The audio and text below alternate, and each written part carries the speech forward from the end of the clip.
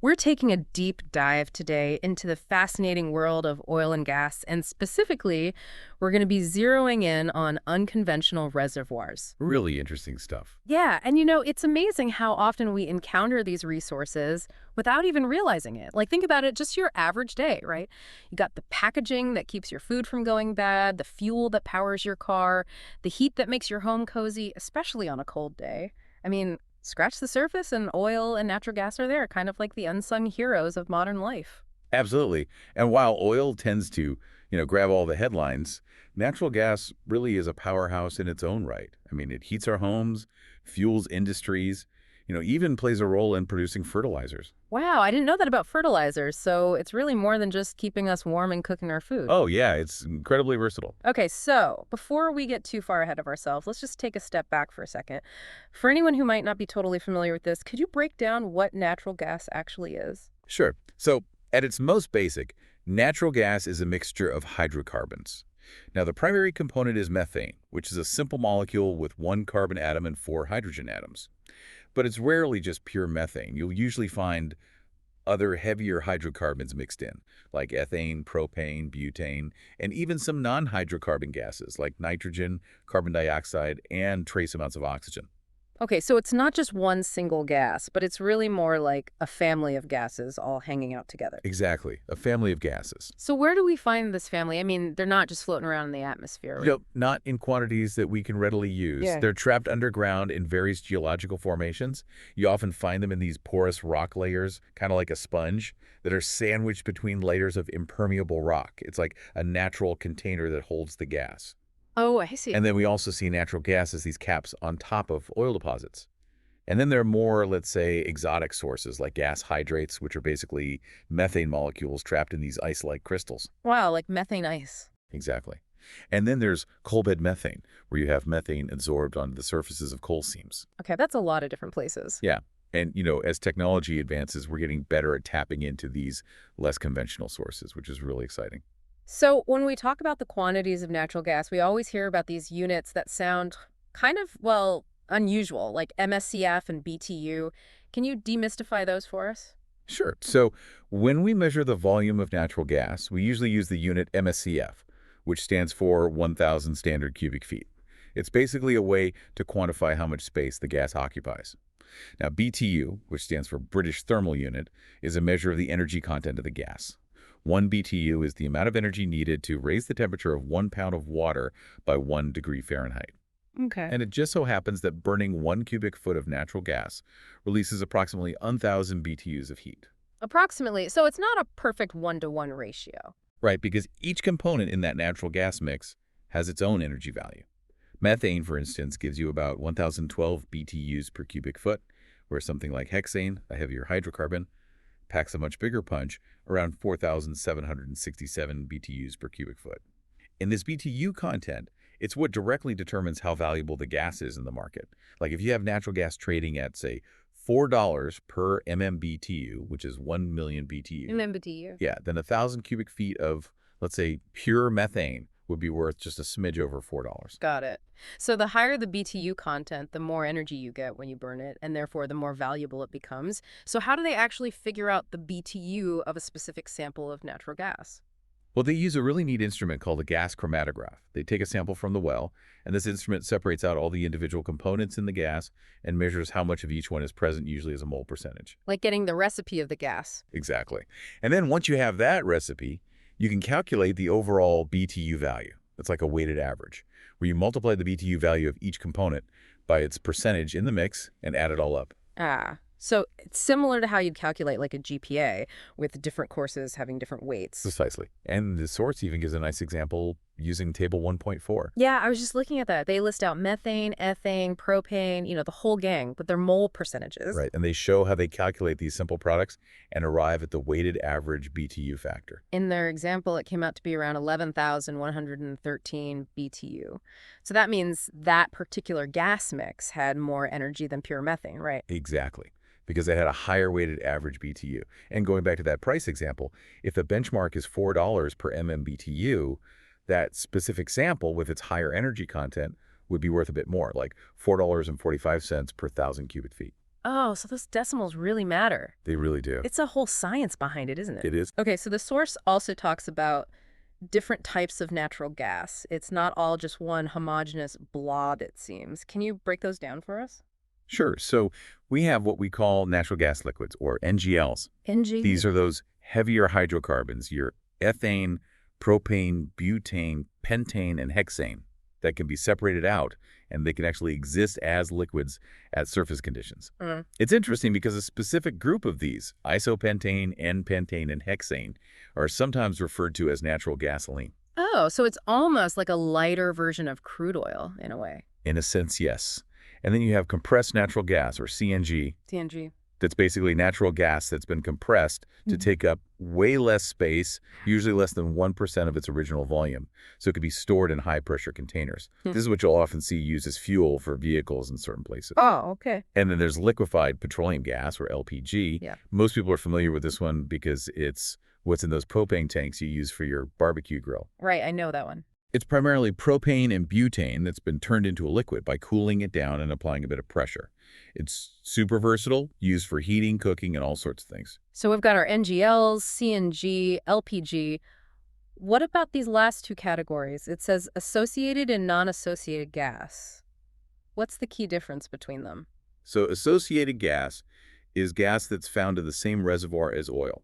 It can be either dissolved in the oil itself or exist as a free gas cap on top of the oil. Non-associated gas, on the other hand, is found in reservoirs that don't have significant amounts of oil. It's sometimes called dry gas because it doesn't have those heavier liquid hydrocarbons mixed in. Okay, that makes sense. So now we know what it is, where it's found, in the different types. But how do we actually get this natural gas from point A to point B? We can't exactly transport it in buckets. No, buckets wouldn't be very efficient. The source highlights three main methods: pipelines, liquefied natural gas, and gas hydrates. Pipelines, those are the most common way, particularly in the U.S., with this vast network of underground pipes crisscrossing the country. Yeah, we see those all the time, those pipelines. What about the liquefied natural gas? Right, so that's called LNG. LNG. Basically, they cool the natural gas down to an extremely low temperature, about negative 260 degrees Fahrenheit, which turns it into a liquid. Now, the cool thing is, this reduces its volume by a factor of like 600, making it much more efficient to store and transport in specially designed tankers across oceans. Wow, 600 times smaller. That's wild. It is pretty remarkable. And the liquefaction process also has the added benefit of removing impurities like oxygen, sulfur compounds, carbon dioxide, stuff we don't want. So you end up with a cleaner final product. Oh, that's a nice bonus. So it sounds like LNG has a lot going for it. Are there any downsides? Well, the liquefaction and regasification process can be quite expensive, although technology is always improving to make it more cost-effective. And there is a safety concern. If this supercooled LNG comes into contact with water, it can cause a rapid phase transition, essentially a mini explosion, because of the sudden heat transfer. Oh, wow, I didn't realize that. So you got to be really careful with LNG. What about that third method mentioned, the gas hydrates? So that one is still somewhat experimental. It involves converting the gas into these solid ice-like hydrates, which could potentially be easier to transport, especially for deposits that are far away from any existing pipeline infrastructure. That makes sense. There was a study by Goodmanson and Hayes-Fedin back in 1995 that suggested this method could even be more economical than pipelines in certain cases. But the challenge is keeping those hydrates stable. You don't want them to break down and release the gas prematurely. Right. One way they're looking at is keeping them refrigerated at around 20 degrees Fahrenheit, which helps by creating this outer layer of ice that prevents them from drying out. There have been pilot studies on this by groups like British Gas and the Japanese National Marine Research Institute. So still early days for gas hydrates, but it's an interesting possibility. Definitely. Okay, so let's shift gears a bit and talk about these unconventional reservoirs. What makes them so unconventional in the first place? It mainly comes down to how difficult it is to extract the natural gas from them. Conventional reservoirs are those nice porous formations we talked about earlier, where gas flows relatively easily. Unconventional reservoirs, on the other hand, they're much tighter, less permeable, so it's harder, sometimes even impossible with conventional drilling methods, to get the gas out economically. So the gas is there, it's just locked away in a way that makes it really difficult to access. Exactly. But we've seen some amazing technological advancements, like horizontal drilling and multi-stage hydraulic fracturing, often called fracking. Yeah, fracking, that's a term we hear a lot these days. And those technologies have been game changers, opening up previously inaccessible resources, especially shale gas. Shale is a prime example of an unconventional reservoir that we're now able to exploit commercially. So shale gas, this is the one that's been getting all the attention. Absolutely. And it's had a huge impact on the energy landscape. It's really changed our estimates of how much natural gas is actually out there.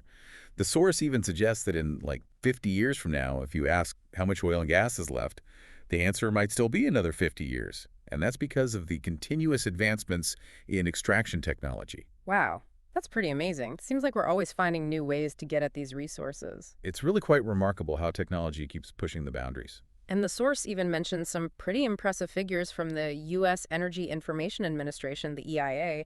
They're projecting a substantial increase in U.S. shale gas production. Like they're saying it'll go from about 23% in 2010 to almost half of U.S. natural gas production by 2035. 49% by 2035, yeah. Mhm. It's a huge jump. And it's not just a U.S. phenomenon either. The source even mentions this world shale map published by the Society of Petroleum Engineers. I saw that. It shows just how much global interest there is in exploring and developing these unconventional resources. So shale gas is a global game changer.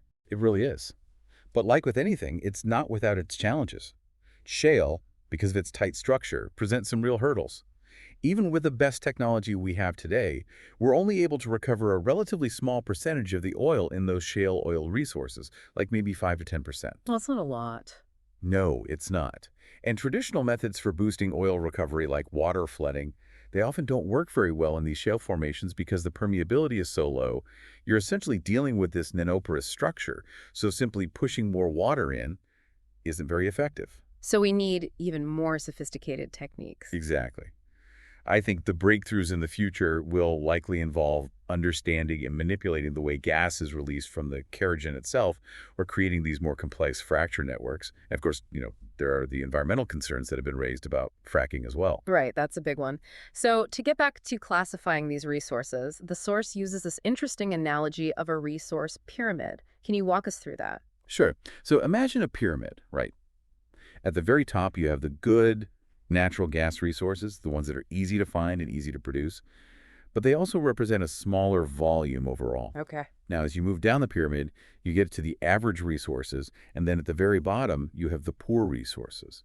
And this is where you find things like tight gas sands, coal bed methane, shale gas, and gas hydrates. These make up the bulk of the resources, but they're also the most challenging and expensive to extract. So we've kind of picked the low-hanging fruit already, and now we have to figure out how to get to the fruit that's higher up the tree. Exactly. And within this category of core resources, there are important distinctions based on what's called total organic content, or TOC. TOC, okay. This basically refers to the percentage of organic material by weight that's present in the rock. It's a key indicator of how much potential a resource has. So for shale gas to be economically viable, it generally needs a TOC of at least 2%, and values above 12% are considered excellent. So more organic material means more potential for gas. Generally speaking, yes. Now, tight gas sands, they have very little organic content, typically less than 0.5%, with most of the gas being free gas within the porous spaces. Yeah. And then you have coal bed methane, which is unique because coal is primarily organic matter, so TOC values there can be over 40%. Wow, over 40%. So the amount of ancient plant and animal matter that's trapped in the rock really dictates what kind of resource you have and how much gas you can potentially get out of it. It's a really crucial factor, yes. The source also goes into some detail about qualification and the specific properties of shale. Why is all this geological detail so important for understanding natural gas production? Well, qualification, which is basically the process of plant matter turning into coal over millions of years due to heat and pressure, it determines what's called the rank of the coal. And this rank, it influences how much carbon the coal contains, the amount of volatile compounds it has, how much moisture is in it, and all those factors affect how much methane the coal can actually produce. Okay, that makes sense. Now, shale, being the most common type of sedimentary rock, it has its own unique set of characteristics that are really important. Shale is made up of these tiny, fine-grained particles, mostly clay-sized, and its composition really matters. For example, shale with a lot of quartz tends to be more brittle, which is a good thing for hydraulic fracturing because it breaks more easily. Organic-rich shale, the kind we're interested in, it contains kerogen, which is the precursor to oil and gas. And even the color of the shale can give you clues. Shale that's darker, like gray or black, usually means it's richer in organic material. So you can actually look at a piece of shale and get a sense of its potential just by its color. In a way, yes. And another really interesting thing about shale is that it can act as both a source rock and a cap rock. Source rock is where the oil and gas are generated, particularly those black shales with high TOC. And cap rock is this impermeable layer that sits above the source rock and prevents the hydrocarbons from escaping upwards. Ah, so it's like nature's own container for keeping the oil and gas trapped. Precisely. And the transformation of that organic matter in both shale and coal into kerogen during this process called diagenesis, Right. and then into bitumen as the temperature increases, is a key step in the formation of those hydrocarbons. So it's like a slow cooking process over millions of years. A very slow cooking process. And then the source talks about different types of kerogen. Can you explain why this is important? Sure. So identifying the type of kerogen present in a formation can tell you a lot about what kind of hydrocarbons you're likely to find. Table 1.5 in the source outlines these four main types of kerogen. Each one is derived from different organic material and has different properties. So type 1, which comes from freshwater algae, that's the one with the highest potential to generate liquid oil, like the most valuable stuff. Type 2, from things like pollen, spores, plant cuticles, that's also pretty good for liquid hydrocarbons. Then there's type 3, which is mainly from woody land plants, and that one mostly produces gas, unless it's mixed with type 2. And finally, you have type 4, which comes from inert material like charcoal, and that one basically has no potential to generate hydrocarbons at all. So knowing the kerogen type is like having a cheat sheet to tell you what's likely to be down there. It gives you a good indication, yeah. The source then brings up something called thermal maturity. What exactly does that mean? So thermal maturity, or TM, basically refers to how much the organic matter in the shale has been cooked over geological time. It's a crucial factor because the temperature history determines whether the kerogen converts into oil or gas, or if it gets overcooked. Overcooked, like burning a piece of toast. Exactly. Too much heat, and you end up with something that's not very useful. And they measure this maturity using something called vitrinite reflectance, or ρ, which is basically a way to quantify how much the organic matter has been altered by heat. Row. Yeah, ρ. And the source provides a table 1.6, that shows how different ρ values correspond to different types of hydrocarbons you're likely to find. So if the ρ value is higher than about 1.4%, you're mainly going to get dry gas. If it's closer to 3%, well, that suggests the formation has been overcooked, and you might not find much of anything useful. So vitrinite reflectance is like a thermometer for the geological past, telling you how hot things got down there. It's a good analogy, yes. Now, another key aspect of shale is its pore structure. You know, these tiny spaces within the rock are really important because where the natural gas is actually stored. And shale has a very complex pore structure with pores at multiple scales. I can imagine like a labyrinth of tiny spaces. Exactly. And figure 1.3 in the source actually shows some really cool images of these pore structures from formations like the Black Warrior Basin and Marcellus Shale. Those are really intricate. They are. And table 1.7 also gives a nice overview of the typical total organic content values for some of the major North American shale gas plays. Okay. Now, natural fractures also play a big role in gas production. You know, these cracks in the rock can act as pathways for the gas to flow. Like little highways for the gas. Exactly. In coal bed methane, those fractures are usually pretty evenly distributed, which makes it easier to model their behavior. But in shale, the fractures are more complex and less predictable, which makes things a bit trickier. The key is how these natural fractures connect with the artificial fractures that we create during fracking. Ideally, you want a moderate amount of natural fracturing because that helps to increase production. I see. And then there's the water content and clay content of the shale. The amount of water that's present in the pores, what we call water saturation, needs to be low enough to make production worthwhile. Usually, less than 45% is the target. Okay. The Marcellus Shale, for instance, it's known for having low water saturation, and the type of clay minerals that are present can also have a big impact. Some clays can swell when they get wet, and that can clog up those fracture pathways that we create during fracking. Oh, so we want the right kind of clay. We do, yes. Generally, a moderate clay content, below 40%, is considered good. And then there are the mechanical properties of the rock itself. Things like its brittleness, which we measure using properties like Young's modulus and Poisson's ratio. These are really important for designing effective fracking treatments. Formations that are more brittle, they break more easily and create these nice fracture networks. Like a cookie that crumbles easily. That's a good way to think about it. Mm-hmm. And geologists use various tools to assess these properties, like They'll measure the density of the rock, which can tell them about the organic content, and they'll use gamma ray logs to detect the presence of shale.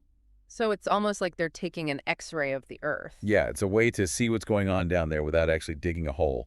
And then there's the reservoir pressure. Generally, higher pressure is a good thing because it means there's more energy pushing the gas out. Ideal reservoirs have what's called an abnormal pressure gradient, meaning the pressure increases more rapidly with depth than you'd expect. So lots of pressure means lots of potential. It's a good indicator, yes. Well, this has been a really great overview of unconventional reservoirs, and it sounds like shale gas is the star of the show. It's definitely a key player. And the material then shifts focus to this concept of advanced shale reservoir characterization. Yes, chapter 2. Right. And this is all about really getting a deep understanding of these complex formations so we can accurately estimate how much oil and gas is trapped within them. We need to know what we're dealing with before we can figure out how to get it out. Exactly.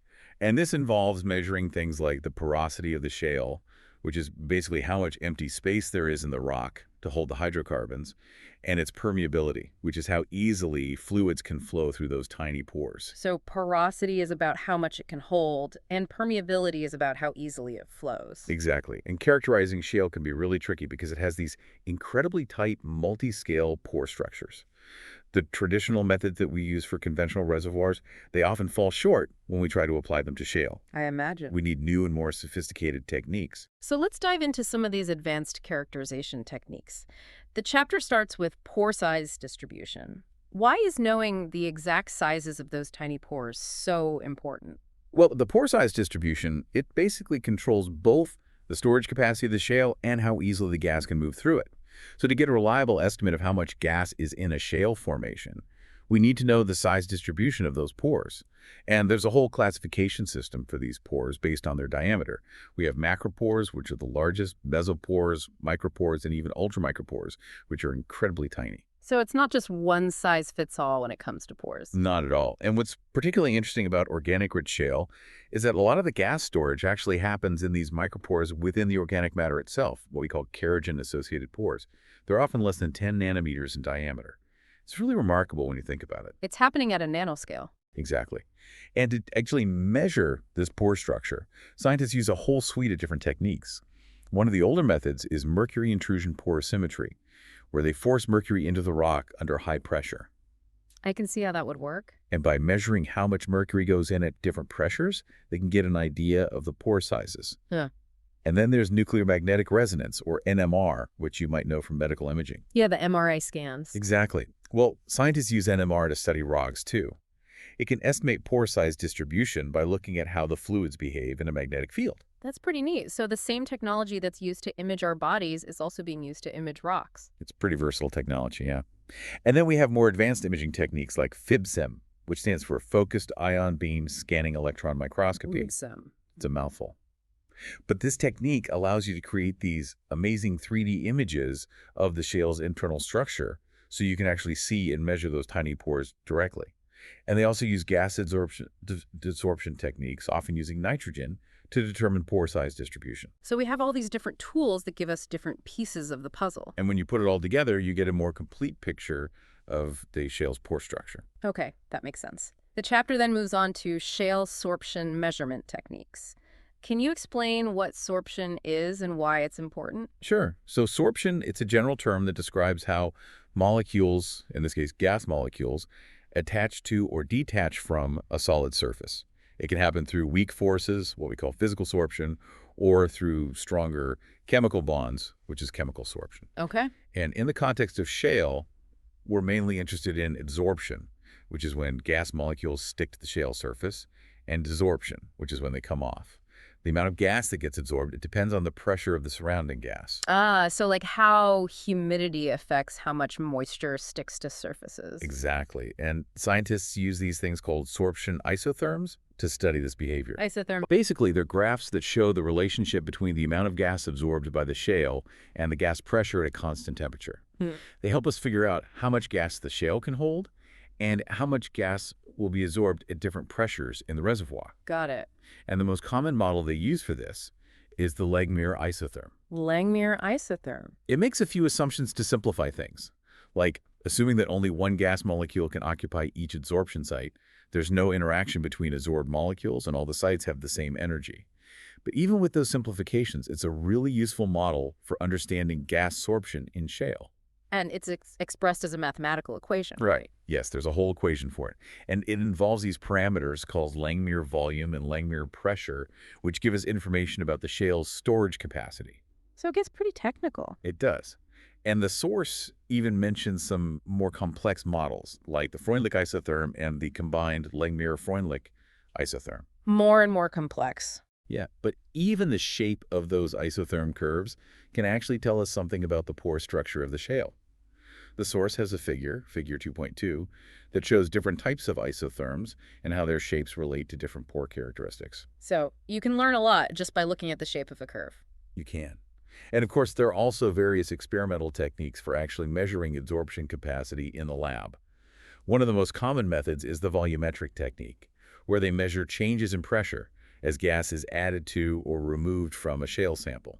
And they often use low-temperature nitrogen adsorption, which we talked about earlier, to do this. Okay. But one of the challenges is that, ideally, you'd want to make these measurements at the actual pressure and temperature conditions of the reservoir. But that's really difficult to do in a lab. Right. You can't just recreate those extreme conditions easily. Exactly. And the source then dives into shale porosity measurements. Porosity is basically the amount of empty space in the rock. Like how much it can hold. Right. But measuring it accurately in shale can be tricky because of those super tiny pore spaces. I can imagine. One common method is to compare the bulk density, which is the density of the whole rock, with the grain density, which is the density of just the solid grains. So you're basically trying to figure out how much empty space there is by comparing the weight of the whole rock to the weight of just the solid bits. Exactly. But shale throws a wrench in the works because its pores are so small. Ah, I see the problem. Yeah. Like if you use helium to measure the grain density, helium can sneak into those tiny pores that methane, the gas we're actually interested in, can't get into. So you might end up overestimating the porosity. Oh, so you get a false reading. You can. And methane itself can also stick to the shale surface, which complicates things even more. They also use high-pressure mercury intrusion to try and measure the pore volume. But again, those tiny pores require incredibly high pressures, and even then, it might not capture all the pores. So it's a constant battle to get accurate measurements. It is. And there are other techniques they use, like thermogravimetry, NMR, SEM, low-temperature adsorption, but they all have their own limitations when it comes to shale. So it's a whole area of research in itself. Absolutely.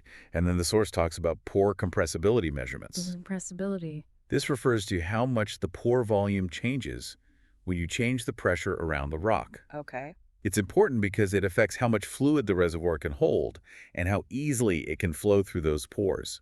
And measuring this in shale is super challenging because it's such a complex and heterogeneous rock. Heterogeneous meaning it's not all uniform. Exactly. And it's not like other rock formations where we've been able to find clear correlations between pore compressibility and mineral composition.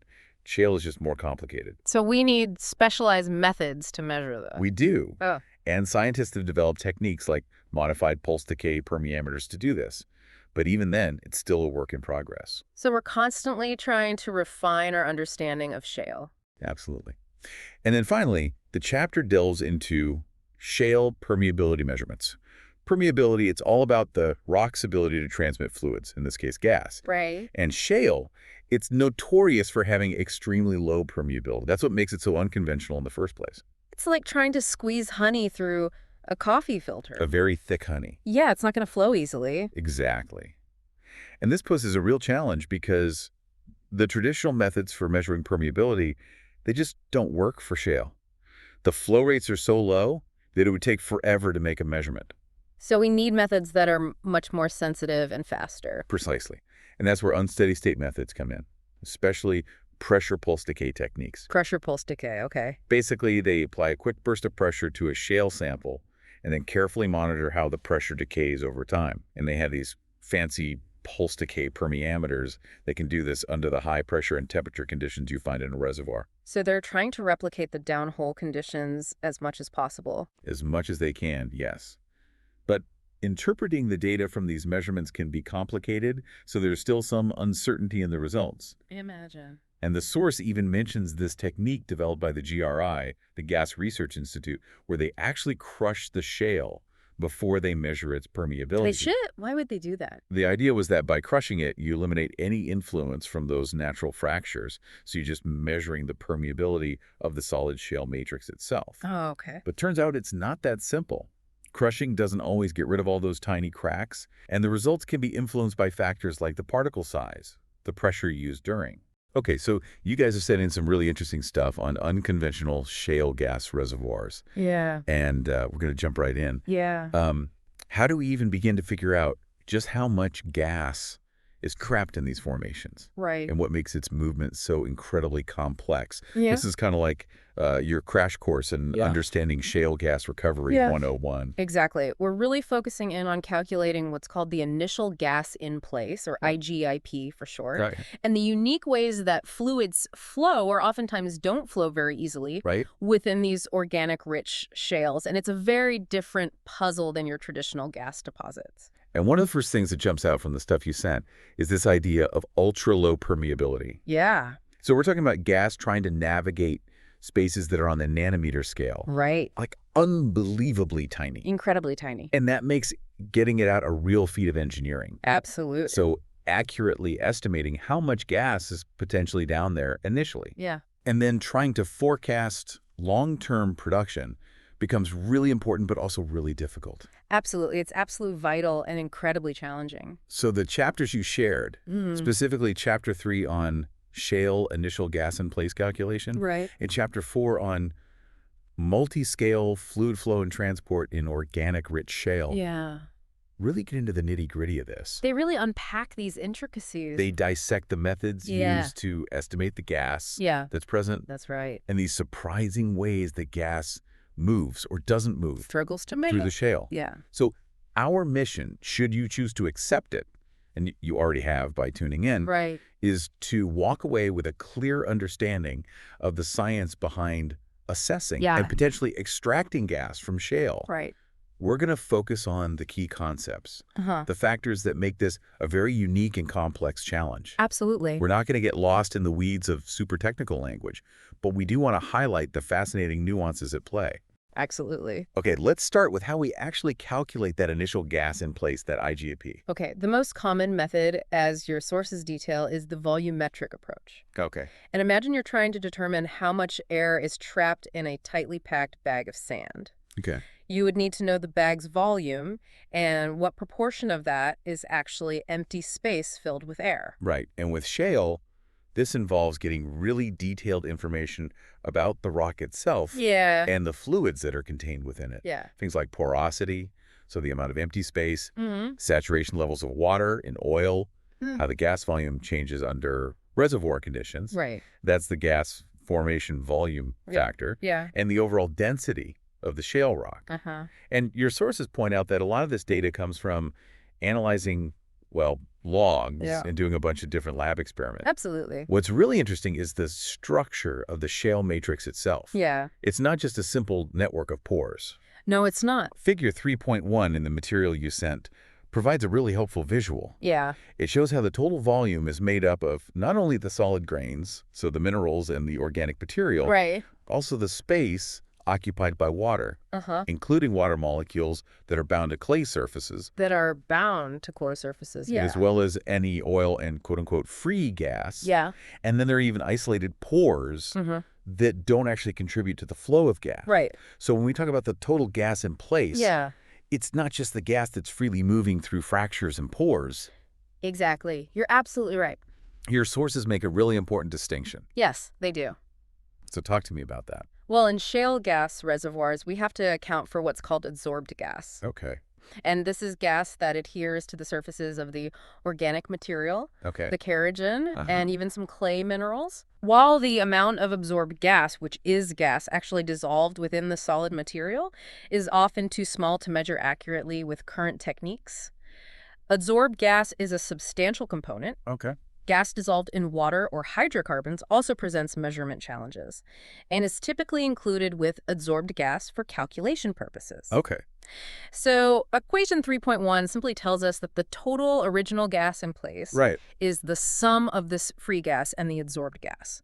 Now, the volumetric method helps us estimate that pore space that could hold free gas. Right. But as your sources point out, because of this adsorption that's happening within the super, super tiny pores of the organic material, Yeah. we're talking nanometers. Nanometers. Some of that pore volume isn't actually available for free gas. That's right. It's being occupied by a layer of adsorbed gas molecules. Precisely. So how do we account for that? Researchers like Ambrose and his team proposed a model captured in equation 3.2 to adjust the free gas pore volume to account for this adsorbed layer. This equation incorporates the gas formation volume factor, the effective porosity, the saturation of water and oil, the bulk density of the shale, and a crucial correction factor represented by the Greek letter psi. Okay. Think of psi as a way to reduce the estimated free gas space to reflect the space taken up by that adsorbed gas layer. And that correction factor itself, as detailed in equation 3.3, Right. looks like a whole other level of complexity. It is a complex calculation. It involves the molecular weight of the gas, Uh-huh. the density of that adsorbed gas, the pressure within the pores, Yeah, and two terms known as Langmuir pressure and Langmuir volume. that's right. So break those down for me. What's fascinating here is that the density of this adsorbed gas layer is something that scientists are still working to define precisely. Really? Your sources mention various approaches, including adapting the van der Waals equation of state, Okay. which we'll get to shortly, Okay. and even using sophisticated molecular dynamic simulations. As for the Langmuir terms, the Langmuir equation itself, which helps us quantify the amount of adsorbed gas GADs, Okay. shows that it depends on the Langmuir volume VL. That's the maximum amount of gas the shale can possibly absorb, Okay. and the Langmuir pressure PL, which indicates how quickly the adsorption process occurs as the pressure increases. Got it.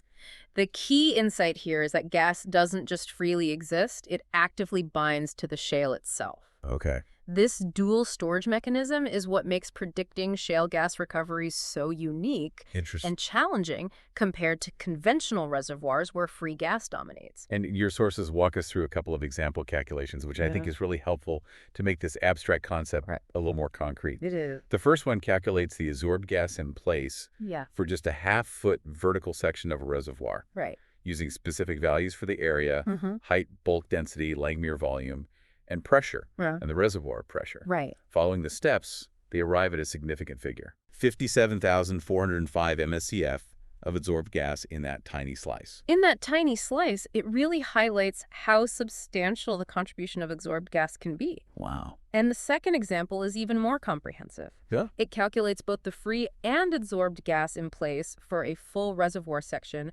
providing values for nearly all the parameters we've discussed: area height, bulk density, adsorbed gas density, Langmuir volume and pressure reservoir pressure water, and oil saturation porosity, and the initial gas formation volume factor. And that calculation is pretty involved. Yes, it is. It first determines that adsorbed layer correction factor psi, Right. then calculates the free gas in place and the adsorbed gas separately, Yeah. and finally arrives at a total GIP of 57.3 BCF Wow. for that single section. For that single section, that's a massive amount of gas. That's a huge amount of gas. It really drives home the crucial point made earlier in the chapter. If you overlook this adsorbed layer effect when calculating the original gas in place, Right. you could be overestimating the actual amount of gas present by more than 30%. That's a huge margin of error with critical economic and resource management implications. It really makes you think that maybe those historical estimates of shale gas reserves that didn't account for adsorbed gas might have been way off. They might have been significantly off. So you mentioned earlier that the density of adsorbed gas is really difficult to measure directly. Yes, it is.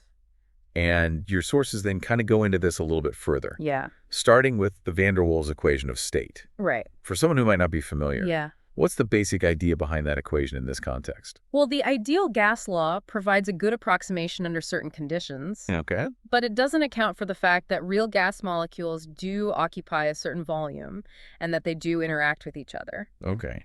The van der Waals equation, developed much earlier than our current understanding of nanoscale interactions, was one of the first attempts to correct for these non-ideal behaviors by introducing correction factors, typically denoted as A and B. And in the context of trying to figure out the density of absorbed gas, Yeah. the B constant becomes particularly relevant, right? Exactly. Dubinin proposed that when adsorption is a significant factor, this B constant, which usually represents the volume excluded by a mole of gas molecules, can be related to the volume occupied by the adsorbed phase divided by the amount of adsorbed gas. Okay. This then allows us to estimate the density of the adsorbed gas Okay. using equation 3.5 and equation 3.6, Right. which link B to the critical temperature Tc and critical pressure Pc of the gas. Got it. It's a clever way of trying to adapt equations describing bulk fluid behavior to this very different adsorbed phase. It's fascinating how researchers adapt these macroscopic equations to these really microscopic phenomena. It is. You also briefly mentioned pseudocritical properties for gas mixtures. Right. And the ideal absorption solution theory, or IAS theory. Yeah. These sound pretty advanced. They are more advanced concepts used when we're dealing with real-world gas reservoirs, which almost always contain a mixture of different gases, not just pure methane. Right. Pseudocritical properties are a way to treat a mixture as if it were a single pure component by averaging some of its critical properties. Okay. IAS theory is a thermodynamic framework that helps predict how much of each component in a gas mixture will be adsorbed based on the adsorption behavior of each pure component. So these techniques acknowledge that real gas mixtures don't behave as simply as ideal pure gases. Exactly. And then there's this whole other point about nanoscale confinement. Yes. It seems that when we're dealing with pores at that unbelievably small scale, the behavior of fluids can be really different from what we expect in larger spaces. Absolutely. The physical constraints imposed by the walls of these nanopores can fundamentally alter the thermodynamic properties of the fluids within them. Wow. Experimental studies and computer simulations have demonstrated significant differences compared to bulk fluids. Your sources mention changes in critical temperature freezing and melting points, and even the viscosity of the fluid as pore size decreases. Interesting. This really underscores the importance of studying these phenomena at the scale where they're actually occurring within the shale. Yeah. It's not enough to just apply rules that work for larger systems. So we've spent some time understanding how we estimate how much gas is down there initially. Right. But what's really important is how much of that gas we can actually get out of the ground. Exactly. And that brings us to the concept of the recovery factor. Right. Equation 3.7 provides the basic definition. Okay. The recovery factor, RF, is the estimated ultimate recovery, or EUR. The total volume of gas we anticipate producing from a well over its entire lifespan, divided by the initial gas in place, or IGP. Okay. Historically, if we overestimated IGP by neglecting adsorbed gas, that would naturally impact our understanding and calculation of recovery factors. And your sources highlight a really interesting study by Belyadi in 2014, focusing on the Marcellus Shale. Yeah. And the finding seems a little counterintuitive at first. It does. A greater amount of adsorbed gas leads to a higher initial gas in place and higher total gas production, but a lower overall gas recovery rate over a specific production period. It is a key insight. Yeah, that's unexpected. The explanation lies in the dominant flow regimes during production. Right. When there's a larger proportion of adsorbed gas, a greater fraction of the total gas is stored within the shale matrix and must undergo desorption and then diffuse through the matrix to reach the fractures and eventually the wellbore. Okay. This results in a longer period dominated by transient flow, where the pressure drawdown near the wellbore and the connectivity of the fracture network heavily influence the gas flow. Okay.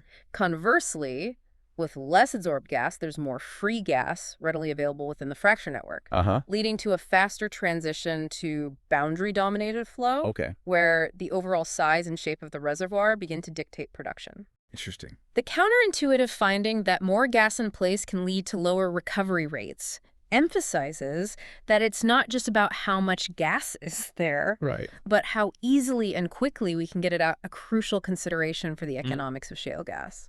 Figure 3.2 visually illustrates this relationship between Langmuir volume, which remember is related to the amount of adsorbed gas and total gas recovery over time. It shows that in those initial stages of production, Langmuir volume doesn't really have a huge impact because we're primarily extracting the free gas from the fractures. That's right.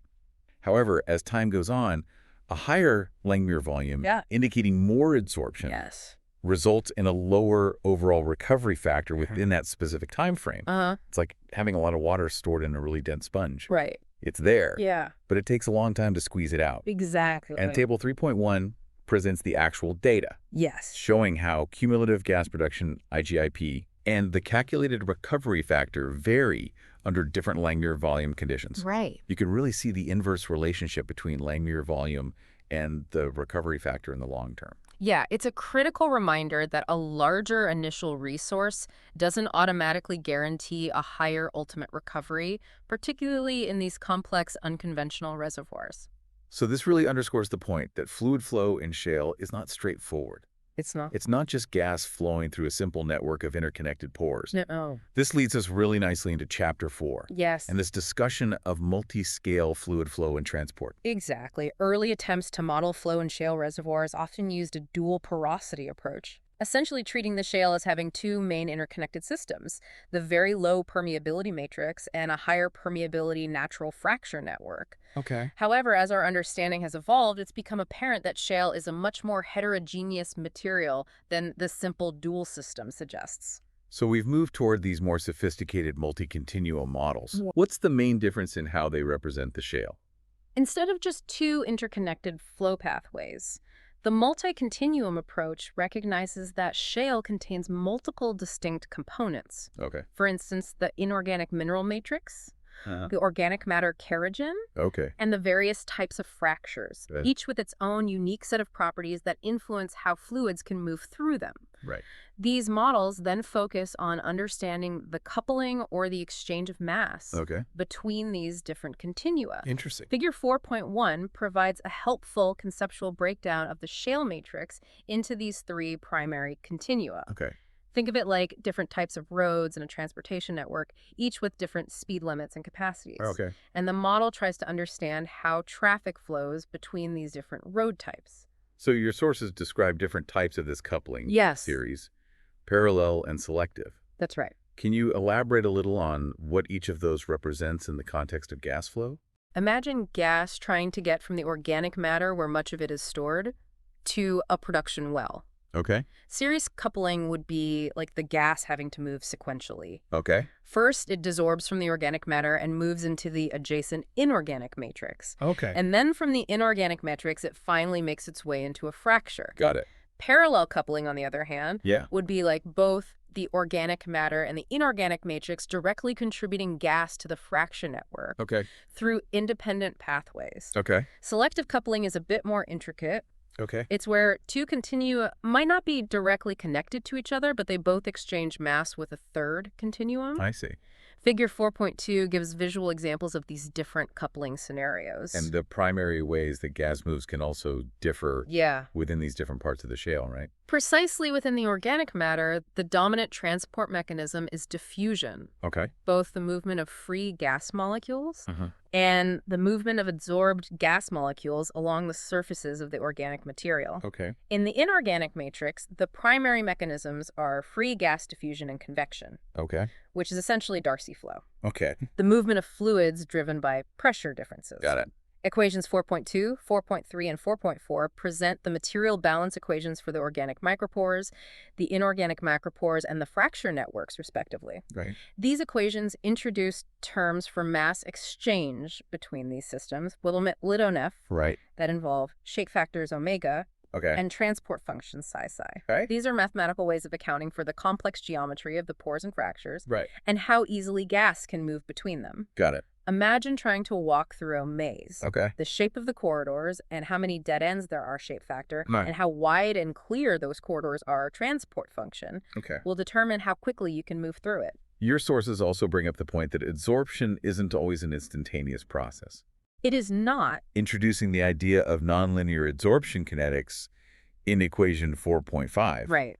That sounds like kind of a refinement of earlier models. It is a significant refinement. So what does that mean? Earlier, simpler models often assumed that gas would instantaneously adsorb onto the shale surfaces Okay. or desorb from them based solely on the surrounding pressure at that moment. Got it. However, research has shown that the rate of this adsorption and desorption process itself can take time Okay. and can be influenced by other factors. Interesting. This nonlinearity can have a noticeable impact on how gas diffuses through the shale matrix. I see.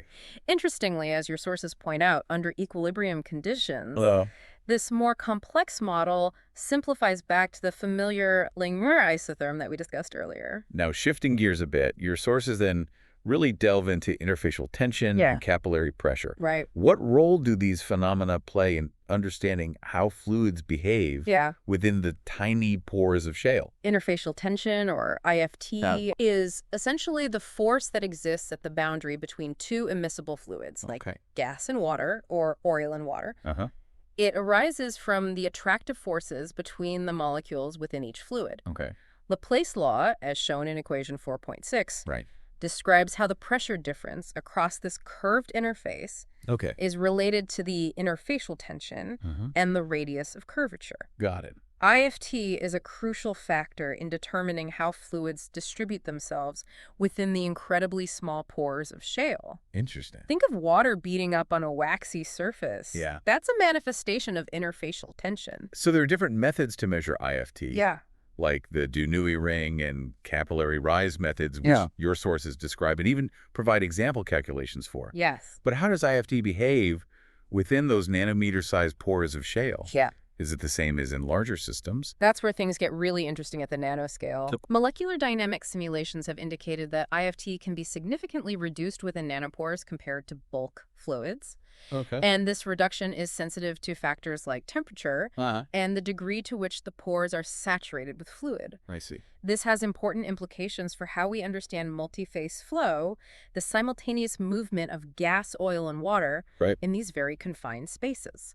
So the usual rules of thumb from larger systems might not directly apply. They might not. Then we have wettability, which is the preference of one fluid to adhere to a solid surface in the presence of another immiscible fluid. Right. It's quantified by the contact angle between the fluid interface and the solid surface. Your sources describe water wet, oil wet, and neutrally wet systems based on this angle.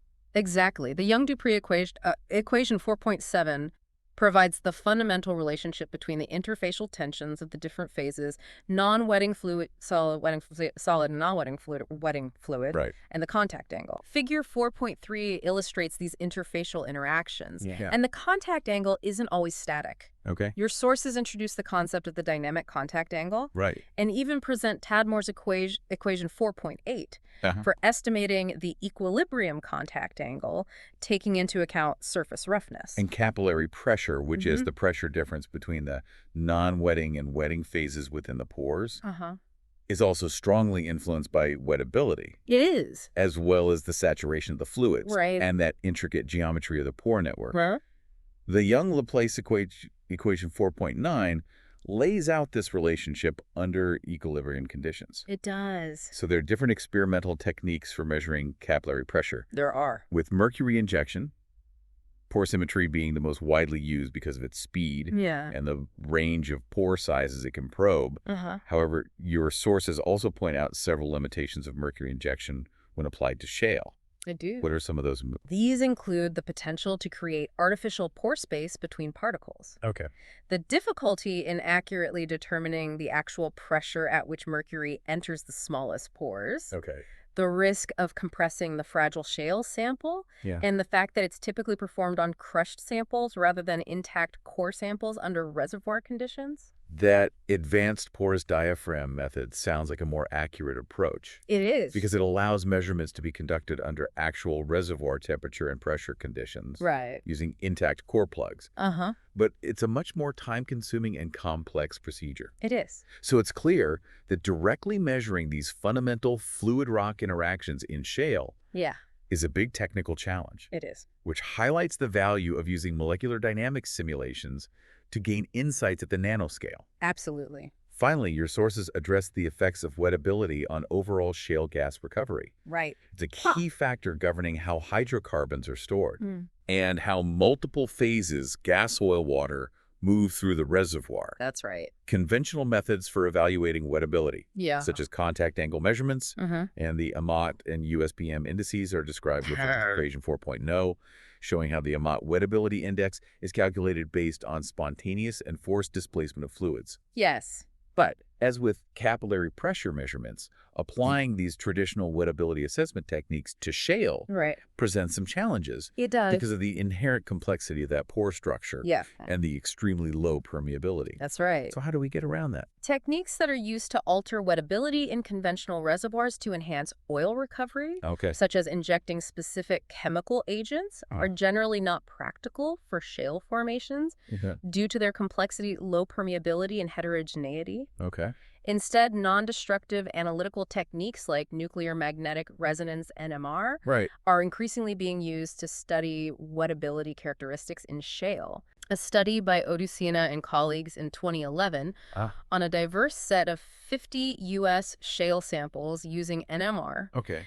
indicated that shale typically exhibits mixed wettability, Okay. with the organic material within the shale tending to contribute to more oil wetting behavior. I see. This underscores the need for employing a combination of different analytical methods to gain a more comprehensive understanding of wettability in these complex reservoirs. Wow, we've really taken a deep dive. We have. Just to quickly recap, we've explored the methods for estimating the initial amount of gas trapped within shale formations, Right. emphasizing that crucial role of absorbed gas Yeah. and the challenges in accurately quantifying it. Uh, We then ventured into the complex world of fluid flow at the nanoscale, we did. examining multi-continuum models Yeah, that yeah. try to capture the heterogeneity of shale, the influence of interfacial tension and capillary pressure on fluid behavior in these tiny pores, Uh-huh. and the impact of wettability on how much gas we can actually get out. That's right. Hopefully you now have a much clearer understanding of why extracting gas from shale is such a technologically demanding It is. and scientifically fascinating endeavor. Absolutely. It requires a detailed knowledge of these fundamental physical and chemical properties operating at a microscopic level. Yeah. The fact that gas is stored in these formations in two fundamentally different ways, as free gas within pore spaces and as adsorbed molecules on organic surfaces, and then it must navigate incredibly tortuous pathways to flow, presents a truly unique set of engineering challenges.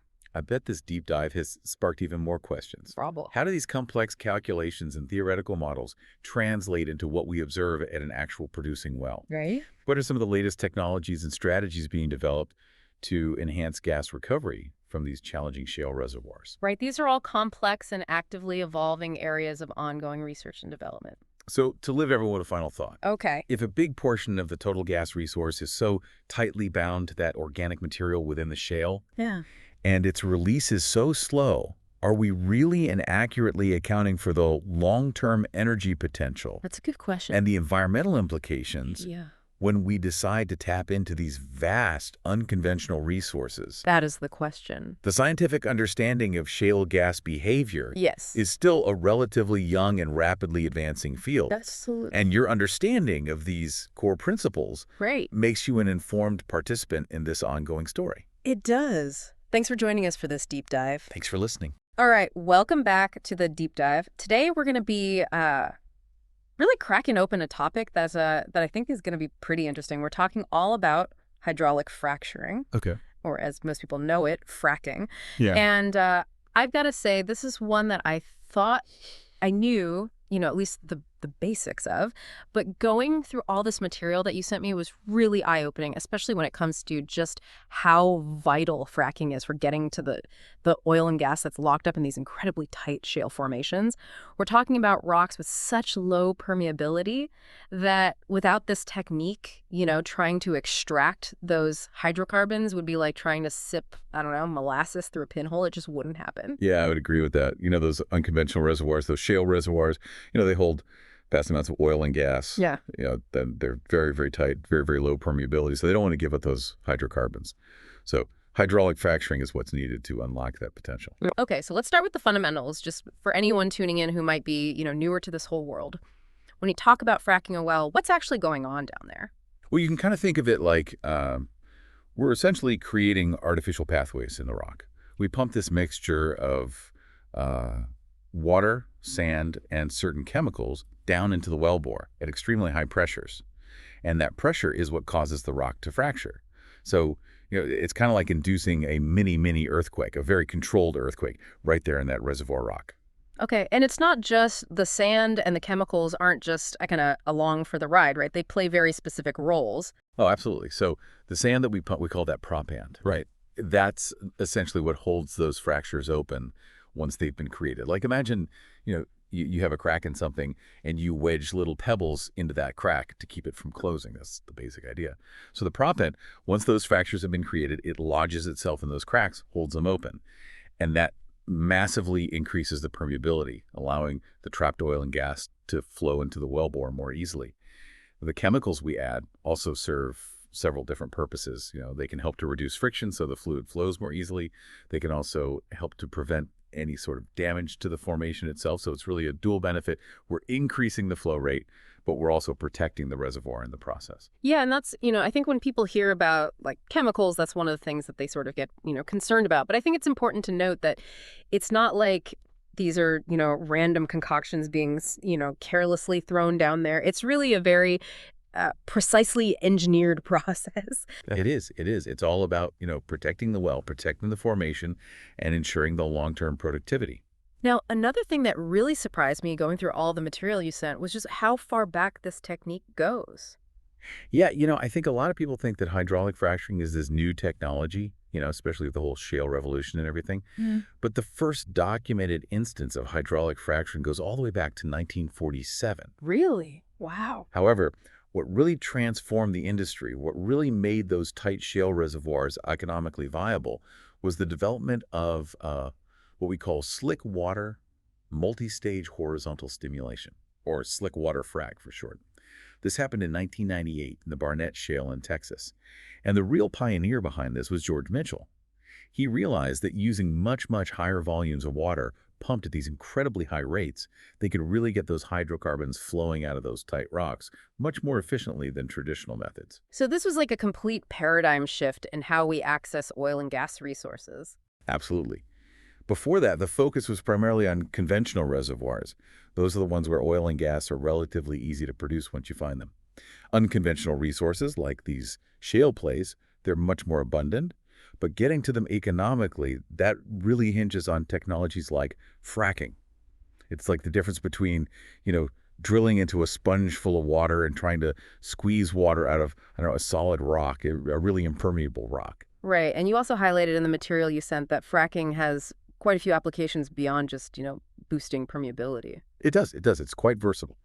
And while increasing the flow from these very tight reservoirs is the primary goal, there are some other significant benefits. For example, it significantly increases the contact area between the well bore and that formation, which, you're extending the reach of that well in a way. You're reaching further into the rock in multiple directions. Mm-hmm. And that means, potentially you need fewer infill wells. Okay, so that's a huge efficiency gain. It is. It is. Yeah. Especially when you combine that with horizontal drilling and then multi-stage fracking within those horizontal wells, you can access a much larger volume of the reservoir with a single wellbore. Wow. Additionally, those artificial fractures that we create can actually connect with naturally occurring fractures within the rock. So you're sort of tapping into this pre-existing network of pathways, which, enhances the flow even more. You can also use fracking to kind of revive older wells that may have been damaged during drilling and, can help improve the flow in those situations as well.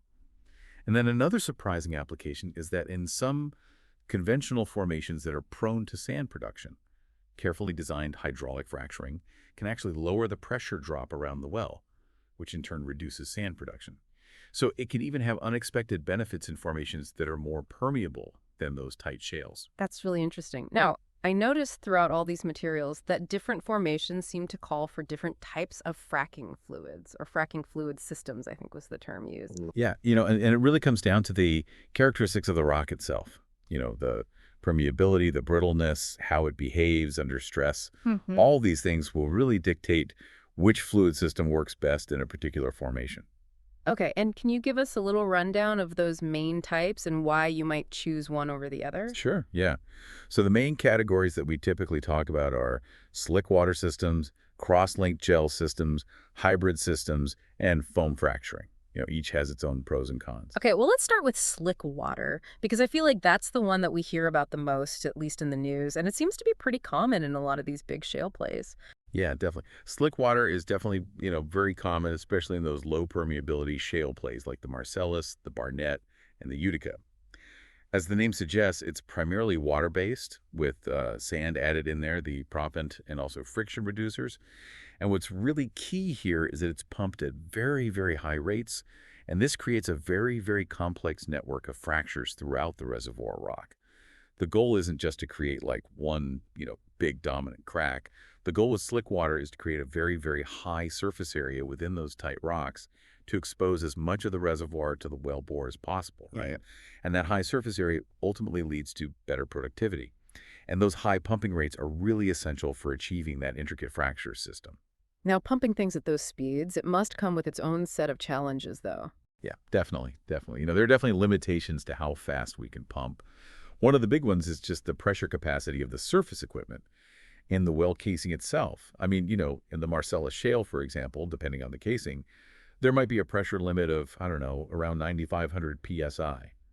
So we can't just keep cranking up the pump rate indefinitely.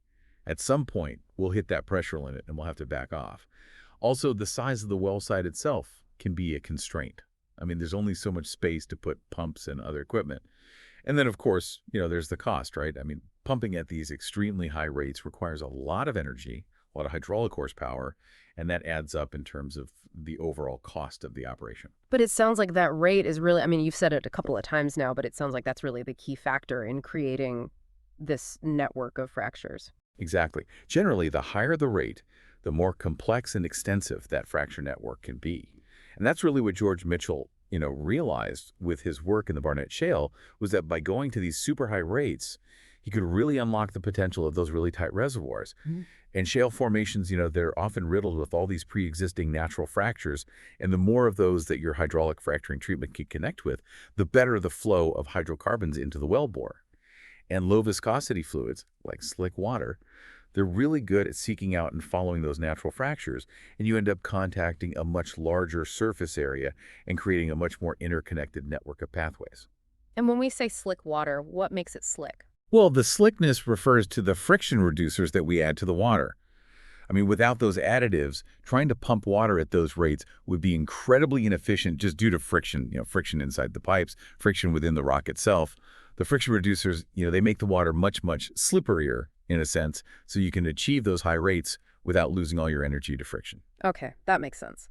Now, another question I had, when we're talking about all this water being pumped, does it have to be pristine fresh water? It's a good question. And, there's some debate about that.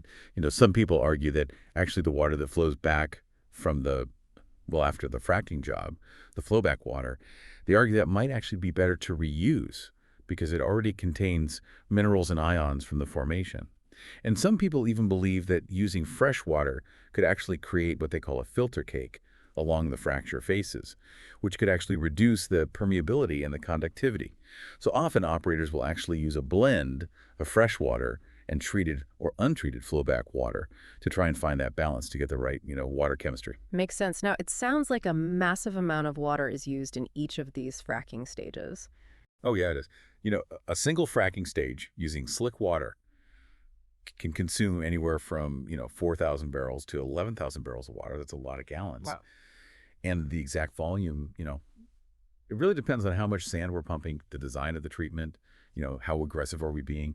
So, for example, a stage designed to place, say, 500,000 pounds of sand is going to require a lot more water than one designed to place 200,000 pounds of sand. Mm-hmm. And, sometimes if we're having trouble placing sand, maybe the formation isn't taking the sand as readily, we might actually pump at a lower sand concentration, just to ensure that we get all the sand placed.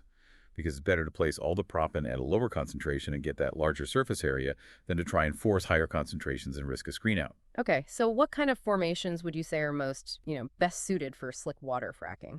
Slick water really shines in formations that are brittle. Brittle rocks, when they fracture, they tend to stay open. They don't want to close Yeah. back up. I always like to use the analogy of glass. If you break a piece of glass, it shatters, right?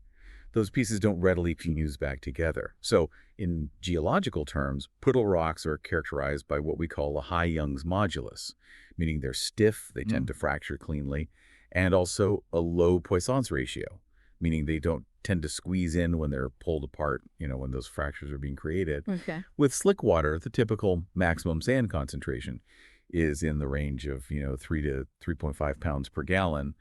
And, rarely do we go up to 4 pounds per gallon, because if you try to pump too much sand with slick water, it can easily lead to what we call a sand out, where the sand essentially clumps together and blocks the wellbore. Right. So it sounds like the objective here is to really create this dense network of smaller pathways rather than just a couple of dominant big fractures. Exactly.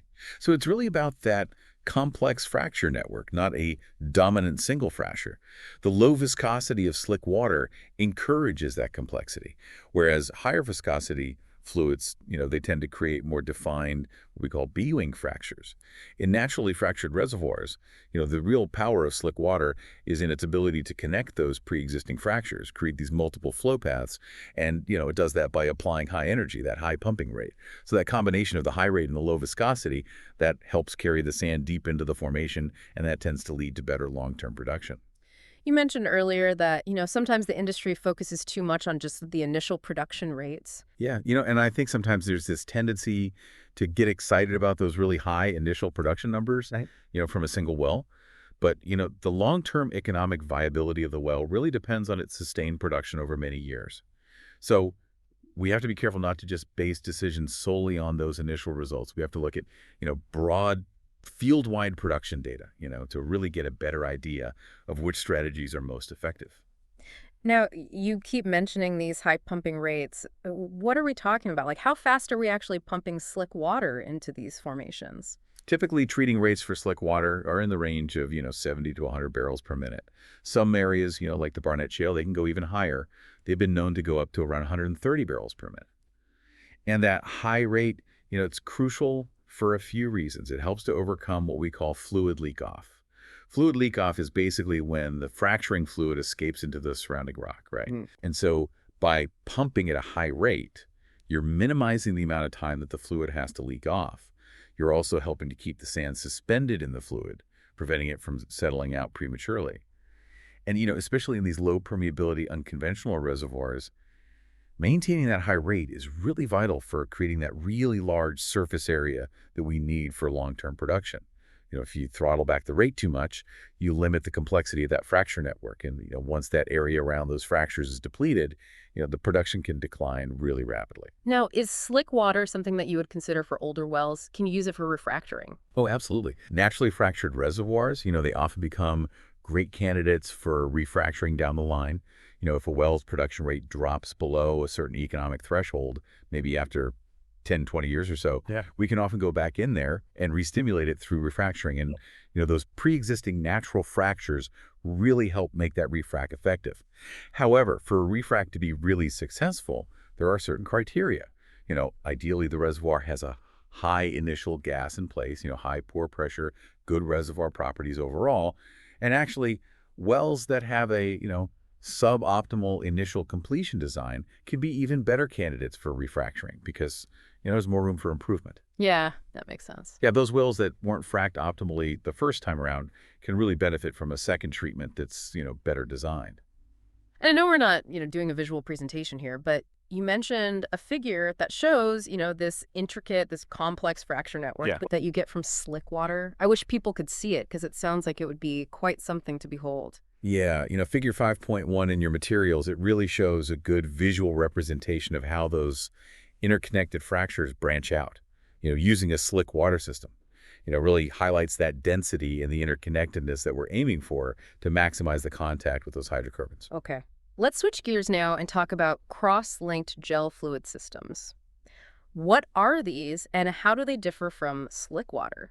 So cross-linked gel systems, they use a much heavier, much more viscous fluid compared to slick water. And they're used in both conventional and unconventional reservoirs, but they tend to create what's typically a buying fracture system, meaning basically, two main fractures extending outwards from the wellbore. And the big difference here is that with cross-linked gel, it's the viscosity of the fluid, not the velocity, that's primarily responsible for carrying and suspending that proppant into the formation. So less about speed, more about that thickness of the fluid. Exactly, exactly. So cross-linked gels, they're often favored in more ductile formations with higher permeability, like, the oil-rich sections of the Eagle Ford and the Bakken shales, for example. They're also used a lot in oil-dominated areas to help get that necessary fracture width for good oil production.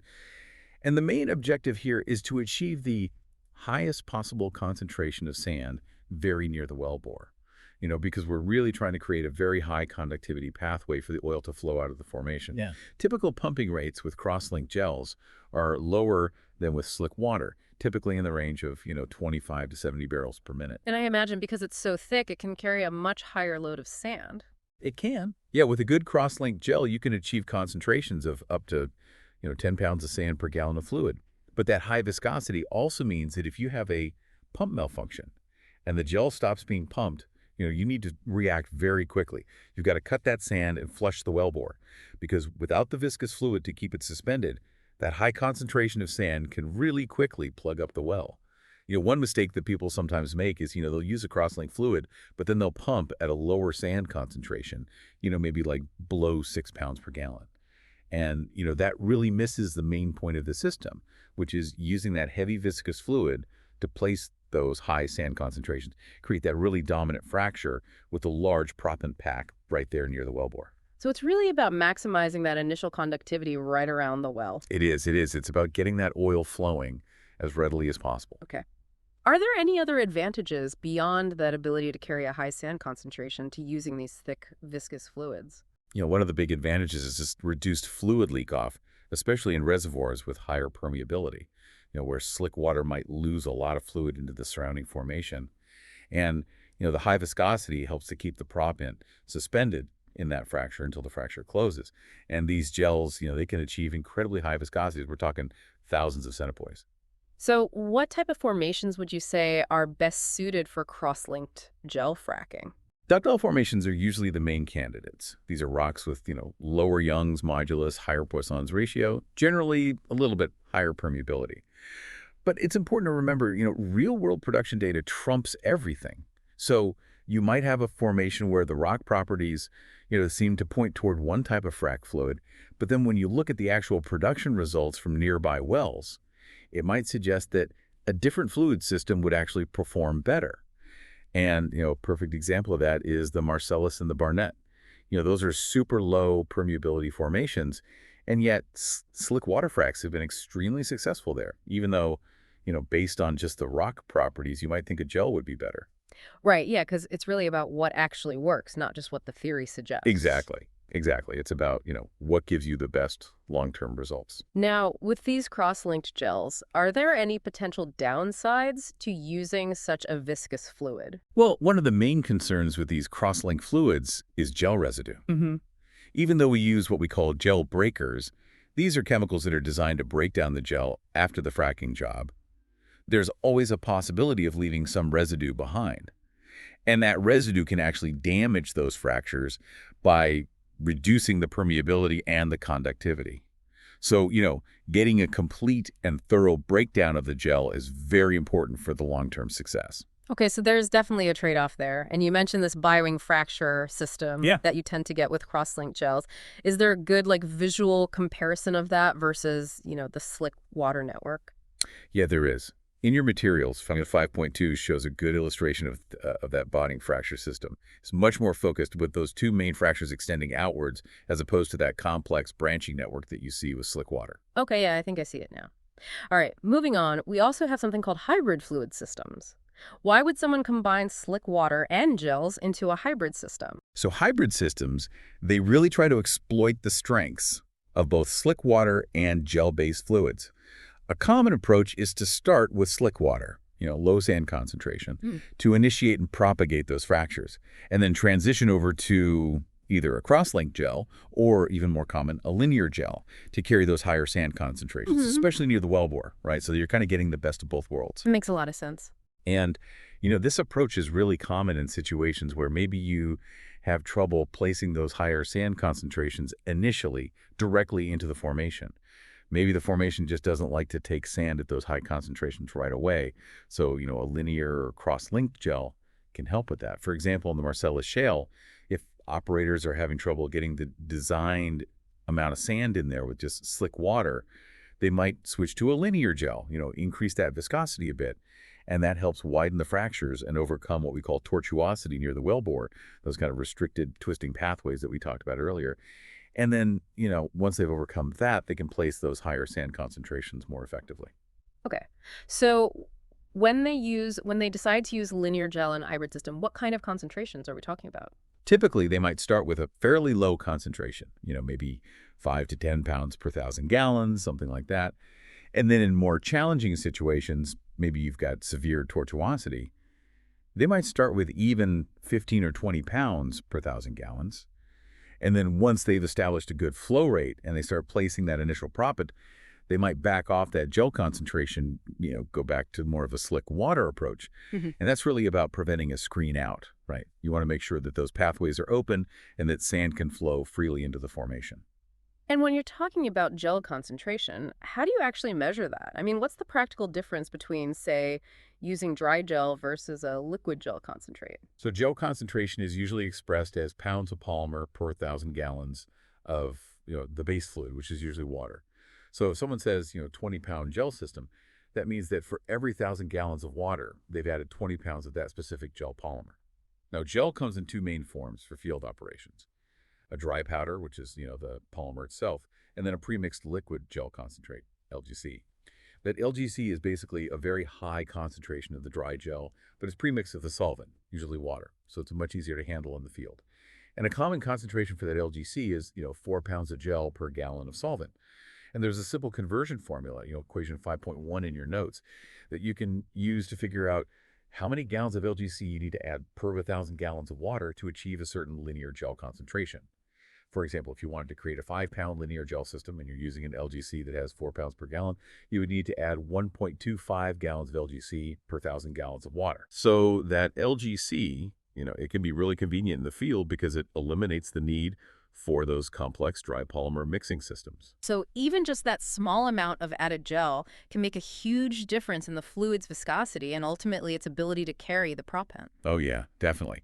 Even a 5-pound linear gel system, it's not super viscous like a cross-linked gel, but it can provide a good enough boost in viscosity to help reduce those friction pressures in the pipes and create a wider fracture.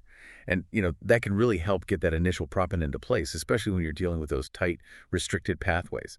Now, if you've got really, really severe tortuosity, that's when you might need to go to those higher concentrations, those 15 to 20-pound systems, to really force that sand through those convoluted pathways. Okay, and I see here in figure 5.3, we have an example of a 20-pound linear gel system being used in a Marcellus shale well. Right. So this figure, it basically shows the kind of pressure response that you might see and the pumping schedule when using that higher concentration linear gel system in the Marcellus. It shows how that increased viscosity can help you overcome those initial challenges of getting that flow established and placing that initial proppant. Okay. Now, the last type of fluid system you mentioned was foam fracturing. Now, this sounds a bit different from the others. It is. It is a bit different. Foam fracturing isn't as common in those big shale plays compared to slick water and gels, but it does offer some unique advantages. So foams in this context are basically mixtures of gas bubbles in a liquid phase. And the most common type is what we call nitrogen foam frac, where we use nitrogen gas pumped along with water and some additives to create that foam structure. And where is foam fracturing typically used? You typically see it in, coal bed methane reservoirs, tight sands, and sometimes in shallower shale reservoirs, maybe less than 5,000 feet deep. Okay, and what would make it more suitable for those specific environments? There are several advantages. First, because a large percentage of the total fluid volume is gas, often 60% or more, you're using considerably less liquid. So it's ideal for water-sensitive formations, the formations that have a lot of clay, for example, because, pumping a lot of water into those formations can cause those clays to swell up and potentially damage the formation and reduce the permeability. Also, in reservoirs with lower pressure or reservoirs that are already partially depleted, the energy in that nitrogen gas can help with well cleanup and flow back, right? Yeah. The gas expands downhole, and it helps push that liquid back up to the surface. It can also lead to faster well cleanup times overall. Okay. So less water, faster cleanup. That's a pretty good combination. It is, it is. And because of the high gas content, the hydrostatic pressure exerted on the formation is lower compared to a purely liquid-based fluid. Yeah. And foam fracs also tend to have good fluid efficiency, meaning that less of the fracturing fluid is lost into the surrounding rock. Think of it like, pouring water on the ground versus pouring, shaving cream, which is basically a foam. The shaving cream, tends to stay more localized. That reduces fluid loss, which also means that you might need to use fewer additives, which, some of those additives can potentially damage the permeability of the fractures. Now, it is worth noting that, in highly fractured formations that have high permeability, you might still need to use some fluid loss control, even with foam. Right, yeah, because even though it's a foam, it's still, a fluid at its core, and it's still going to want to go where it can go. Exactly. But another great benefit of foam is proppant transport. Unlike slick water, where proppant tends to settle out due to gravity, the foam structure can actually help to suspend that proppant and distribute it more uniformly within the fracture network. And the amount of proppant that the foam can carry really depends on what we call its foam quality. Okay, so what determines foam quality? How do you measure that? So foam quality, as shown in equation 5.2 in your notes, is basically defined as the ratio of gas volume to total foam volume at a certain pressure and temperature. And it's expressed as a percentage. So, 70% foam quality means that 70% of that foam is gas. And nitrogen is typically the preferred gas because, CO2 can be corrosive, especially at higher pressures and temperatures. Right. So yeah, nitrogen is generally the go-to choice for these foams. Okay, so once you have that foam quality, how does that influence how that fluid behaves downhole? Well, it's a major factor. So at lower foam qualities, say between 0 and 52%, those gas bubbles are mostly spherical. They're not touching each other. So the viscosity of the foam is relatively low because there's a lot of continuous liquid phase. And that can affect its ability to control fluid loss. But then, in the range of 52% to 96% foam quality, those bubbles start coming into contact with each other, and the viscosity increases dramatically. And that's when you start to get that really good proppant suspension capability, around 60% foam quality. Above 96% foam quality, the foam starts breaking down. It becomes more like a mist, and you lose that beneficial viscosity. So in general, higher foam quality equals higher viscosity, which means better proppant suspension, but it also requires more horsepower to pump because, that high gas content reduces the hydrostatic pressure in the wellbore, which means that you need higher surface pressures to achieve the desired downhole conditions. Right, so it's another one of those trade-offs that you constantly have to be considering. Exactly. Every decision has consequences, right? And the most common foam quality range used in the field is typically between 70% and 75%. That seems to be the sweet spot for most applications. Now, is that foam, once you've got it down there, is it fairly stable, or does it tend to break down over time? Well, foam stability is influenced by a few factors. It's the foam quality itself, the type of surfactant, the foaming agent, basically like a specialized soap. Sometimes they'll add polymers to increase its stability.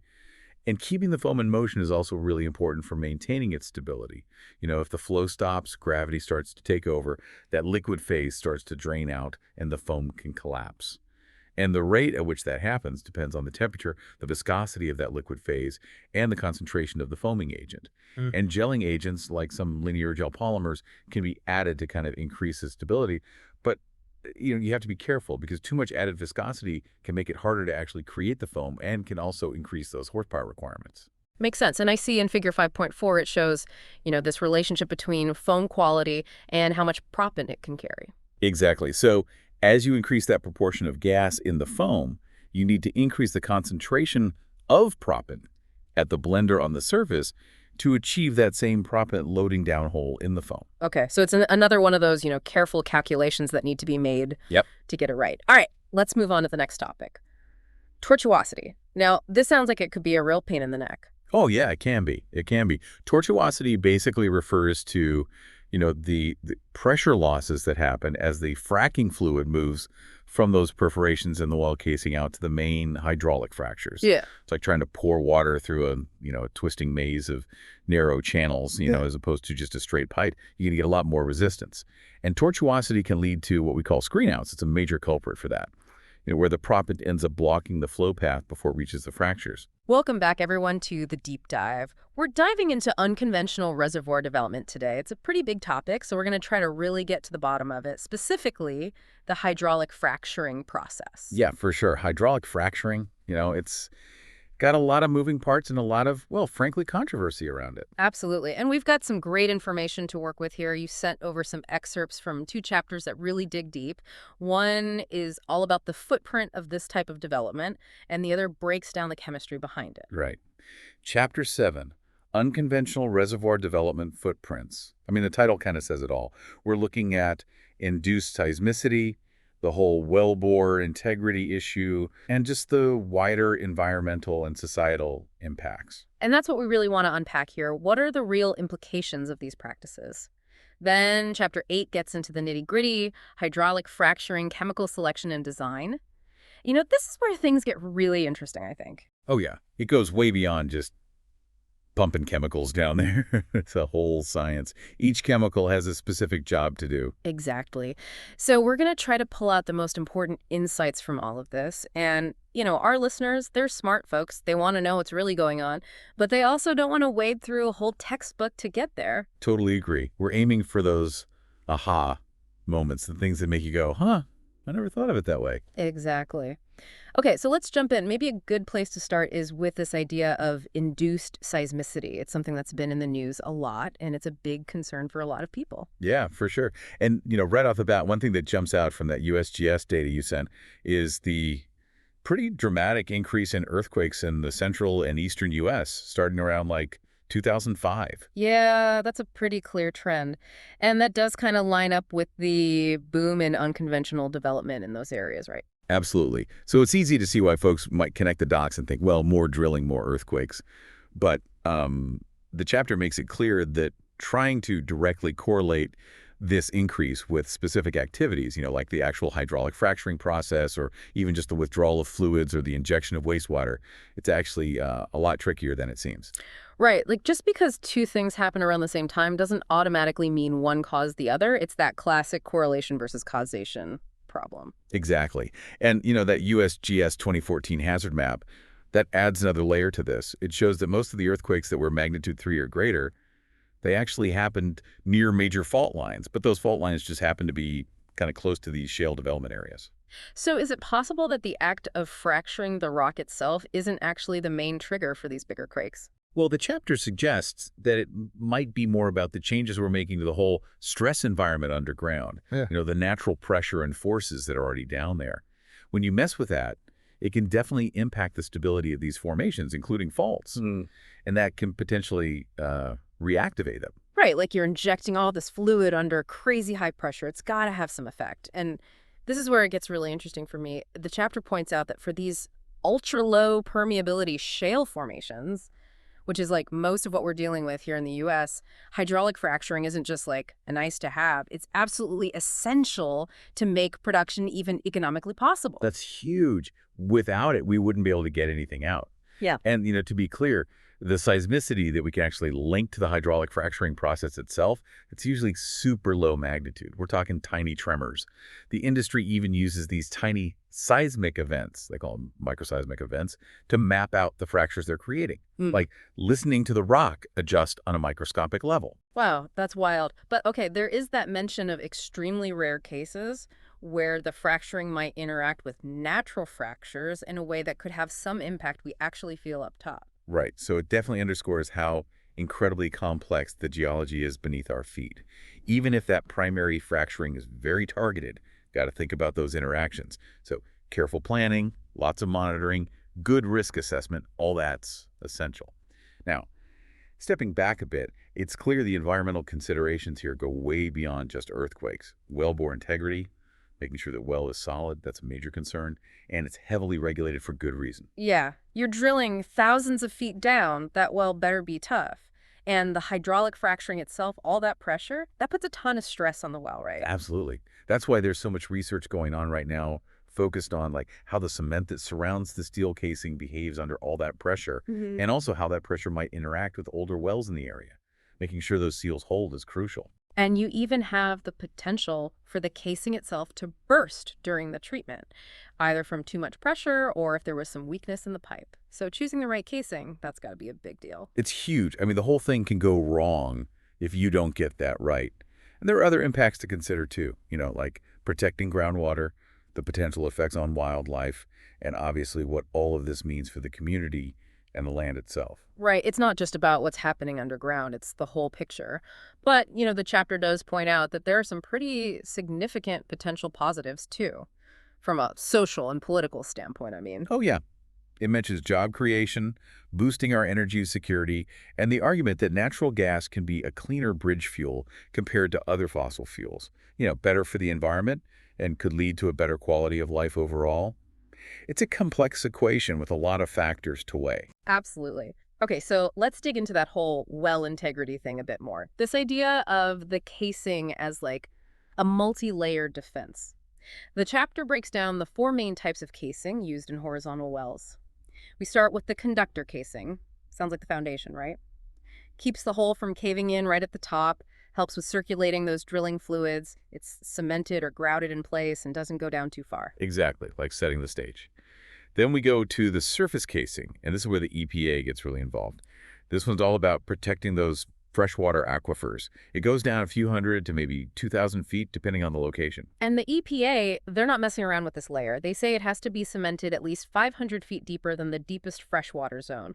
And in some places, like Pennsylvania, where you've got coal seams, they might even need two separate surface casings. That's serious. It is. It's all about making sure nothing leaks from the deeper formations and contaminates those freshwater sources. No. Things like hydrocarbons or salt water. That's why the cementing process for this layer is so heavily regulated. And there are real consequences if you mess up. We're talking good fines, even shutting down the whole operation. Wow. And it even mentions that operators have to notify the state before and after cementing this casing. Sometimes there's even a state rep there watching the whole thing, and if that cement doesn't reach the surface like it's supposed to, well, they got to stop everything and figure out a fix. It's a big deal. For sure. And beyond just protecting water, that surface casing also helps keep the hole from collapsing as they drill deeper. And it gives them a solid base to install all that well control equipment, things like blowout preventers. Yeah. So it's kind of like the first line of defense for keeping the whole operation under control. Makes sense. Okay, then we go deeper. The intermediate casing. This goes in after the surface casing and keeps going down. What's its main job? Well, think of it like this. You're drilling deeper and deeper, and you never know what you're going to find. So the intermediate casing is there to isolate any zones that might have weird pressure or, stuff that could mess up the well, like deep saltwater deposits. And it's especially important when you're drilling these really long horizontal wells. Helps to manage the pressure from the drilling fluid, keeps everything balanced. Basically, it's an insurance policy against any unexpected surprises down there. So it's like an extra barrier, just in case. Then we get to the main event, the production casing. The chapter calls it the long string. This is the one that goes all the way down to the oil or gas, right? Yep, that's the one. It starts at the point where they hit the layer they want to produce from and goes all the way back up to the surface. This is the pipe that the oil and gas will eventually flow through. The size can vary, but it's usually around 5.5 inches in diameter. Sometimes a bit smaller, sometimes a bit bigger. Depends on the specifics of the well and the equipment they're using. Okay, so we've got these multiple layers of steel and cement, all designed to protect things as they drill deeper. But this brings us to one of the biggest concerns people have with this whole process, the potential interaction between hydraulic fracturing and our groundwater. People worry about those fracking chemicals getting into our drinking water. Yeah, that's a big one. And the chapter addresses this head on. It says that hydraulic fracturing itself, like the actual process, hasn't been shown to contaminate drinking water basically ever since they started doing it back in 1947. The real risk, according to this, comes from those bad cement jobs we talked about. If the well isn't sealed up tight, that can create tiny leaks. They call it microannulus leakage, and that's how stuff could potentially migrate. So it's not the fracturing itself, it's more about making sure those wells are built right. And we talked about how they've got all these layers of casing, the one to protect coal seams, the intermediate casing, and then the production casing. And all of them are cemented in place to protect that surface water, plus all those strict EPA regulations on the cementing process. Right. And if we think about where the actual fracturing's happening, like in the Marcellus Shale, they're usually going down 6,500 to 8,000 feet. Our drinking water aquifers are way shallower, usually no more than 1,000 feet deep. So there's a lot of rock between those two. Yeah, a big separation. Plus, those fractures they create, they don't just shoot straight up to the surface, do they? Nope. There are natural barriers in the rock. Plus, the stresses in the formation itself limit how much those fractures can grow. And they actually use microseismic monitoring to track that growth. They've found that, on average, those fractures grow upwards maybe 1,000 feet, tops. So even if a fracture did grow upwards the maximum amount, it's still thousands of feet below our drinking water. So basically, there's a pretty good buffer zone there. That's the idea. And, with all the regulations in place now, those bad cement jobs, the ones that could cause a problem, they're much less likely to happen.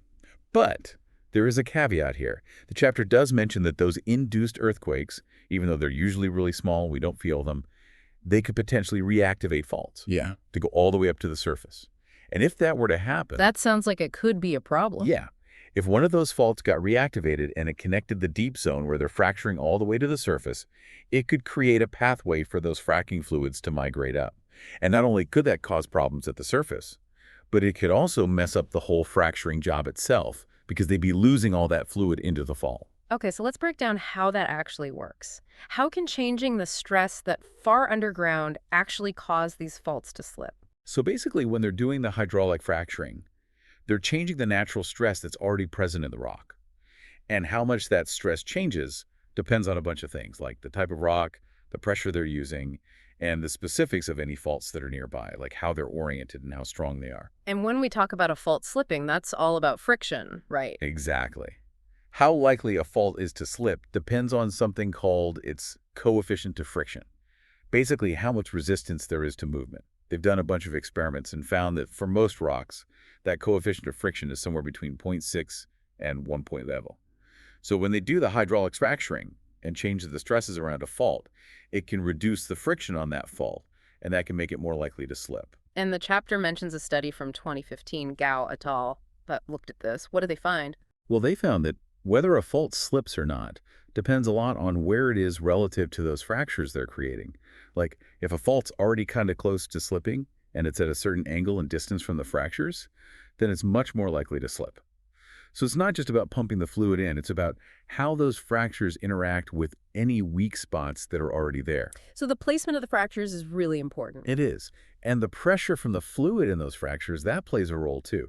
It can actually make a fault less likely to slip in some directions, but more likely to slip in others, especially near the tip of the fracture. Yeah. So it gets kind of complicated, with zones of more stability and less stability all around the fractures. And they use this term slip tendency, which basically means how much shear stress there is on the fault compared to the normal stress holding it together.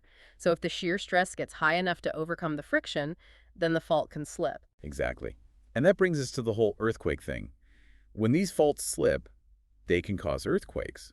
But usually these earthquakes are super small, less than magnitude 1, like you wouldn't even feel them. There have been a few cases where they've been bigger, around magnitude 3, but those are really rare. But the USGS data does show an overall increase in earthquakes bigger than magnitude 3 in certain areas since the early 1900s. And a lot of times, people in the media connect that directly to oil and gas stuff, specifically fracking and wastewater injection. Right. And the chapter is pretty clear that there's just not enough evidence to say for sure that those bigger earthquakes are because of hydraulic fracturing. While the industry does a lot to regulate and monitor those smaller earthquakes that happen during fracking, they haven't found a direct link to the big ones. So they're not saying it can't ever happen, but the science isn't there yet to prove that it's a widespread problem. But they do say we need more research on those bigger quakes just to be safe. Yeah, got to understand what's causing them so we can prevent any problems. And it's important to remember that it's not just the fracking or the wastewater disposal that can trigger earthquakes. Sometimes just producing oil and gas can do it too. It's all about how the rocks and the fluids interact, and that's something they're still studying. So being able to predict how the stresses underground are going to change, that's super important. And to do that, they need these complex computer models that take into account all sorts of factors, like how the fluids flow and how the rocks behave. And then they need real-world data to make sure those models are accurate, stuff from microseismic monitoring and sensors in the wells. You got it. It's a whole combination of geology, engineering, and constant monitoring. Now let's switch gears completely and talk about the chemicals they use in hydraulic fracturing. It's another area where what people think is going on and what's actually happening can be pretty different. Definitely. You hear a lot about toxic chemicals being pumped underground, but the chapter really emphasizes that the industry's been working on making those chemicals more environmentally friendly and that each chemical has a specific job to do. Yeah. Like take slick water fracs. That's the most common type. The most important chemical they use there is called a friction reducer. It's usually a polymer that basically makes the water more slippery, which helps it flow through the pipes under all that pressure. The chapter actually says that without these friction reducers, slick water fracs would be basically impossible because the pressure would be way too high. It was like putting oil in a rusty engine helps everything move smoother. And the amount of friction reducer they use, that can vary quite a bit. It depends on what kind they're using, how good the water is, all that stuff. They even say that using fresh water actually needs less friction reducer than reusing water from a previous job. And it's important for the operators to keep an eye on what kind of friction reducer they're using and how much. Because the companies that sell these chemicals, they make a lot of money from them. So if they're using more than they need, it's going to cost them a lot. And the most common type of friction reducer is polyacrylamide, which comes in a few different forms. It can be a powder or a liquid, usually mixed with mineral oil. And it's funny, that same stuff is used in other things too, like keeping soil from eroding, and even in some toys. And the specific kind they use depends on the water they're using and how salty it is, things like that. The chapter even talks about this test they do, the FR flow loop test, where they basically simulate the wellbore conditions and figure out exactly how much friction reducer they need. Very scientific. And then they get into the physics of how friction affects pressure in the pipes. Depends on how fast the fluid is flowing, how thick it is, the size of the pipe, all that stuff. Smaller pipes and faster flow mean a way more friction. Yeah. They even have a whole example showing how high the pressure would get if they didn't use any friction reducer. Over 10,000 psi. So yeah, you definitely need that stuff. And then, after they've used the friction reducer, they have to break it down. So they add something called a FR breaker, something like hydrogen peroxide, to make the fluid less viscous. Okay, so friction reducer, check. Next up, biocide. This one makes sense, right? You're pumping all this water underground. You don't want bacteria growing down there. Definitely not. Biocides are there to kill off any bacteria that might be in the water. There are different types, like ones that eat sulfate, ones that produce acid, and just general bacteria. And they can cause all sorts of problems if they're allowed to grow. Like they can mess with the viscosity of the fracturing fluid, they can produce hydrogen sulfide gas, which is corrosive and toxic, and they can even corrode the well bore itself. Plus, they can form slime that can clog things up and reduce production. So yeah, you got to keep those bacteria in check. So biocide's basically like a disinfectant for the well, and they don't use a whole lot of it, usually just a tiny amount based on testing the water beforehand. Glutaraldehyde is a common one, and there are two main types. Oxidizing, which basically burns the bacteria, and non-oxidizing, which messes with their cell walls and stops them from growing. That's right. It's like a targeted attack on those little buggers. Yeah. Now, another important chemical is the scale inhibitor. Scale inhibitor, like what kind of scale are we talking about here? So down in the well, you can get all sorts of mineral deposits building up. They call it scale. Things like calcium carbonate, barium sulfate, iron sulfide, even just plain old salt.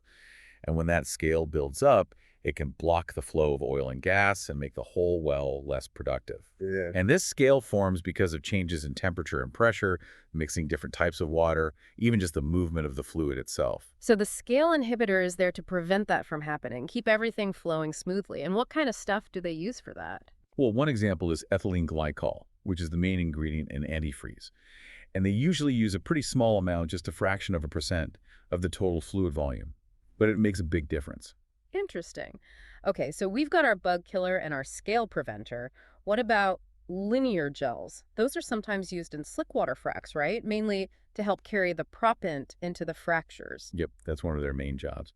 They make the fluid thicker, which helps it carry those tiny proppant particles, usually sand or ceramic beads, deeper into the fractures.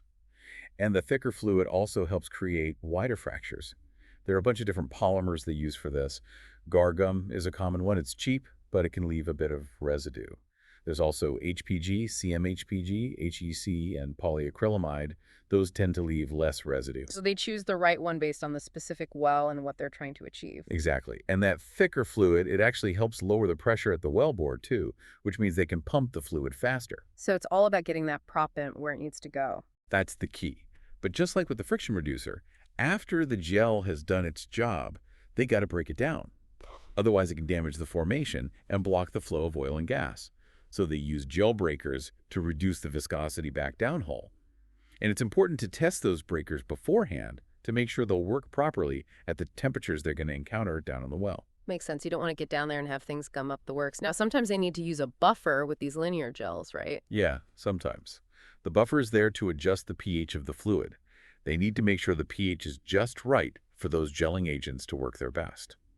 And the companies that do the fracturing, they check the pH very carefully.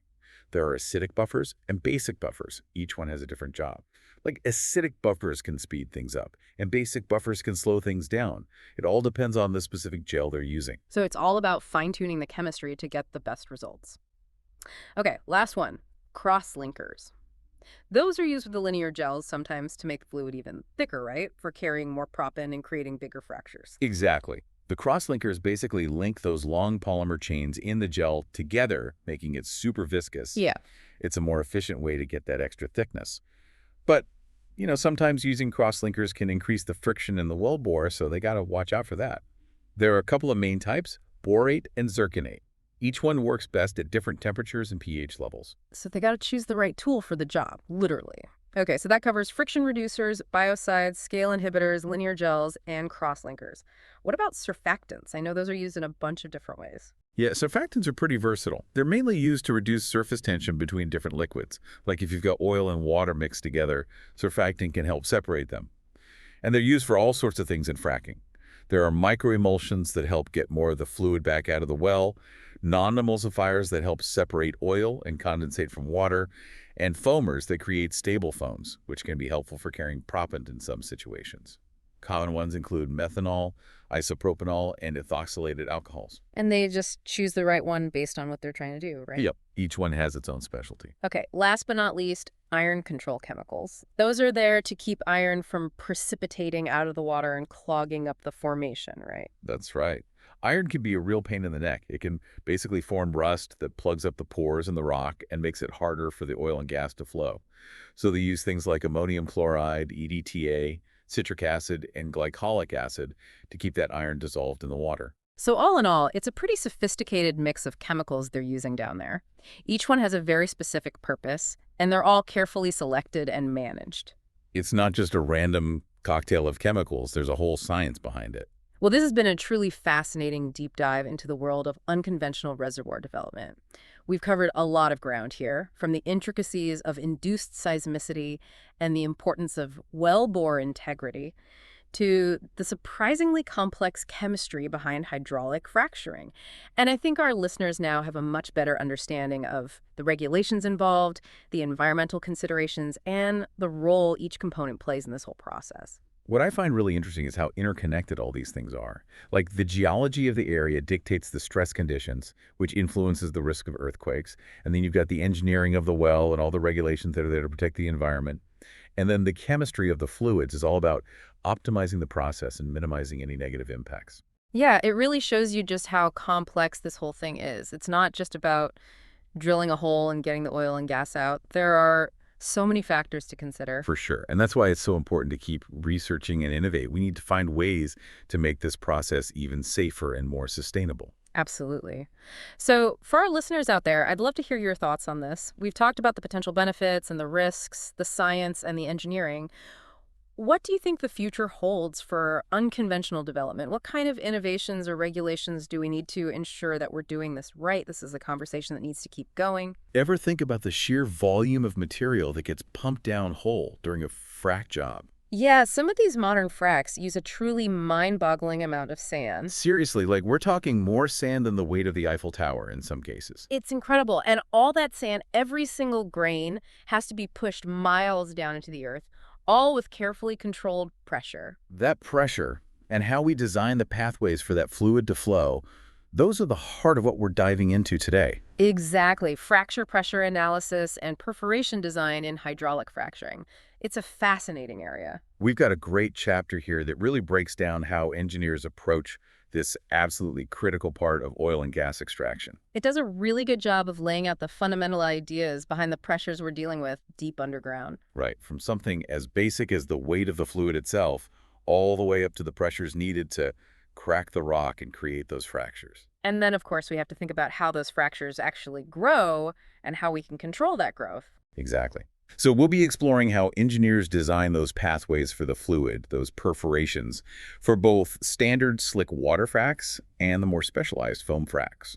Our goal here is to demystify some of these technical aspects of hydraulic fracturing. Yeah, if you've ever been curious about what all that technical jargon really means, this deep dive is for you. Absolutely. If you can grasp these core principles, you'll have a much better understanding of the challenges and the ingenuity involved in getting to those unconventional oil and gas resources. And don't worry, we'll take it step by step, aiming for those aha moments without getting lost in a sea of equations. Let's start with something that seems deceptively simple but is absolutely fundamental: hydrostatic pressure. This chapter really stresses that it's a concept you've got to know by heart. Hydrostatic pressure, just the pressure created by a column of fluid at rest, right? Like if you dive deep into a swimming pool, you can feel that pressure increasing the deeper you go. Exactly. It's just the weight of that fluid pressing down on you, driven by gravity. And two key factors determine this pressure. The density of the fluid, which in the oil field we typically measure in pounds per gallon, and how deep vertically that fluid column is. That's right, the true vertical depth of the well, measured in feet. And then there's that constant, 0.052, which helps us convert those units into the pressure we care about, pounds per square inch, or psi. The chapter also mentions a pretty common mistake people make when calculating hydrostatic pressure. Something to do with using the wrong depth, right?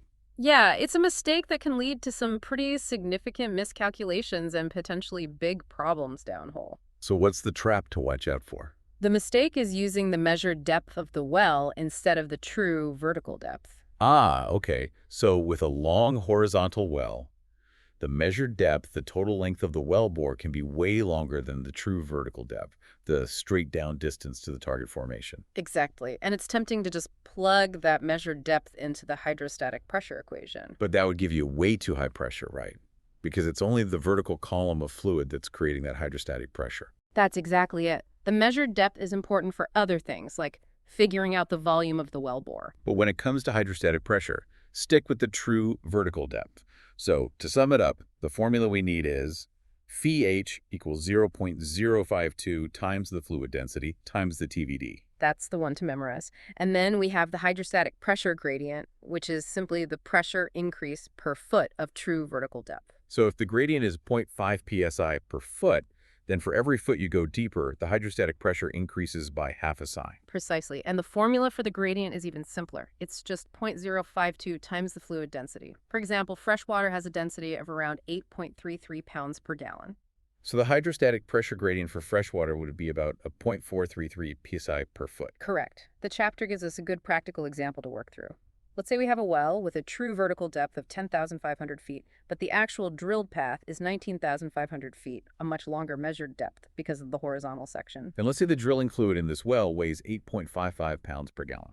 All right, so first, we need to calculate the hydrostatic pressure at the bottom of that well. Remember, we use the true vertical depth, not the measured depth. So it would be 0.052 times 8.55 times 10,500, which gives us a hydrostatic pressure of about 4568 psi. Perfect. And then the hydrostatic pressure gradient for that fluid would be simply 0.052 times 8.55, which is 0.4446 psi per foot.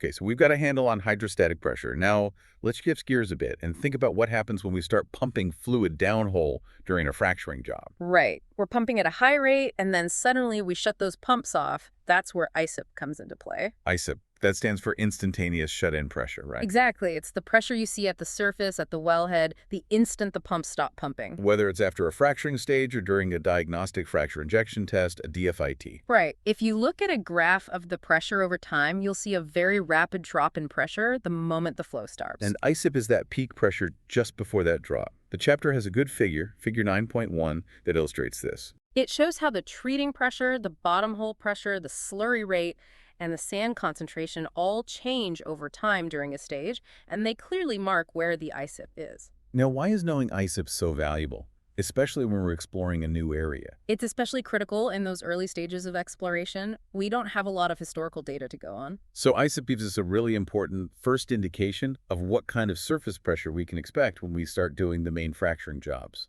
Exactly. It helps engineers make decisions about the equipment they need, the casing design for the well, things like that. The chapter also gives us another way to think about ISIP, relating to the pressure downhole at the perforations. Right. The formula is ISIP equals BHTP pH, where BHTP is the bottom hole treating pressure. That's the pressure right at those perforations, those small holes in the casing while the pumps are running. And phi, of course, is our hydrostatic pressure. So when we shut those pumps off, the pressure downhole starts to drop. Because the fluid starts leaking off into the formation.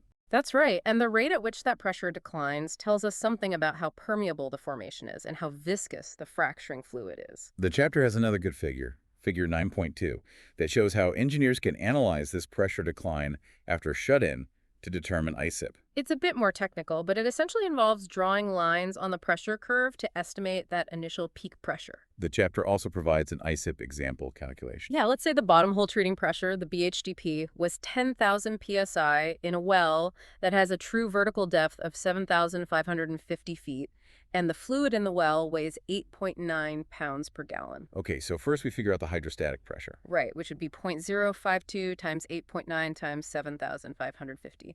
That gives us about 3,506 psi. And then ISIP is simply the BHTP minus the hydrostatic pressure, so 10,000 minus 3,506, Yeah. which gives us an ISIP of 6,494 psi. Exactly.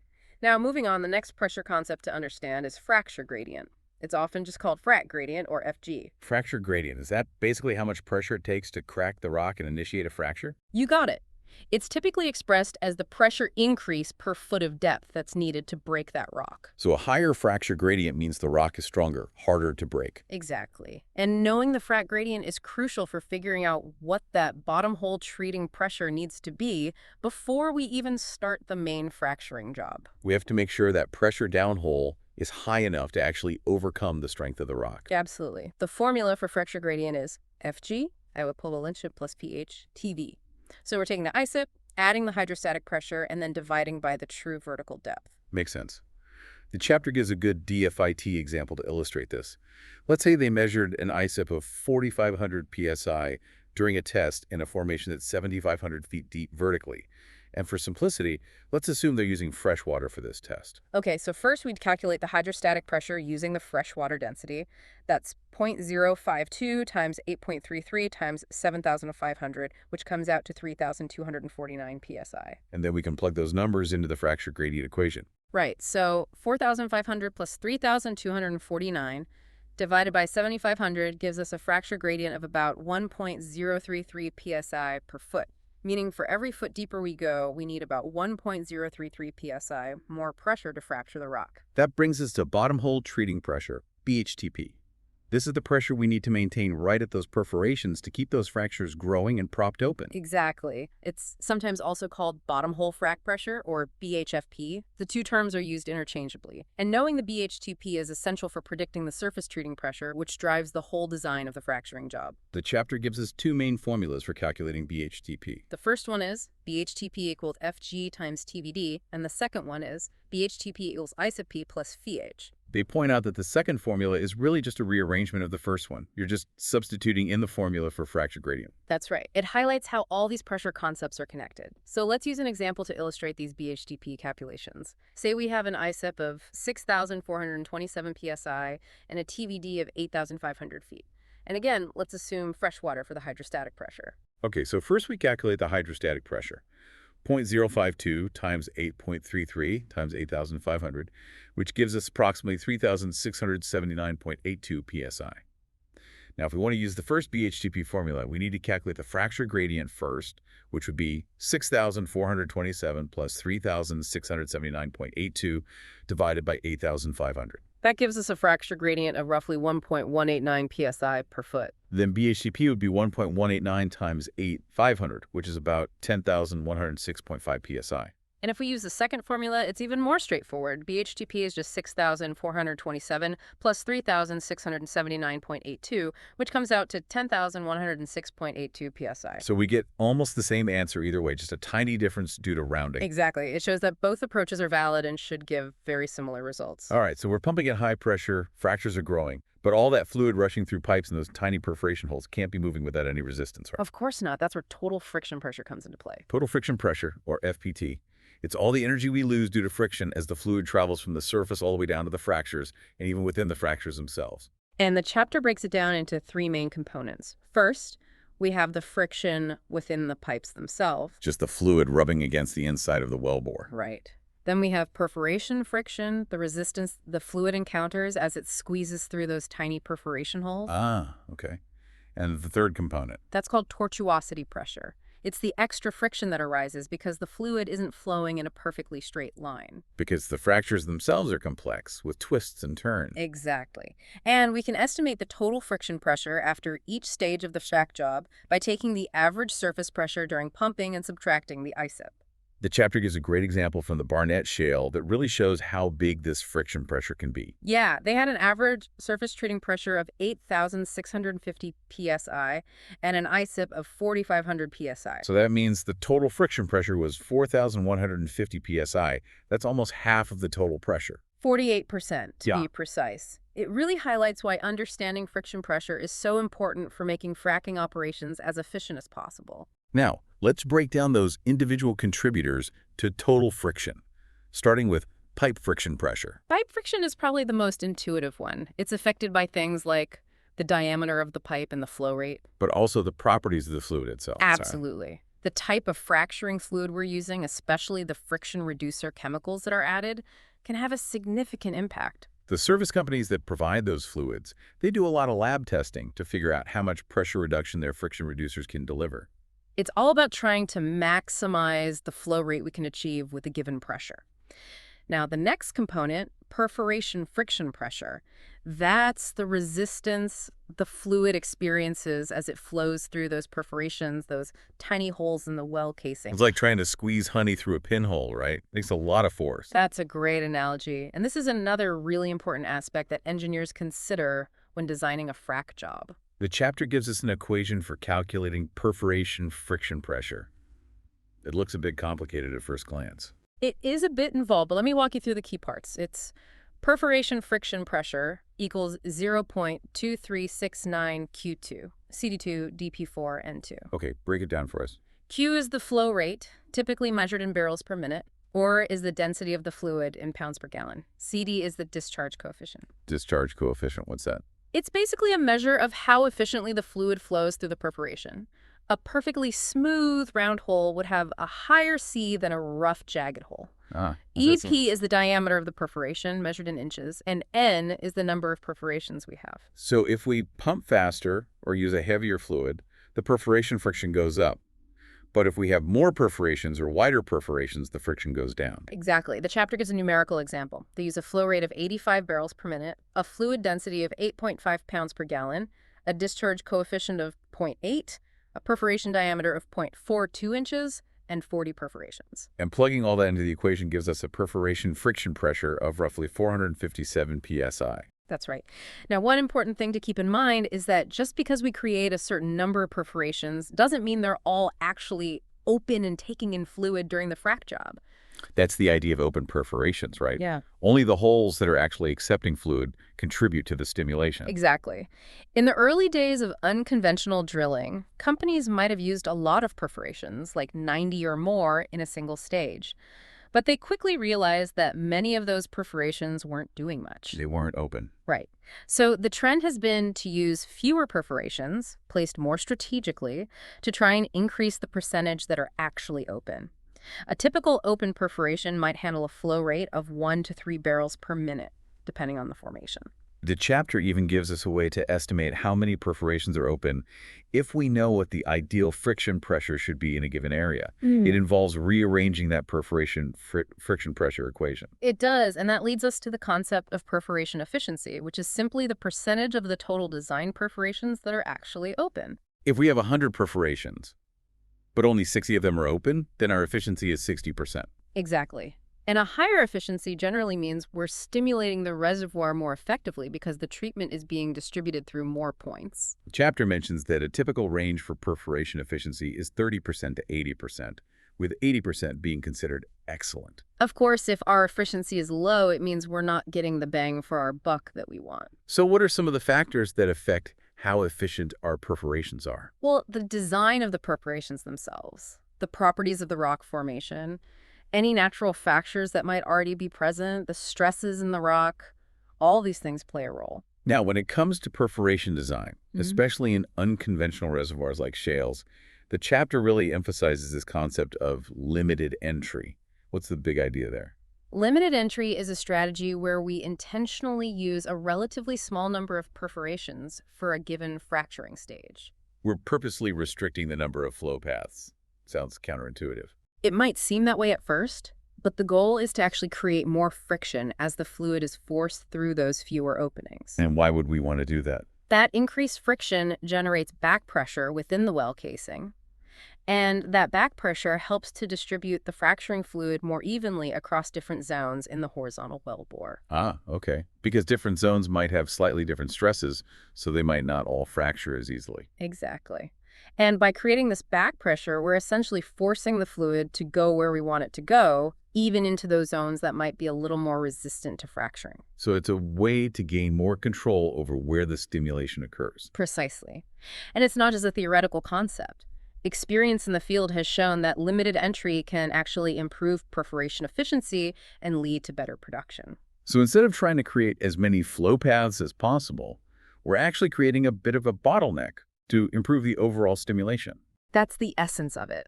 The chapter outlines a two-step process for designing a limited entry completion. First, you decide on how much friction pressure you want to create at each perforation. They recommend at least 200 to 300 psi, so it's a significant and measurable part of the total pressure. And then once you have that target friction pressure, you can rearrange the perforation friction pressure equation to figure out the flow rate per perforation that's needed to achieve it. Exactly. And that target flow rate, along with the maximum allowable surface pressure, allows engineers to create a table that shows how many perforations they need for different injection rates. The chapter has a good example of this. The key takeaway is that with limited entry, we're aiming for a flow rate of about 2 or more barrels per minute through each open perforation. And in this scenario, the well casing itself acts somewhat like a choke, which influences how the fractures propagate and are distributed along the well. And the number of perforations we create in each cluster is then determined by the length of the perforating gun and the density of shots we design. The chapter also mentions the size of those perforations, the diameter and the penetration depth. Typical diameters for perforations in shale plays are in the range of 0.42 to 0.58 inches.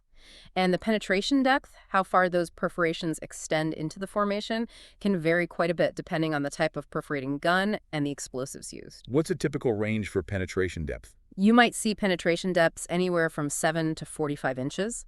The deeper the penetration, the better chance we have of bypassing any damage that might have occurred to the rock right near the wellbore during drilling. Ah, okay.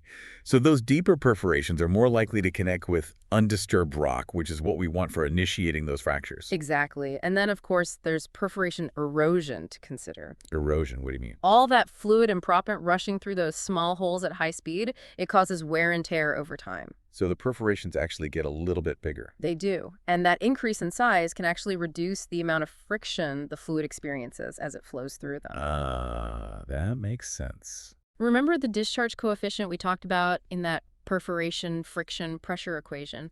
We can adjust that coefficient to account for this erosion effect. So now we've talked about friction in the pipes themselves and right at the perforations. There's another term the chapter introduces, near wellbore friction pressure. Right. Near wellbore friction pressure, NWBFP, is basically the total pressure loss that occurs very close to the wellbore. It's the sum of the perforation friction pressure and the tortuosity pressure. Okay, so it's all the friction that happens right around those perforation holes and in that very early part of the fraction network. Exactly. Now, shifting gears a bit, let's talk about the pressure inside the fracture itself that's driving its growth. That's called fracture extension pressure. Fracture extension pressure. So that's the pressure that's actually pushing outwards on the rock and making the fracture longer, taller, and wider. That's it. And for a fracture to grow, that extension pressure has to be higher than the pressure that's trying to close it, which is called the closure pressure. Closure pressure. I think I'm starting to see a pattern here. All these different pressures are pushing and pulling on those fractures. You got it. It's a constant battle between those competing pressures. The chapter mentions that for practical purposes, the fracture extension pressure can be considered roughly equal to the bottom hole trading pressure, the BHTP. Okay, so if we want to make those fractures grow, we need to make sure our BHCP is higher than the closure pressure. That's a key takeaway. Now, closure pressure is a critical concept. It's the minimum pressure we need to maintain to keep those fractures open once we stop pumping. Because if the pressure drops below the closure pressure, the fractures will start to close up on themselves. Exactly. And if there's no proppant in there to hold them open, they'll close up completely. So during a fracturing job, our BHTP has to be higher than the closure pressure to initiate and extend those fractures. Makes sense. And is there a way to estimate closure pressure before we start the frac job? There are a couple of techniques engineers use. The chapter mentions diagnostic fracture injection tests, or DFITs, and step rate tests. Let's talk about step rate tests first. How do those work? A step rate test is a procedure we do before the main fracturing job to try and determine the fracture extension pressure. And since the fracture extension pressure is usually slightly above the closure pressure, it gives us a good upper bound for what that closure pressure might be. Exactly. The step rate test itself involves slowly increasing the pumping rate in steps and recording the pressure at each step. So we start pumping at a low rate, let the pressure stabilize, then increase the rate a bit, let it stabilize again, and so on. That's right. And by analyzing the pressure response at each step, we can identify the point where the pressure starts to increase more rapidly. That indicates we've likely exceeded the fracture extension pressure. The chapter has a good figure, figure 9.3, that shows this. Okay, so the step rate test gives us an idea of the fracture extension pressure, which is a good proxy for the closure pressure. What about the other method, the injection fall-off test? In an injection fall-off test, we pump fluid into the formation at a constant rate for a period of time, then shut the well in and monitor how the pressure declines. So we're basically watching the pressure bleed off after we stop pumping. That's it. And when that pressure drops below the closure pressure, the fractures start to close. The time it takes for the pressure to fall depends on the permeability of the formation. The permeability, that's how easily fluids can flow through the rock, right? Exactly. A low permeability formation means the pressure will bleed off more slowly, taking longer for the fractures to close. The chapter has an example showing that in a very tight rock with a permeability of 0.003 millidarcies, it might take over 8 hours for the fractures to close after just 5 minutes of pumping. Whereas in a slightly more permeable rock, with the permeability of 0.03 millidarcies, it might take less than an hour. That's a big difference. It is. And because of these potentially very long shut-in times, injection fall-off tests aren't always practical in those ultra-tight unconventional shale formations. The chapter has a figure, figure 9.4, and a table, table 9.2, that illustrate how closure pressure is determined from an injection fall-off test. Basically, you plot the pressure after shut-in against the square root of time. The point where that pressure curve deviates from a straight line is interpreted as the closure pressure. Okay, so we got all these different pressures to think about. Hydrostatic pressure, ISIP, fracture gradient, bottom hole treating pressure, closure pressure, and now the chapter throws another one at us, net pressure. Net pressure is a really important concept. It's basically the difference between the pressure inside the fracture and the closure pressure. It's that excess pressure that's actually driving the fracture to grow. So it's like the pressure that's over and above what's needed just to keep the fracture open. Exactly. It's the pressure that's actually doing the work of pushing the fracture further into the rock. Equation 9.15 gives us one way to calculate net pressure. It's the bottom hole ISIP minus the closure pressure. And the chapter also mentions a more complex relationship, equation 9.1 that shows how net pressure is influenced by a whole bunch of factors. It does. Things like the stiffness of the rock, the height of the fracture, the viscosity of the fluid, the pumping rate, the length of the fracture, and the pressure at the tip of the fracture. Looking at that equation, it seems like the stiffness of the rock, measured by something called Young's modulus, has a really big impact on net pressure. It does. The stiffer the rock, the harder it is to create and propagate fractures. So net pressure is a key driver of fracture growth, but it's influenced by a whole bunch of factors related to both the rock and the fluid. That's right. And during a frac job, engineers use special charts called net pressure charts or Nolte charts to monitor the net pressure over time. And by looking at the trends on these charts, they can get an idea of how the fractures are behaving. Exactly. Are they growing mainly in length? Are they growing upwards or downwards? Is there a risk of a screen out? Things like that. The screen out, that's when the prop end plugs up the fracture. Right. That's it. And the chapter mentions that typical net pressures might range from 100 to 1400 psi. If we see pressures higher than that, it could indicate some kind of restriction or problem downhole. Okay, so now we've covered a lot of ground on these different downhole pressures. But ultimately, what we see and control at the surface is the surface treating pressure. That's right. Surface treating pressure, or STP, sometimes called wellhead treating pressure, or WHTP. It's what we measure with the gauges at the surface. And it's the sum of all those different pressures we've been talking about, right? Exactly. Equation 9.17 shows that relationship. STP equals BHTP plus PFTH plus PNet. So we've got the bottom hole treating pressure, the total friction pressure, the hydrostatic pressure, and the net pressure, all contributing to what we see at the surface. And being able to accurately estimate the STP is critical for making sure we have enough pumping power on location to actually carry out the job. That's right. We need to make sure we have enough hydraulic horsepower, or HHP. And the chapter provides a formula for calculating HHP. It's equation 9.18, HHP equals WHTPR, 40.8, where R is the surface treating rate in barrels per minute. They also give a really comprehensive example where they walk through the whole process of estimating the STP and the required HHP for a hypothetical frac job. It's a great illustration of how all those different pressure concepts come together in a real-world application. They give us all the input parameters, Hmm. the ISIP, the TVD, the fluid density, the pipe friction, Yeah. the details about the perforations, and they even throw in a comparison to something most people can relate to: horsepower. Yeah, they figure out that for this particular job, they would need about 11 large pumps, which is equivalent to the horsepower of 72 Corvettes. That's a lot of horsepower. It is. It really gives you a sense of the scale of these operations. And one important point the chapter makes is that when you're estimating the STP, it's often a good idea to be a little conservative with the perforation friction pressure. Right. You might not get 100% of those perforations open, so it's wise to assume a slightly lower percentage to build in a bit of a safety factor. All right, so we spent a lot of time on the fundamentals of pressure. Now let's switch gears and talk about the actual design of those fracturing treatments.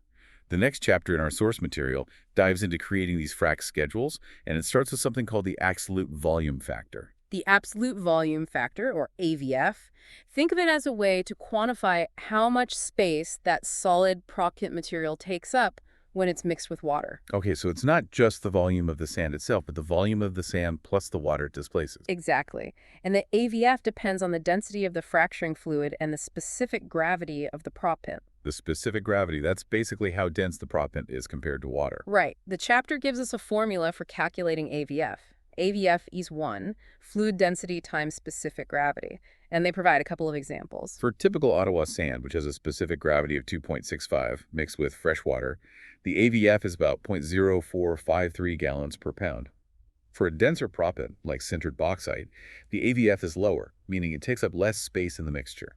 And this AVF is really important when we start talking about the difference between dirty fluid and clean fluid. Dirty fluid is the slurry, the mixture of water and proppant, while clean fluid is just the water and the chemical additive. Exactly. And while we can directly measure the slurry rate coming from the blender, we often need to calculate the clean rate. The chapter gives us an equation for that. It's clean rate equals slurry rate, 1 plus sand concentration AVF. So if we know the slurry rate, the sand concentration, and the AVF, we can figure out how much of that slurry is actually water. And the clean rate is always going to be lower than the slurry rate because we're taking out the volume of the sand. Makes sense. Yeah. Now, the chapter also talks about slurry density. Slurry density is simply the weight per unit volume of that mixture of water and proppant, and it directly affects the hydrostatic pressure we talked about earlier. A denser slurry will have a higher hydrostatic pressure. Exactly. The chapter gives us a formula for slurry density. It's the base fluid density plus sand concentration, 1 plus sand concentration AVF. So the more sand we add, the denser. All right, diving in today, folks, we're tackling, well, let's be honest, a pretty intricate subject: horizontal well completions. Specifically, those multi-stage techniques they use in unconventional shale reservoirs. You know, the kind of rock formations where oil and gas are really locked up tight. Yeah, you need some serious technology to get those resources flowing, that's for sure. And speaking of serious resources, you, our listener, sent us some pretty in-depth material to work with. ch11.pdf, if I'm not mistaken. We're really going to unpack this thing together. That's right. We're going deep beyond the surface explanations, right into the nitty-gritty. Why certain methods are chosen, how they actually work on a practical level, the kind of things an engineer working on these wells needs to understand. And from what I've seen, this source gets right into it, comparing the two main approaches: the tried and true conventional plug and perf and the, I guess you could say, up-and-coming sliding sleeve technology. Mechanics, benefits, drawbacks, we're going to cover it all. And what I found really interesting right off the bat is how much the source emphasizes data-driven decision-making. It's not like the old days of unconventional development where a lot of it was, I don't know, educated guesses and theoretical models. Yeah, shale reservoirs are tricky. Everyone's different. You can't just cookie cutter your approach. Exactly. Ugh. And the source makes it clear you got to rely on hard data, measurements, what's actually happening downhole. Keep that in mind as we go through this. Okay, so let's start with what's still the workhorse in the field. Yep. Good old conventional plug and perf. It's, as the source says, the dominant technique. But walk us through the basics. What's happening down in that wellbore? Okay, so the fundamental principle here is you're creating barriers. You're isolating each section where you want to do a frac job. And for that, you use these things called composite bridge plugs. Frac plugs, they're often called. So you set a plug, then you perforate the casing, the rock around it. Those are your perforation clusters, the paths for the fracturing fluids to flow out. So you isolate and you blast those holes, right, cluster by cluster. That's the gist of it. You run the plug down, it seals off the wellbore. Then you lower the wire line, got your perforation guns attached to that, right to the spot for the next stage. Fire the guns, create the cluster, pull the wire line and guns back up. And the source mentions you can do this in both cemented and uncemented casing. And those guns, each time creating multiple clusters, that's a lot of running tools up and down the well. The source makes it clear this isn't exactly a speedy method. Why is it still so popular then if it eats up so much time? Well, you hit the nail on the head. It's all that wireline work. Each run, set the plug, fire the guns. That's 2 to 4 hours, as the source points out. Now imagine a well with, say, 40 stages. Some have way more. And you're looking at potentially 120 hours, 5 full days, just for isolation and perforation. Wow, 5 days, that adds up, especially when rig time costs a fortune. Absolutely. And the industry knows this, so they've come up with ways to make it more efficient. The source mentions zip perforating. You familiar with that? Oh yeah, where you're fracturing one well while the crew is setting plugs and perforating the next one over on the same pad. Keeps the pumping going. Less downtime overall. Precisely. Yeah. More continuous operations. But here's the thing. Despite the time it takes on a pro well basis, plug and perf has a really solid track record. The source is very clear about this. It delivers in terms of production. Makes sense. If it reliably gets the oil and gas flowing, operators are willing to put up with some extra time on the front end. It's about proven results. That's what matters at the end of the day. So let's talk about that composite bridge plug for a minute. What's its main function and why composite specifically? Well, its primary job, like we said, is to create that seal, that separation between frac stages. You got to make sure the pressure and fluids stay contained where you want them while you frac each section. Now, why composite? Because it's relatively easy to drill out later. After the entire well's been fracked, you run a bit down there on coiled tubing or pipe, and those composite plugs break up pretty quickly. So efficient removal, that's the design goal there. And the source talks about dropping a ball and a pressure spike. What's that all about? Yeah. So after you set your plug, you pump down this ball, a frac ball. It's designed to fit snugly into the plug. Once it's seated, it creates a hydraulic seal, isolates that stage from the one above. And the pressure spike, that's what tells the operator up top, hey, the ball's seated, the seal's good, we're ready to frac. Confirmation. Pressure spike equals good to go. All right, the source mentions a few variations on the plug and perf theme. Stack fracing, zipper fracing, simultaneous fracing, different ways to tackle multiple wells. Can you give us a quick rundown of each? Sure. Stack fracing, basically, you complete one well, all the stages, from start to finish before moving on to the next one on the pad. You see that more in areas where they're only doing a few wells per pad. It's sequential, which, as the source says, means you're waiting around more. Less efficient, yeah. Then you have zipper fracing, like we talked about. You overlap the operations, frac one well while getting the next one ready. That's the time saver, keeps things moving. And simultaneous fracing, that sounds like, well, a lot happening at once. It is. You're fracking 2 or more wells at the same time on the same pad. Requires a ton of equipment, pumps, people. Got to be a big pad to handle it all.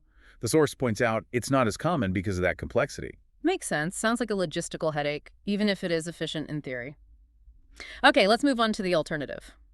Sliding sleeves. The source describes them as stimulating the well through these pre-installed ports. How is that different from plug and perf? It's a whole different ballgame, literally. With sliding sleeves, you eliminate those wireline runs. You don't need them to isolate stages or create the flow paths. Your casing already has these sleeves built in, each with ports that can be opened remotely. Interesting. So no more running those guns up and down. Nope. You drop a ball, it lands on a baffle inside the sleeve. You apply pressure from the surface, and boom, the sleeve shifts, ports open. Stage isolated, ready to frac. Sounds like a huge time saver. Oh, it absolutely is. That's the biggest advantage the source really emphasizes, that you're cutting out all that wireline time and cost. Now, a basic sleeve might have one set of ports, basically one cluster per stage. Okay, so less flexibility in how many clusters you can create. In the simple versions, yes. But the source also mentions they have multi-port sleeves now. They can open multiple entry points within a single stage, so you get more of that multi-cluster effect, kind of like plug and perf. So they're getting closer to mimicking plug and perf's capabilities. That's the idea. And beyond the time and cost savings, the source points out a few other advantages. Faster overall stimulation cycles, potentially using less water, less over-displacement of fluids. It can even help with maximizing conductivity right near the wellbore in some cases. Sounds like a pretty good deal. There are also sleeves that work with dissolvable frac balls, which, you guessed it, dissolve over time. No need to drill them out later, at least in some applications. Wow, sounds pretty slick. But I mean, if it's so great, why is plug and perf still so common? That could be a downside somewhere, right? There are always trade-offs. And the source is pretty upfront about the potential downsides. The big one is mechanical failure. These sleeves, they're downhole, harsh environment, things can go wrong. And if a sleeve gets stuck, can't open or close, fixing it can be a nightmare. Yeah, I can imagine. Pulling stuck tools out of a well that never ends well, cost-wise. Exactly. Plus, if you're using cemented casing, the number of stages you can do with sleeves might be limited. And because the sleeves are part of the casing, their spacing is determined by the length of those casing joints, 40, 45 feet typically. So you don't have as much control over cluster spacing as you do with plug and perf. Less flexibility in the design, I see. Another thing the source mentions is you gotta be really careful about hole conditioning. You don't want any debris or junk down there when you run the casing with sleeves. It can mess things up. So extra prep work is needed. Definitely. And lastly, and this is important, the industry has a ton more experience with plug and perf. It's been around longer, so there's just a deeper understanding of how it works, how to avoid problems. Sleeves, they're still relatively new in comparison. A steeper learning curve, then. You could say that. And the source lists different types of sliding sleeves. Can you give us a quick overview of the main variations? Sure. You've got your toe sleeve, or toe valve. That's usually a pressure-activated valve near the end of the well. Lets initial fluids flow back without needing a wire line. Then there's the basic single entry point sleeve. You open those with progressively larger balls, each one seating in a different sleeve. Multi-entry point sleeves, those are fancier. They mimic the multi-cluster setup by opening several sets of ports within a single sleeve. And then there's the hybrid approach, where they use sleeves in one section, often the toe, and plug and perf in another, usually closer to the surface. The source mentions the back in shale as a place where this is common because the wells are so long. Combining the best of both worlds, in a way. Yep, adapting to the challenges they face. All right, let's talk about spacing. Frac stage spacing, specifically. The source makes it clear, those long horizontal wells, they're divided into lots of stages to make sure you're stimulating the entire reservoir properly. But what determines how far apart those stages are? It all comes down to optimizing production. You want to create a network of fractures that'll drain the hydrocarbons effectively. Now, traditionally, for plug and perf, the spacing has been anywhere from, I'd say, 150 to 500 feet between plugs. And then the source brings up this concept of shorter stage length, SSL. What's the thinking behind cramming those stages closer together down to like 150, 200 feet? The main idea is you get higher initial production rates. They really started pushing this after 2013. The source gives an example. Say you have a 6,000-foot lateral. At 200-foot spacing, that's 30 stages. Way more than if you had 300 or 400-foot spacing. But more stages, that means more work, right? More plugs, more perforations, more individual fracs. Doesn't that make the whole thing more expensive? Oh, absolutely. The source spells that out. Each stage costs money, a lot of money. Depends on service costs, sand, water, chemicals, the whole 9 yards. So going SSL, yeah, your upfront costs are definitely higher. So why do it then? If it's so expensive initially, what's the payoff? Well, the payoff is that surge in production early on. The source lays out a scenario, right? Standard spacing, you might get, say, 6 million cubic feet of gas per day initially with a certain decline rate over time. But with SSL, maybe you get 8 million cubic feet per day. Even if the decline is similar, even a bit steeper, you're making more money faster. And that's what they call the time value of money. Getting that cash flow early can be a big win. So it's a bit of a gamble betting that the early production boost will outweigh the higher initial costs. That's the calculation, for sure. And the source is very clear. SSL isn't a magic bullet. It doesn't work everywhere. Some reservoirs just don't have the juice to justify it. Maybe the rock's already naturally fractured, or the permeability is high enough that wider spacing works fine. Makes sense. Gotta match the technique to the reservoir, right? Exactly. And there could be other problems. Too much water injection in a low-pressure reservoir, or the fractures interfering with each other if they're too close. So it's a data-driven decision. You gotta analyze the reservoir, crunch the numbers, see if it makes economic sense. That's the key takeaway here. Right. Will the extra production outweigh the cost? That's what drives the decision. Okay, let's go even deeper, down to the cluster level. Those perforation clusters, they're created by the guns we talked about.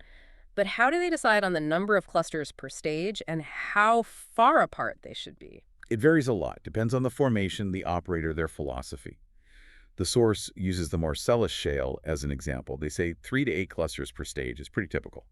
So in their scenario, a 300-foot stage with 6 clusters, you'd have about 50 feet between clusters. So a lot of factors at play. Absolutely. They also mentioned a general industry range of 25 to 100 feet between clusters. But the key factors, they say, are permeability of the rock, the amount of gas in place, and how well those perforations actually initiate fractures. So basically, how easily stuff flows through the rock, how much gas there is to get, and how well you can crack it open. You got it. The general rule is higher permeability, less clusters needed. Tighter rock, you need more clusters to make sure you're contacting enough of the reservoir. Maximize the surface area interaction, right? That's the goal. But the source points out there are different schools of thought on this. Some operators like to keep those clusters close, create a densely stimulated zone. Others think fewer clusters, spaced further apart, will encourage longer fractures, reach deeper into the reservoir. Different strokes for different folks, I guess. That's the oil and gas industry for you. And the force says operators justify their choices based on what they see in their own wells. Sometimes closer spacing gives better initial production, but it can also lead to those fractures competing with each other, not growing as effectively. So there's always a risk-reward balance to consider. There always is in this business. Okay, we've talked about fracking a new well, but what about later on? The source talks about refracturing, basically going back and doing a second frac job on a well that's already producing. They say it's become a lot more common since 2011. Why is that? Well, one big reason is that, especially when prices are low, it can be more economical to revisit an old well than to drill a new one, particularly if it's in a good area. And they've seen some really impressive production increases from refracking in some of the major shale plays. So it's about squeezing more out of what you already have. What are the main goals when they do a refrac? The source lays out a few key objectives. One is to use newer completion techniques. Back in the day, they might have used wider spacing, less sand, different perforation strategies. So refracking lets you apply what they've learned since then. So it's like a technology upgrade. Exactly. Another goal is to reach more of the reservoir. Maybe they use diverters, these materials that plug up old perforations and force the new frac into untapped zones. Or they add new perforations, maybe even try to change the stress field in the rock to create new fracture paths. They might also try to bypass near wellbore damage, that zone of reduced permeability that can form over time. Refracking can get around that. Makes sense. So it's not just creating new fractures, it's also about making the existing ones work better and accessing parts of the reservoir they missed before. Exactly. And they also use it to fix damage to existing fractures. Maybe they drew down the pressure too quickly in the past and that crushed the proppant, blocked the flow. Recracking can reopen those pathways. Sometimes it's just about restoring conductivity that's been lost over time for various reasons. And sometimes they might even try a completely different frac fluid system, something that's better suited to the formation. So there are lots of reasons to refrac, lots of potential benefits, but how do they decide which wells to refrac? There must be some criteria, right? Oh, absolutely. The source gives some great guidelines. First, you want a well with lots of oil or gas left to produce. It should be in a geologically favorable spot, too. Wells with old completion designs, those are good candidates. You want to avoid wells with mechanical problems. That just adds risk. Makes sense. So don't refrac a well that was a dud to begin with unless the initial frac job was clearly messed up. Right. And low-pressure reservoirs, depleted ones, those are usually off the table, too. Look for wells with poor initial designs. Those are the ones that stand to gain the most. And don't waste time on poor quality reservoirs. Hmm. Finally, and the source stresses this, you got to run the numbers. Do a thorough economic analysis, see if it pencils out. So it's not just about technical feasibility, it's also about making sure it's profitable. Always, always. The source gives an example of some Marcellus wells that got a huge boost in recovery after they were refracted. But that was in a good area, and they used the right techniques. Well, that's a great place to wrap up, I think. We've covered a ton of ground today, from the basics of plug and perf and sliding sleeves to the finer points of spacing and refracturing. And the key takeaway, like we've been saying, is that these shale reservoirs, they're complex. You got to be data-driven. You got to adapt your approach to each specific situation. Yeah, no cookie-cutter solutions. Exactly. And that makes me think, with all the technology developing, who knows what the future holds for these techniques? Will plug and perf still be the king? Will sleeves take over? Will something entirely new come along? And how will all that impact the economics and the environment? Lots to ponder, for sure. Thanks for joining us on this deep dive, everyone. All right, welcome back to the deep dive. Today we're going deep, really deep into the world of rock mechanics. Yeah, rock mechanics. Specifically, how it plays a crucial role in hydraulic fracturing. We're talking about those forces at play thousands of feet underground. Right, exactly. And, trying to understand how rocks behave under pressure. Because we're essentially creating controlled cracks down there to get to those valuable resources, right? Exactly. So we've got this really awesome chapter, super detailed, all about the science behind it. It's a good one. So in this deep dive, we're going to break it all down, look at the key mechanical properties of these rocks, the stresses they're under, Yeah. and really get a grasp on how those properties and stresses work together. Especially when we're trying to create those fractures. Right, and keep them open. And keep them open, yeah. Hmm. That's important. It all comes down to a few key ideas. Okay. Stress, strain, and deformation. Okay, so stress being. Well, stress is the force applied over a certain area. Mm-hmm. How much force is pushing or pulling on that rock. Gotcha. Strain is how much the rock changes shape because of that stress. Like if you squeeze something, it might get shorter or wider. But it forms. That's the deformation. So those three, they're kind of the foundation for figuring out how any solid, including rocks way down there, responds to all those forces. Okay, that makes sense. So let's jump into Young's modulus, which I'll admit, the first time I saw it, I was like, what? Sounds a bit intimidating, I know. Yeah. But it's actually pretty straightforward. It's basically how stiff a rock is. Okay. How much it resists being stretched or compressed. So like a really stiff rock, high Young's modulus. Exactly. What would be an example of that? Think of something like granite, very rigid. Okay. High Young's modulus. It's going to be a lot harder to deform that compared to, say, a softer, more pliable rock. Okay. And in hydraulic fracturing, this matters big time. Yeah, I bet. Because a stiffer rock, it's better at holding those fractures open. Right, once you create them. Exactly. So that's what we're aiming for, rocks that are stiff enough to maintain those pathways after we pump in all the fluids. Gotcha. And, thinking about the other end of the spectrum, a low Young's modulus. Yeah, that'd be something more like rubber or like a soft clay. Okay, so easy to deform. Easy to deform, but they don't hold their shape well. Right. So if you create a fracture, it might just close right back up. Not good for fracking. Not ideal. Not ideal. Now, the chapter mentions that this Young's modulus, it's not the same everywhere, right? Right. It varies a lot between different shale plays. And that's important because it actually influences the type of fracking fluid they use. Really? So how do they even measure this Young's modulus? So there are a couple of ways.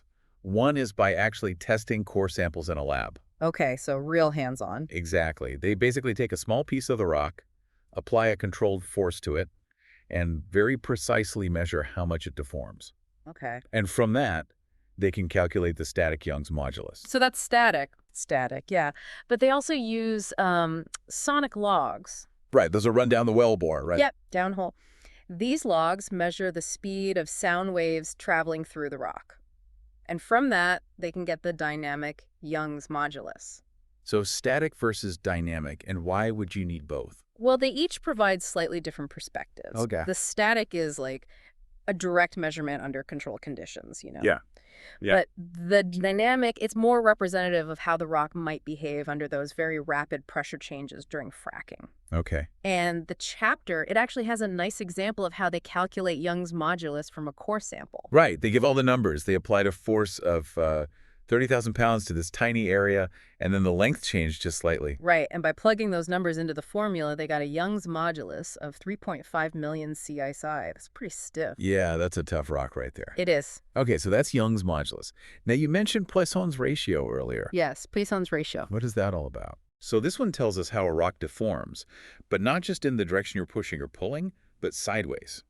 Oh, okay. So like if you compress something, it might bulge out to the sides. Exactly. And Poisson's ratio gives you a number for that. Okay. It's a ratio, actually. Right. And for most rocks, it's somewhere between 0.1 and 0.45.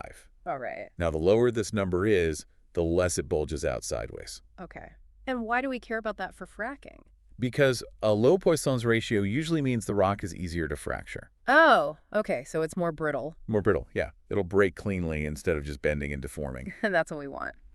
Generally, yes, especially for those slick water fracs. And it often goes hand in hand with lower closure stress. Closure stress being. That pressure needed to keep the fracture open. So low closure stress means it's easier to keep those fractures propped open. Okay, makes sense. And the chapter also points out that this Poisson's ratio, it can change a lot between layers, right? Right. It's not uniform throughout the formation. So those layers with the lowest Poisson's ratios, those are prime targets for fracking. They are. Okay, that's interesting. And just like Young's modulus, it sounds like you can measure Poisson's ratio in the lab too. Exactly. With core samples. With core samples. They basically apply force to a cylindrical sample and measure how much the height changes and how much the diameter changes. Okay. And then with those measurements, they can calculate the ratio. And the chapter gives a good example from the Marcellus Shale. Right. They had a core sample, applied a bunch of force, and the height decreased a little bit, and the diameter increased just slightly. And they got a Poisson's ratio of 0.16 from that. Which, based on what we just talked about, sounds pretty good for fracking. It does. But just like Young's modulus, they can also get Poisson's ratio from the sonic logs. Yeah, they can. So again, the speed of sound waves tells us something about how the rock deforms. Exactly. And in this case, it's how it deforms sideways. Right. They use the travel times of both shear waves and compressional waves to calculate it. It's a bit more complex than the core sample method, but it gives them a continuous measurement along the entire wellbore. Okay, so they have multiple tools to get at these properties. Yeah, it's all about getting the most complete picture possible. Makes sense. Okay, moving on to fracture toughness. Okay. Now this one, it sounds like it's all about how resistant a rock is to actually breaking. Yeah, it's about crack propagation. You know, how easily a crack, once it starts, will continue to grow. Okay. The chapter uses a really good analogy. Think about glass. It can be strong, but even a tiny scratch can make it shatter easily. Right, because that scratch is like a starting point for the crack. Exactly. And that's because glass has low fracture toughness. So even though it can withstand a lot of force, any imperfection makes it way more likely to fail. Exactly. Now, in fracking, we often actually want lower fracture toughness. Really? Why is that? Well, it means that once a fracture starts, it'll grow more easily with less pressure. That's what we call a brittle fracture. If the fracture toughness is high, the crack might not grow as readily, even with a lot of pressure. That'd be more of a ductile material. Okay, so we're going for brittle, easy to crack. Generally, yes. Mm-hmm. Especially with those slick water fracs and informations with lower Young's modulus. It makes the whole process more efficient. Gotcha. And they measure this in the lab, too. Yeah, typically in a lab setting, there's a specific test for it. Okay. And so just to recap, it sounds like the ideal combo for a good frac is low Poisson's ratio, low fracture toughness, and high Young's modulus. You got it. That's the recipe for success in many cases. Makes sense. You want it to break easily, and you want those fractures to stay open. That's the goal. Okay, cool. Now, the next part talks about brittleness and fracability ratios. Are these like calculated values based on the other properties we just talked about? They are.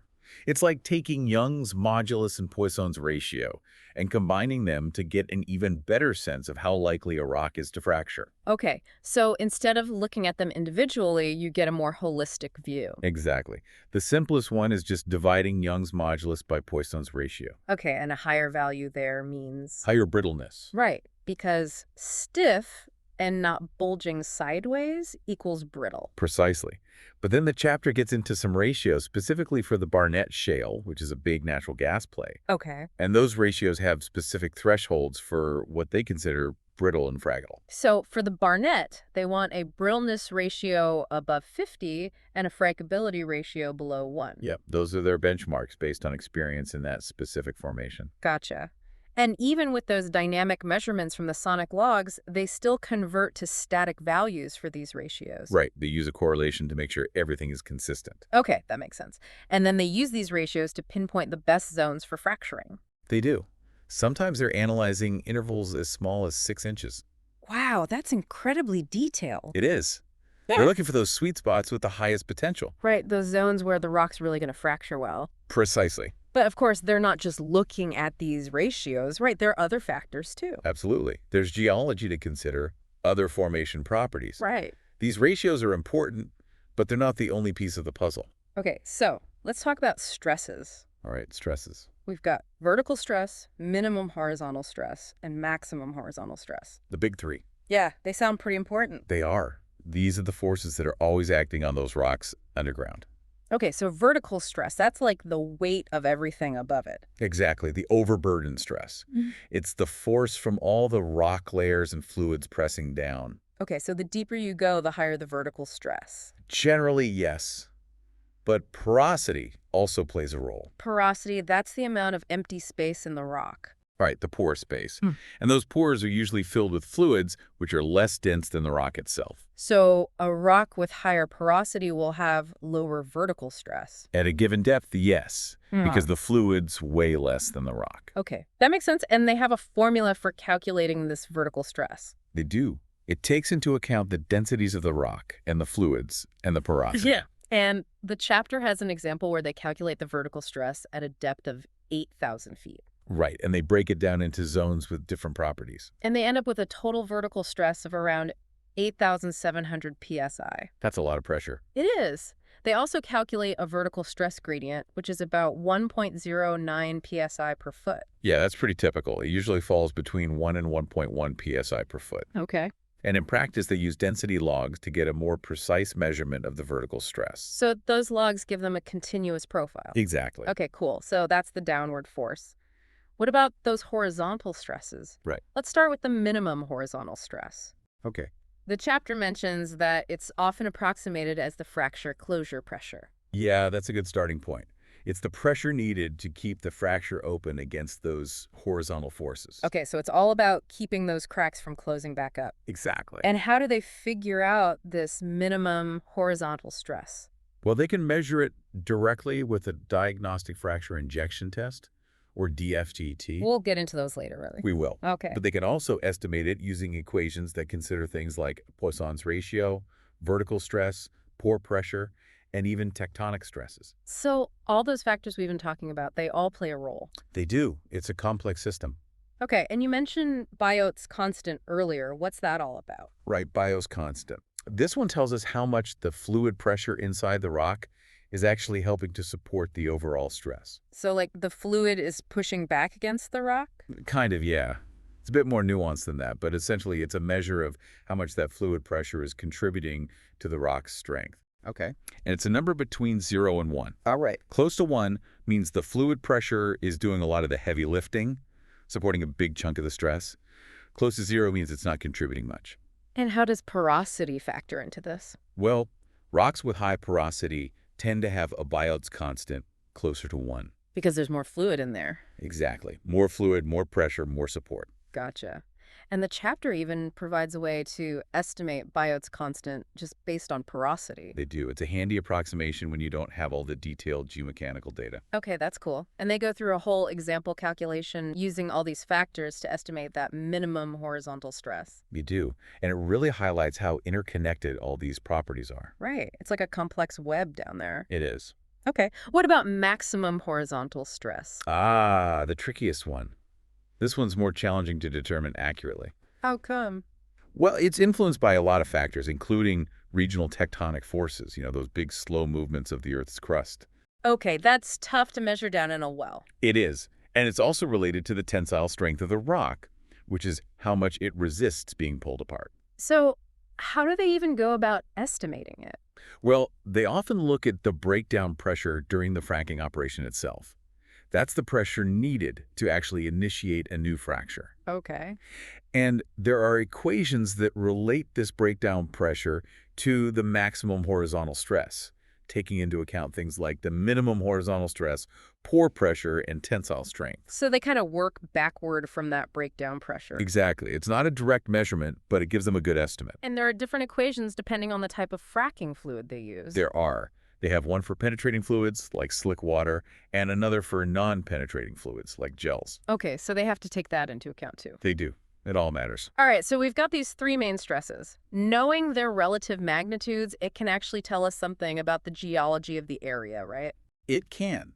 There are different fault environments based on which stress is the biggest and which is the smallest. Okay, so in a normal fault environment. The vertical stress is the largest, followed by the maximum horizontal and then the minimum horizontal. Okay, and what about strike slip?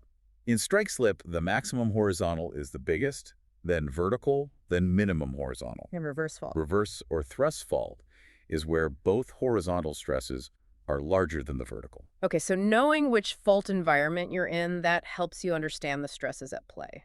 Exactly. It gives you context. All right, so that brings us to fracture orientation. Yeah, very important concept. The chapter says that fractures will always initiate and propagate perpendicular to the minimum principal stress. Right, the path of least resistance. Yeah. The rock's going to break where it's easiest, and that's usually perpendicular to that smallest stress. And in most cases, that minimum stress is the minimum horizontal stress. In those deep formations, yes. Okay, and so the orientation of these stresses, that dictates which way the fractures will go. It does. But there are other factors at play too, right? Like the overburden pressure, pore pressure, tectonic forces, and even Young's modulus and Poisson's ratio. They all contribute to the overall stress field, which influences how and where those fractures form. Okay, so it's a complex interplay of factors. It is. And ultimately, the goal is to create the right kind of fractures for the job. Exactly. And the chapter talks about two main types, longitudinal and transverse. Longitudinal being those that run along the wellbore. Right, parallel to the wellbore. Mm-hmm. And transverse are those that grow outwards, perpendicular to the wellbore. And in most shale plays, they're going for transverse fractures, right? They are. Those create more surface area for the oil and gas to flow from the rock into the well. So how do they make sure they get those transverse fractures? It's all about drilling the well in the right direction. They need to drill parallel to the minimum horizontal stress, which means perpendicular to the maximum horizontal stress. Yeah. And that way, when they pump in the fluids, the fractures will naturally grow outwards, creating that transverse network. But how do they even know which way those stresses are oriented? Well, they have a few tricks up their sleeves. Okay. They can use data from previous fracking operations in the area, like microseismic monitoring. Which is basically listening to the tiny earthquakes that happen when the rock fractures, right? Exactly. And by analyzing those microseismic events, they can map out the orientation of those fractures, which tells them about the stresses. Okay. They can also use FMI logs, those high-resolution images of the wellbore wall. Right. Those can show them the orientation of natural fractures, which often align with the stresses. Okay, so they're looking for clues. They are. Yeah. And if they don't have much local data, they can also use world stress maps. World stress maps. Yeah, these maps compile data from all sorts of geological studies around the world, giving them a broader picture of stress orientations. So it's like a global stress database. Ba- That's pretty cool. And the chapter gives the examples of the Marcellus and Utica shales, where they typically drill northwest to southeast. Right, because the maximum horizontal stress in those areas runs northeast to southwest. Okay, so they're drilling perpendicular to that. Exactly. They're strategically targeting those transverse fractures. Now, what about longitudinal fractures? Those are less common in shale plays, but they do happen. They're created when you drill parallel to the maximum horizontal stress. Okay, so the opposite of what you want for transverse fractures. Right, and in that case, the fractures will grow parallel to the minimum horizontal stress. Okay. But in most unconventional reservoirs, microseismic data has shown that the fractures they're creating are mostly transverse. So they're getting it right. They are. They've really honed their techniques. That's good to hear. Okay, so we've covered a lot of ground here. We've talked about all these rock properties and stresses. We have. But how do they actually put all this knowledge into practice? That's where the diagnostic fracture injection test comes in, or DFIT. Right, you mentioned that earlier. It's a key tool for getting a handle on all these things we've been talking about. Okay, so what exactly is a DFIT? Basically, it's a test where they inject a small amount of fluid into the formation and then monitor how the pressure changes over time after they stop pumping. Okay, so they're basically seeing how the rock and the fluids respond to that injection. Exactly. It's like a mini frac job that gives them valuable information. And when do they do this DFIT? Usually a few weeks before the main fracking treatment. It Okay. helps them refine their plans and make sure everything's optimized. And you mentioned earlier that the shut-in time is really important. It is.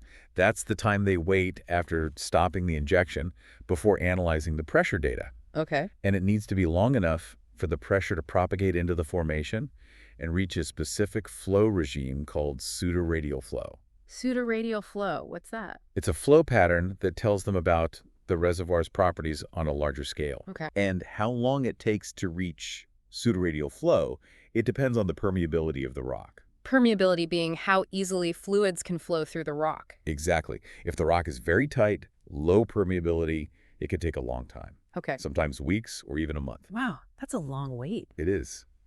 But it's crucial for getting accurate data. So they pump in the fluid, wait for that pseudoradial flow, and then... Then they analyze the pressure fall-off data using all sorts of fancy techniques. Okay, and what kind of information can they get from that? Oh, a ton of stuff.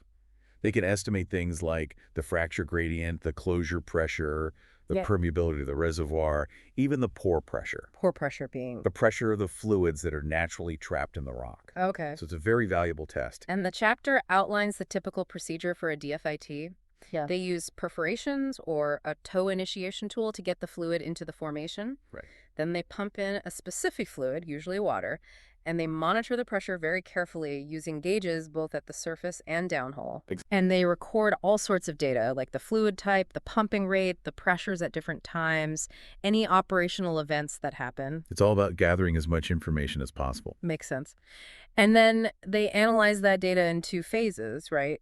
Yeah. Before closure and after closure. Before closure focuses on the fracture itself. After closure focuses on the reservoir. Okay, so let's dig into the before closure analysis first. All right. They use several different plots to analyze the data, right? They do. Like the square root plot, the log-log plot, and the G-function plot. Those are the big three. Okay, so let's start with the square root plot. What's that all about? So this one plots the bottom hole pressure against the square root of the shut-in time. Okay. And it helps them determine the closure pressure, which, as we talked about earlier, is that pressure needed to keep the fracture open. Okay. And the way they do it is by looking for the point where the pressure curve starts to deviate from a straight line. So it's like a visual analysis. It is. They're looking for that telltale sign that the fracture is starting to close. Gotcha. And the chapter has an example plot that shows exactly where that deviation happens. It does. And from that plot, they estimate the closure pressure and the time it occurred. Okay, cool. What about the log-log plot? The log-log plot. This one is a bit more complex, but super helpful for identifying different flow regimes. Flow regime. Yeah, like how the fluid is flowing within the fracture and in the surrounding rock. Okay. And the way they do it is by looking at the slope of the pressure derivative curve on the log plot. Different slopes mean different flow regimes. So they're looking for patterns. Exactly. And can they see the closure point on this plot too?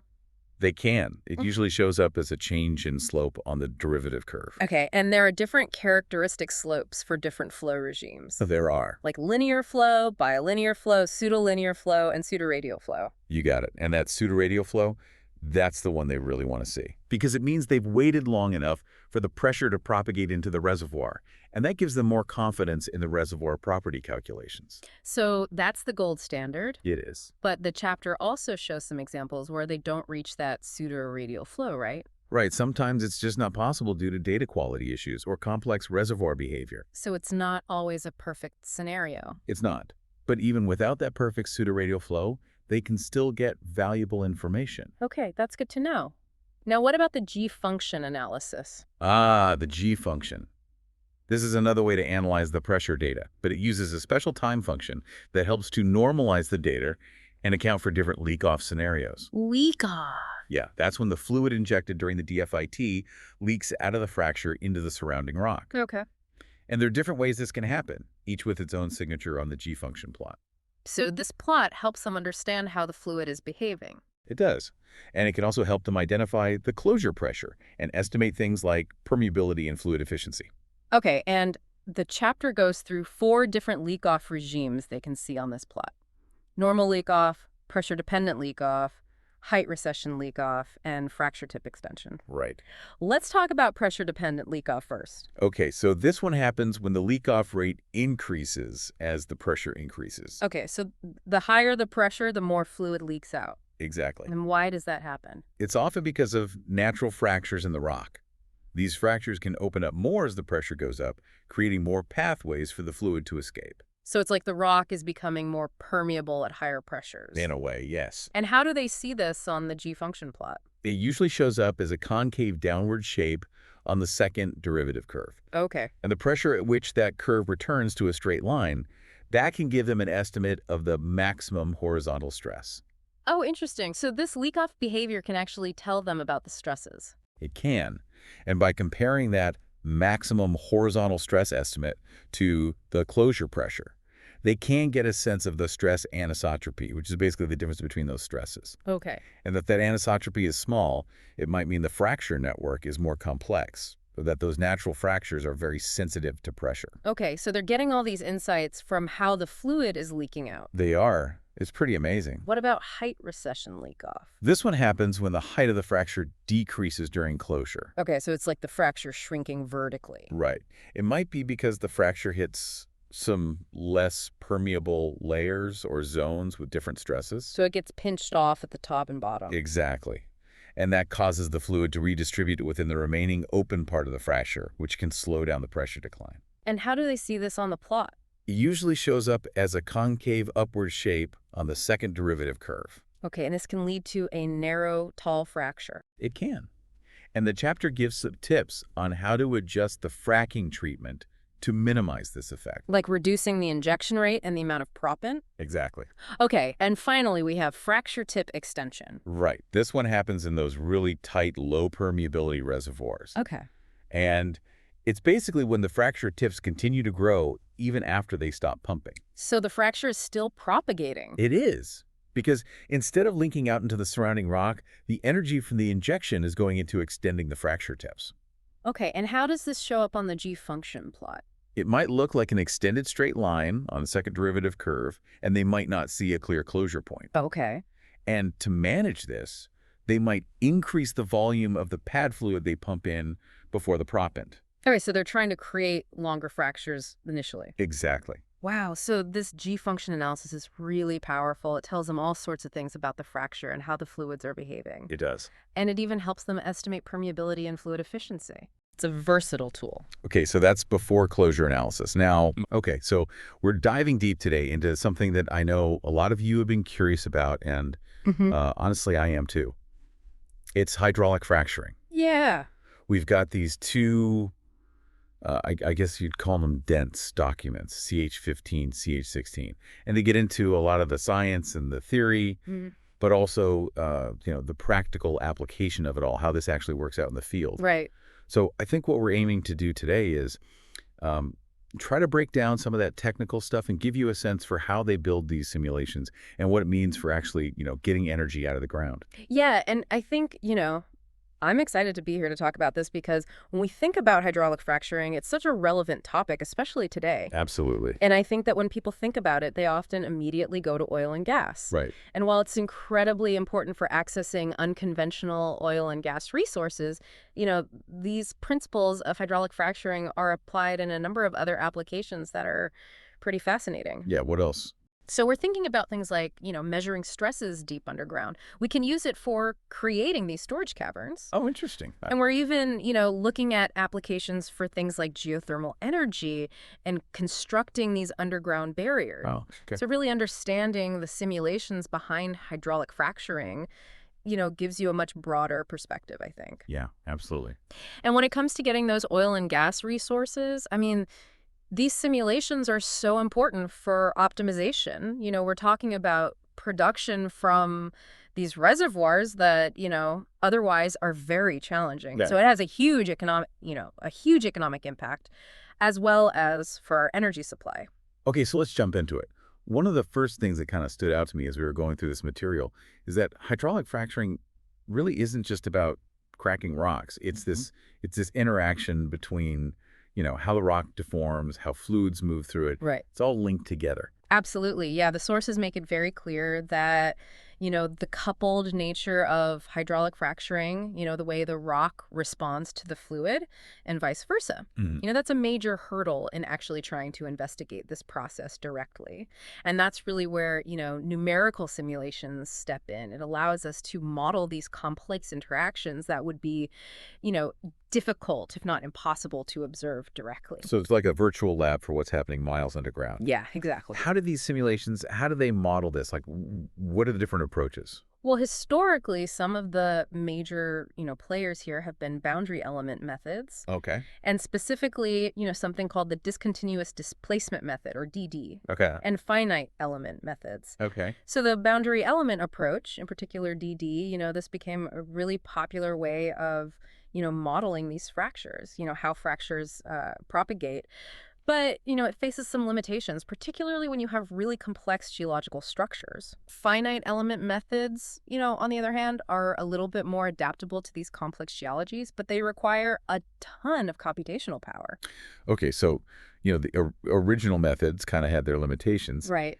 How have things changed recently? How are they addressing those drawbacks? Yeah, and it's interesting because the sources make it clear that this field is always evolving and it's constantly improving. So some of the more recent developments that they highlight are things like condensation techniques and parallel computing. Okay. So think of condensation techniques as sort of a way of simplifying the problem by focusing on, the parts that are most essential. Okay. Really kind of getting at the core of it. Yeah. Parallel computing, on the other hand, is kind of like having, a whole team of really fast computers working on the problem at the same time. Okay. Interesting.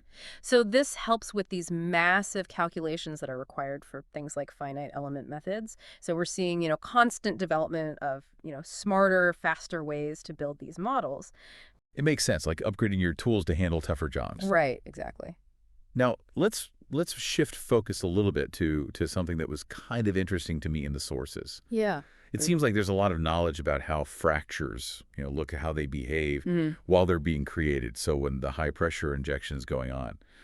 But there might be a little bit less understanding about what happens after when the well starts producing. Yeah, you've hit a really key point there, and the sources really emphasize this gap in the knowledge base. Historically, a lot of the effort has been focused on studying that injection phase, but the geometry of the fracture after we stop injecting and we start that flow back process of Right. when the oil and gas come out, that geometry is quite different.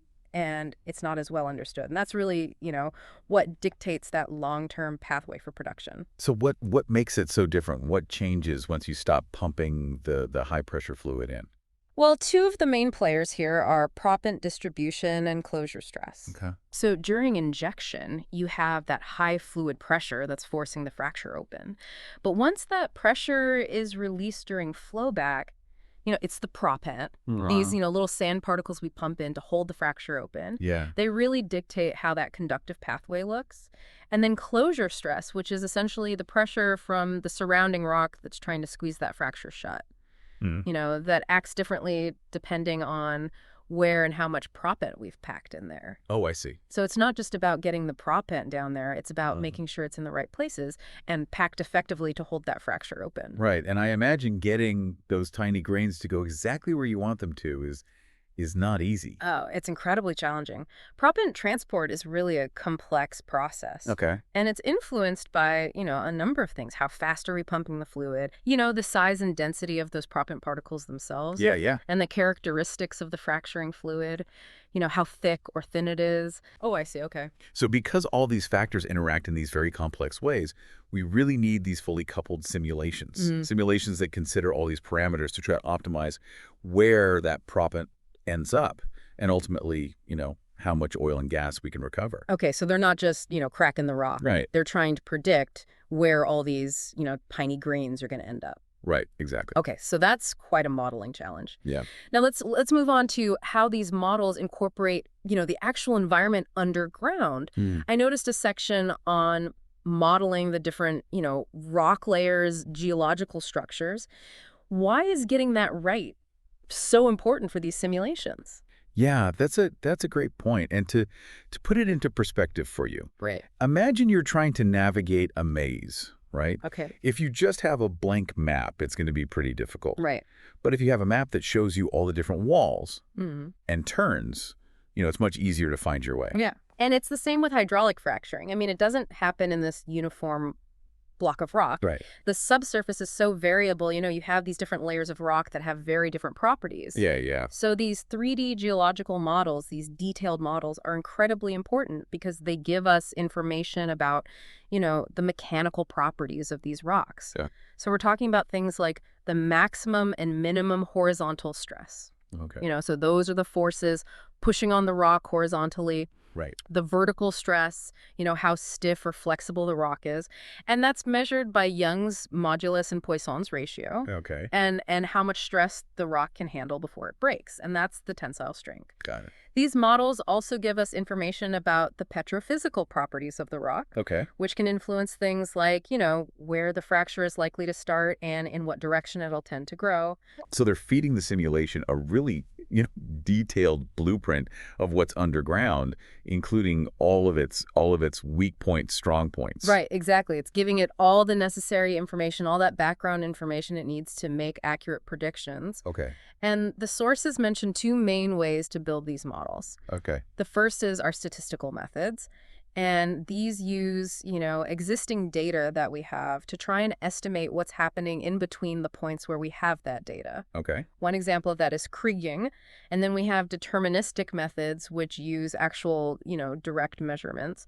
Things like seismic surveys, which are kind of like an underground sonar, Okay. and ground penetrating radar. So using these different approaches, we can get a better understanding of the subsurface. And how do they check if these blueprints are accurate? They can't, send a camera down there to see. Right. And that's a really great question because validation is so important. Yeah. And how we do that is we constantly check these models against, data that we can get directly from the wells. Okay. So things like well logs, these record, various properties as we're drilling. Mhm. So things like, the electrical resistivity of the rock, the density, Yeah. even how sound travels through it. Wow. And then the drilling data itself, tells us how difficult it is to drill through certain layers. Right. So by comparing what the model predicts with these actual measurements, we can fine-tune them and make them more reliable. So it's like, checking your map against landmarks you can see. Exactly. Yeah. Okay. Now, the sources also touched on some pretty sophisticated techniques for, I guess, sifting through all this geological data. Yeah. Things like data mining. They even mentioned artificial neural networks.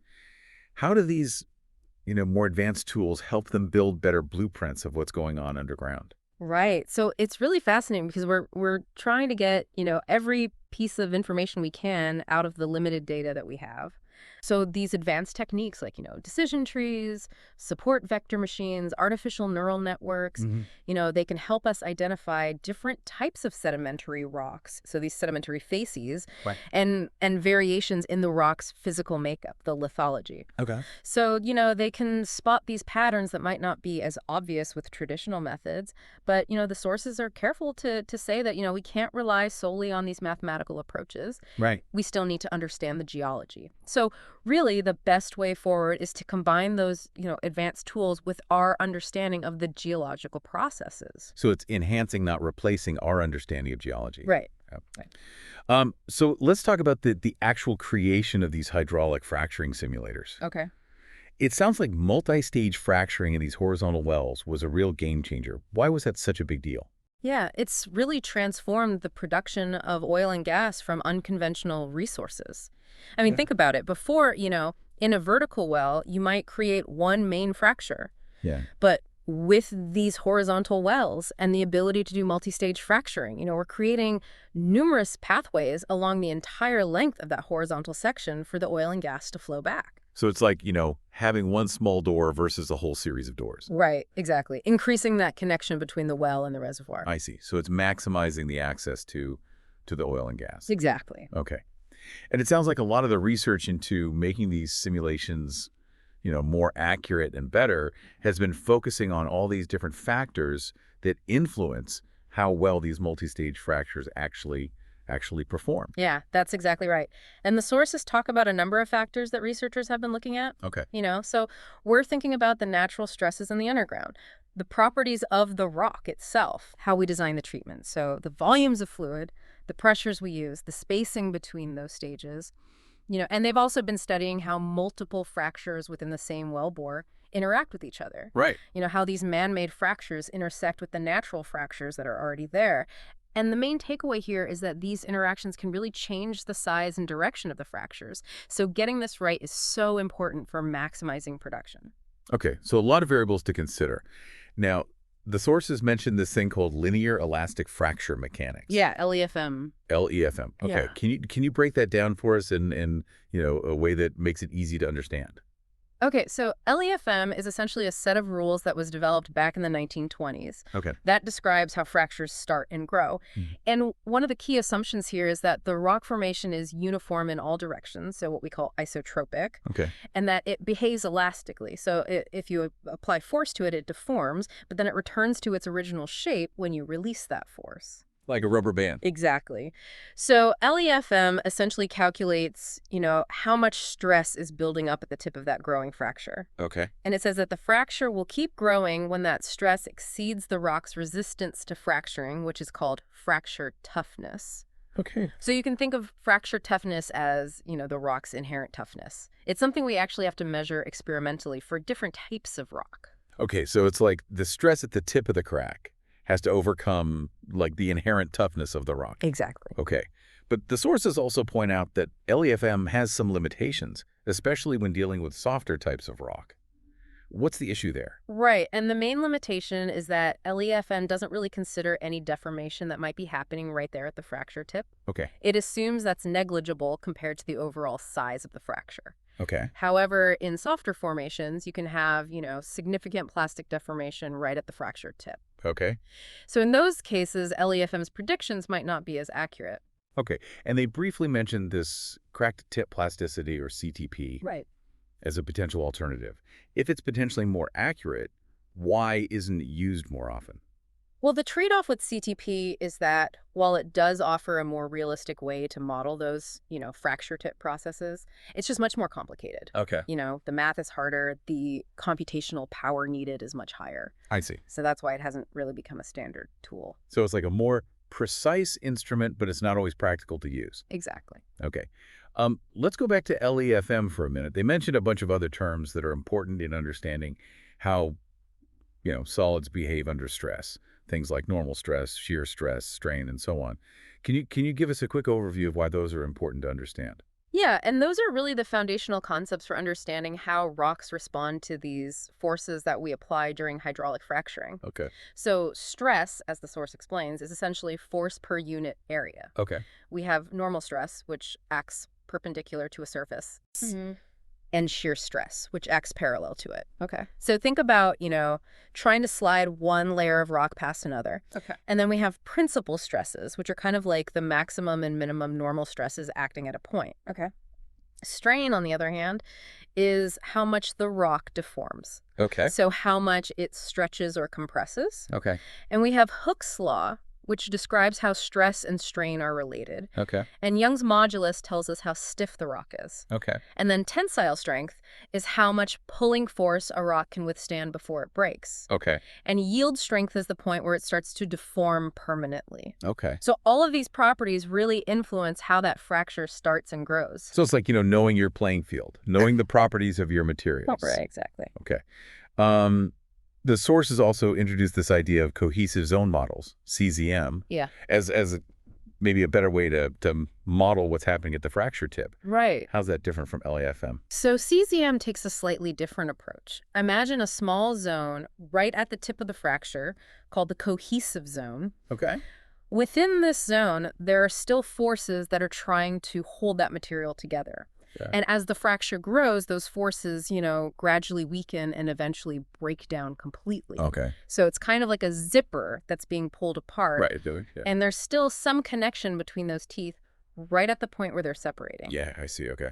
So CZM uses this concept of cohesive strength, which is that maximum force that the zone can withstand. and separation energy, which is the energy needed to completely break that connection. And this allows cesium to predict when and how that rock will fail ahead of that fracture tip, which is something that LEFM doesn't really do. Okay, so it's looking at both, the strength and the energy required to break it apart. Exact. Okay. Are there any other ways that they simulate hydraulic fracturing? Yeah, so they briefly mentioned something called crack tip open displacement, or CTOD, Oh. but, they note that it's not as widely used as LEFM or CZM. Got it. And they also give some really interesting examples of how these numerical techniques have been applied in specific studies. Okay. So, for example, DID was used to investigate how the pressure in multiple hydraulic fractures can affect the stress in the rock and how it interacts with geological features like faults. Right. But that particular study, made some assumptions. Yeah. Like they assumed the fractures had a fixed length, fixed pressure, and they didn't really consider how, the fluid pressure in the rock's pores might affect things. Okay. Another study used finite element techniques to look at, optimizing the spacing between fractures. But that one didn't consider the interaction between fractures. So it's interesting because these examples show that, there are always trade-offs and simplifications when we're modeling these processes. Right, yeah, it's like how much detail can you realistically incorporate? Okay, so that gives us, a pretty good overview of the different ways they approach the numerical modeling. Let's talk about the types of hydraulic fracturing models. Yep. Based on how many dimensions they actually consider. Yeah. So we've got these 2D, pseudo 3D, and the full 3D models. What's the difference, and when would you, typically use each type? Yeah, and it really comes down to, how complex the model needs to be and how much information we have. 2D models are kind of the simplest. Okay. They simplify things by assuming that the fracture is just growing in a single plane. Okay. And often they make assumptions like, the rock being homogeneous, isotropic, meaning it has the same properties in all directions. Okay. And this leads to, these symmetrical two-winged fractures. Okay, so it simplifies the geometry a lot. Exactly, yeah. Makes the calculations easier. Okay. And within those 2D models, they mentioned some specific ones like the KGD, the PKN, and the penny-shaped models. What are the main characteristics of each of those? Right. So the KGD model, which is Christianovit Geertsma de Klerk, Okay, got it. that one, it kind of pictures a fracture that has a constant height, and that height is greater than its length. Okay. And it assumes what we call plane strain conditions, so kind of a tall, relatively narrow fracture. Okay, so that's KGD. What about PKN? The PKN, so that's Perkins and Kern, assumes a constant height that is smaller than the length. Okay. So we're thinking a longer, thinner fracture. Okay, and that one focuses more on the energy lost from the fluid flowing through it. Right, it focuses on that viscous dissipation within the fracture. Got it. And then finally, the penny-shaped or radial fracture model is often used for shallower formations. Okay. And it leads to a circular fracture that expands outwards. So each one has its own sort of specific geometry and focus. Right, they all have their assumptions and limitations. Okay. What do they generally have in common, though? Yeah, so despite those differences, generally, all of these 2D models assume that the fracture grows in response to the rate that we pump fluid into the well. Okay. And they assume it forms a symmetrical two-lobed fracture that's perpendicular to the minimum horizontal stress. They also use this concept of effective stress, which is the difference between the fluid pressure inside the fracture and that minimum horizontal stress. Okay. So it's basically a measure of how much force is actually pushing the fracture open. Okay, and that gives them a sense of how wide it'll be, how productive it might be. Exactly, yeah. It's an indicator of the potential of that fracture. Okay. Now, what about, how fluids actually move within these fractures? Right. How do they typically model that? Yeah, so because these fractions are very narrow, the flow of fluid inside them is often described by what we call Poiseuille's law and lubrication theory, especially when one dimension, like the width, is much smaller than the others. And they have equations that relate, the flow rate to things like the fracture width, how viscous the fluid is, and how that pressure is changing along the fracture. So it's taking those factors into account to model how easily the fluid moves through it. Right, because that's going to impact how effectively we can extract those resources. Okay, and to account for the fact that some fluid leaks off into the rock, they use this thing called Carter's leak-off model. Yeah, and Carter's model is a really common way to estimate how much fluid is lost to the formation over time. Okay. So it takes into account the properties of the rock, the fracturing fluid, and how long it's been since that fracture tip passed a certain point. Okay. And then to have a complete picture of fluid flow, you also need what we call boundary conditions. Okay. So things like what's the rate at which we're injecting the fluid Yeah. and what's happening at the tip of the fracture. Is there any delay between the fluid getting there and the tip actually moving? Okay. So they're setting those limits for how the fluid behaves. Oh, Okay. And then how do they model, the response of the solid rock itself right. to all this, pressure pushing outwards? Yeah, so that's where the equations of solid elastic response come into play. Okay. And they essentially describe how these solid materials deform under stress. Mm-hmm. And so we have things like, equilibrium conditions, Okay. which say that the forces acting on a small piece of rock have to balance out. Okay. The constitutive law of linear elasticity, which tells us how stress and strain are related, Mm. and then also how the geometry changes with displacement. So it's a whole set of equations that describes, the push and pull of those forces within the rock. Yeah, exactly. Okay.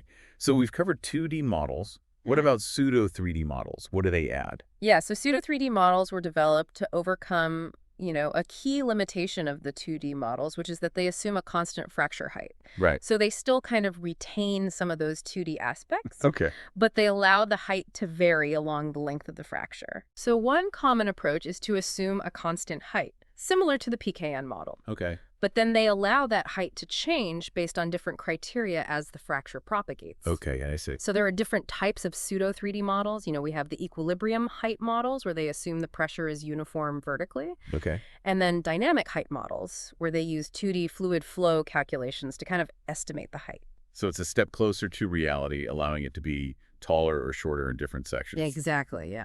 Okay. What are the advantages and disadvantages of these pseudo 3D models? So the main advantage is that they're more practical for considering those variations in fracture height compared to 2D. Okay. However, they do still have limitations because of their assumed geometries and because they often assume plane strain conditions. Okay.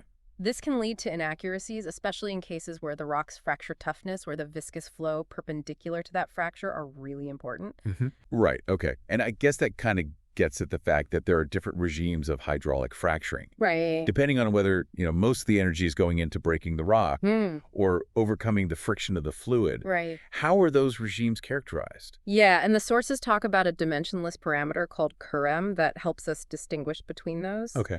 So a high currem value means that it's toughness dominated. Most of the energy is going into creating new fracture surface. Okay. A low currem value means that it's viscosity dominated. So most of the energy is going into pushing that viscous fluid through the fracture. Okay. And then, we have this intermediate range where both are important. And currem is calculated based on factors like the fracture toughness of the rock, how stiff the rock is, the injection rate, and the viscosity of the fluid. Okay. So it's taking all those things into account. Right. And I think they also mentioned another dimensionless parameter called currem. Right. And SIRS helps us understand whether the process is dominated by, fluid leak off into the formation or fluid storage within the fracture itself. Okay, so those are really useful for, characterizing the different scenarios. Yeah, they give us a quick way to assess what's going on. Okay, finally, welcome to this deep dive, specifically, based on the stuff that you sent over. Yeah. We're going to be diving deep into production forecasting and economic analysis in oil and gas, and with a particular focus on unconventional shale reservoirs. Yeah, and so the excerpts that you sent over centered around hydraulic fracturing. Those are going to be our roadmap today. Okay.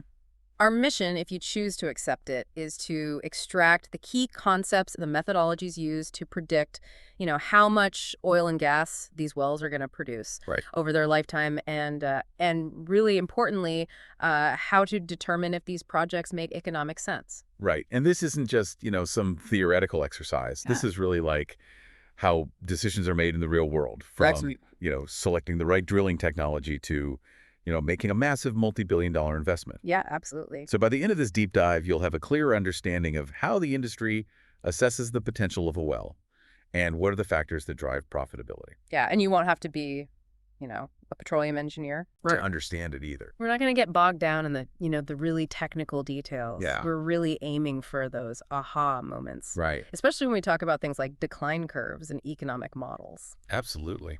So where should we begin? Okay, well, let's unpack this, starting with decline curve analysis, Okay. or DCA for short. Yeah. So this is the foundational tool for predicting future oil and gas production. Okay. Interestingly, the material notes its formal use since 1945. Yeah. But the initial mathematical thinking goes way back to Arnold and Anderson in 1908. Wow. Way back. And then early pioneers like Cutler and Larkey Yeah. started figuring out how to use actual production data to, to project these curves. Okay, so that brings us to 1944 with ARPS. Yeah, ARPS in 1944. Or he sort of systematized this, right? That's right. He categorized decline curves into three main types: exponential, harmonic, and hyperbolic. Yeah, and the material actually notes that the hyperbolic is like the general form. And the other two are essentially special cases of it. Okay, interesting. And so these curves, they're defined by three key things. Initial production, that's IP. IP, then you've got your nominal decline, or D, Right. your effective decline, D. Okay. And then this hyperbolic exponent, which is denoted by the letter B. Okay, and so what is it about these parameters that are so important? Well, so initial production, while it sounds simple enough, Right. actually has a nuance. Okay. There's the instantaneous IP, Right. which is literally like the moment it starts flowing. Yeah. What's that rate? But then there's also the 24-hour initial production, Right. which is averaged over that first day. Okay. And then you have your declines. Okay. So your nominal decline is the immediate, like right away, how quickly is it declining? Yeah. And then your effective decline is over a longer period, typically annually. Right. What's that percentage drop? Okay, and then that B value, this hyperbolic exponent. Right. The B is really critical. Okay. So the material explains it as a factor that reduces the effective decline over time. Right. And it's the rate of change of the decline rate itself. Wow. Okay, so that's... And figure 17.2 in the material really visually demonstrates how this B value shapes that production curve. Right. And then if you look at table 17.1, there's a great overview there showing that B values tend to be higher, often above 1, Right. in unconventional shale and tight gas reservoirs because of those long transient flow periods. Right, and that's a really key difference, right, from conventional. Yeah, in conventional, your B is typically between 0 and 1. Right. But in unconventional, it's often much higher. So in layman's terms, you're saying that shale wells, they tend to, start out really strong. Start strong. And then decline very rapidly. Exactly. So getting that, that early economic return is critical. It's critical, yeah. And so if we want to connect this to the bigger picture of unconventional reservoirs, Yeah. the way that fluids flow in the rock is quite different. You have this extended transient flow period in these low permeability formations Yeah. where the reservoir boundaries haven't really impacted the pressure at the well yet. Okay, so it's like almost like it's drawing from an infinite. Yeah, it's like an infinite acting source for a while. Okay. And then there's a transition into the late transient period Okay. before ideally reaching pseudo-steady state or boundary-dominated flow, Right. where the well's drainage area is limited by the reservoir's edges. Right. So the challenge with unconventional shales is that they spend a really long time in that initial transient flow phase. Okay. It's I always like to use the analogy of shaking up a can of soda. Okay. Initially you've got all this pressure being released everywhere. Yeah. That's kind of like transient flow in a shale well. Okay, so it's not quite as defined. No, it takes a while for that pressure to stabilize, Right. for the well to settle into a more predictable flow. Right, as opposed to conventional where, pretty much right out of the gate. Yeah, you have a better understanding. Okay, so let's talk about those ARPS decline curve models. Yeah, You've got exponential, hyperbolic, and harmonic. right. So exponential decline, the source says it looks like a straight line on a semi-log plot. Right. And here, the B value, 0. Right, so it's a constant rate of decline. Okay, so it's a constant rate of decline. Yep, And the equation is pretty straightforward. it is. Q exponential equals IP times E to the power of negative D times T. Yep. And they give us an example to say, okay, you start out with 800 MSCF per day. Right. With a 6% annual effective decline. Mm-hmm. After 2 years, the rate's going to drop to around 707 MSCF per day. Yeah. Go ahead. Now, hyperbolic decline, on the other hand, that shows up as a curved line on that semi-log plot. Okay. And here the decline rate isn't constant. Right. It decreases over time. Okay. And that's controlled by that B exponent. Okay. So the equation looks a bit more complex here. Yeah. Q hyperbolic equals IP divided by 1 plus B times di times T, all raised to the power of -1 over B. And the example they provide with an IP of 8,000 MSCF per day. Wow, that's a lot bigger. Yeah, much bigger. Okay. A very steep 66% initial annual second effective decline. Okay. And a B of 1.3 Right. shows a rate of 1,765 MSCF per day after 2 years. Okay, so it's that rapid decline. That rapid initial decline that Yeah. really highlights the nature of these unconventional wells. Okay, and then just to complete the picture. Yep. Harmonic decline is when B equals 1. Right, that's a constant rate of change in the decline rate. Okay, so it's not a constant decline rate, it's the rate of change. It's the rate of change of the decline rate. Okay. That's constant. But the source makes a really interesting point that just using like a standard hyperbolic decline for unconventional shales can lead to overestimating the EUR, Right. which is the estimated ultimate recovery. Right, so how do you avoid that overestimation? Right. Well, the industry practice is to actually switch the decline curve to an exponential decline. At some point. Yeah, later in the well's life. So this switch to exponential is called the terminal decline. And that terminal decline rate really significantly impacts the EUR.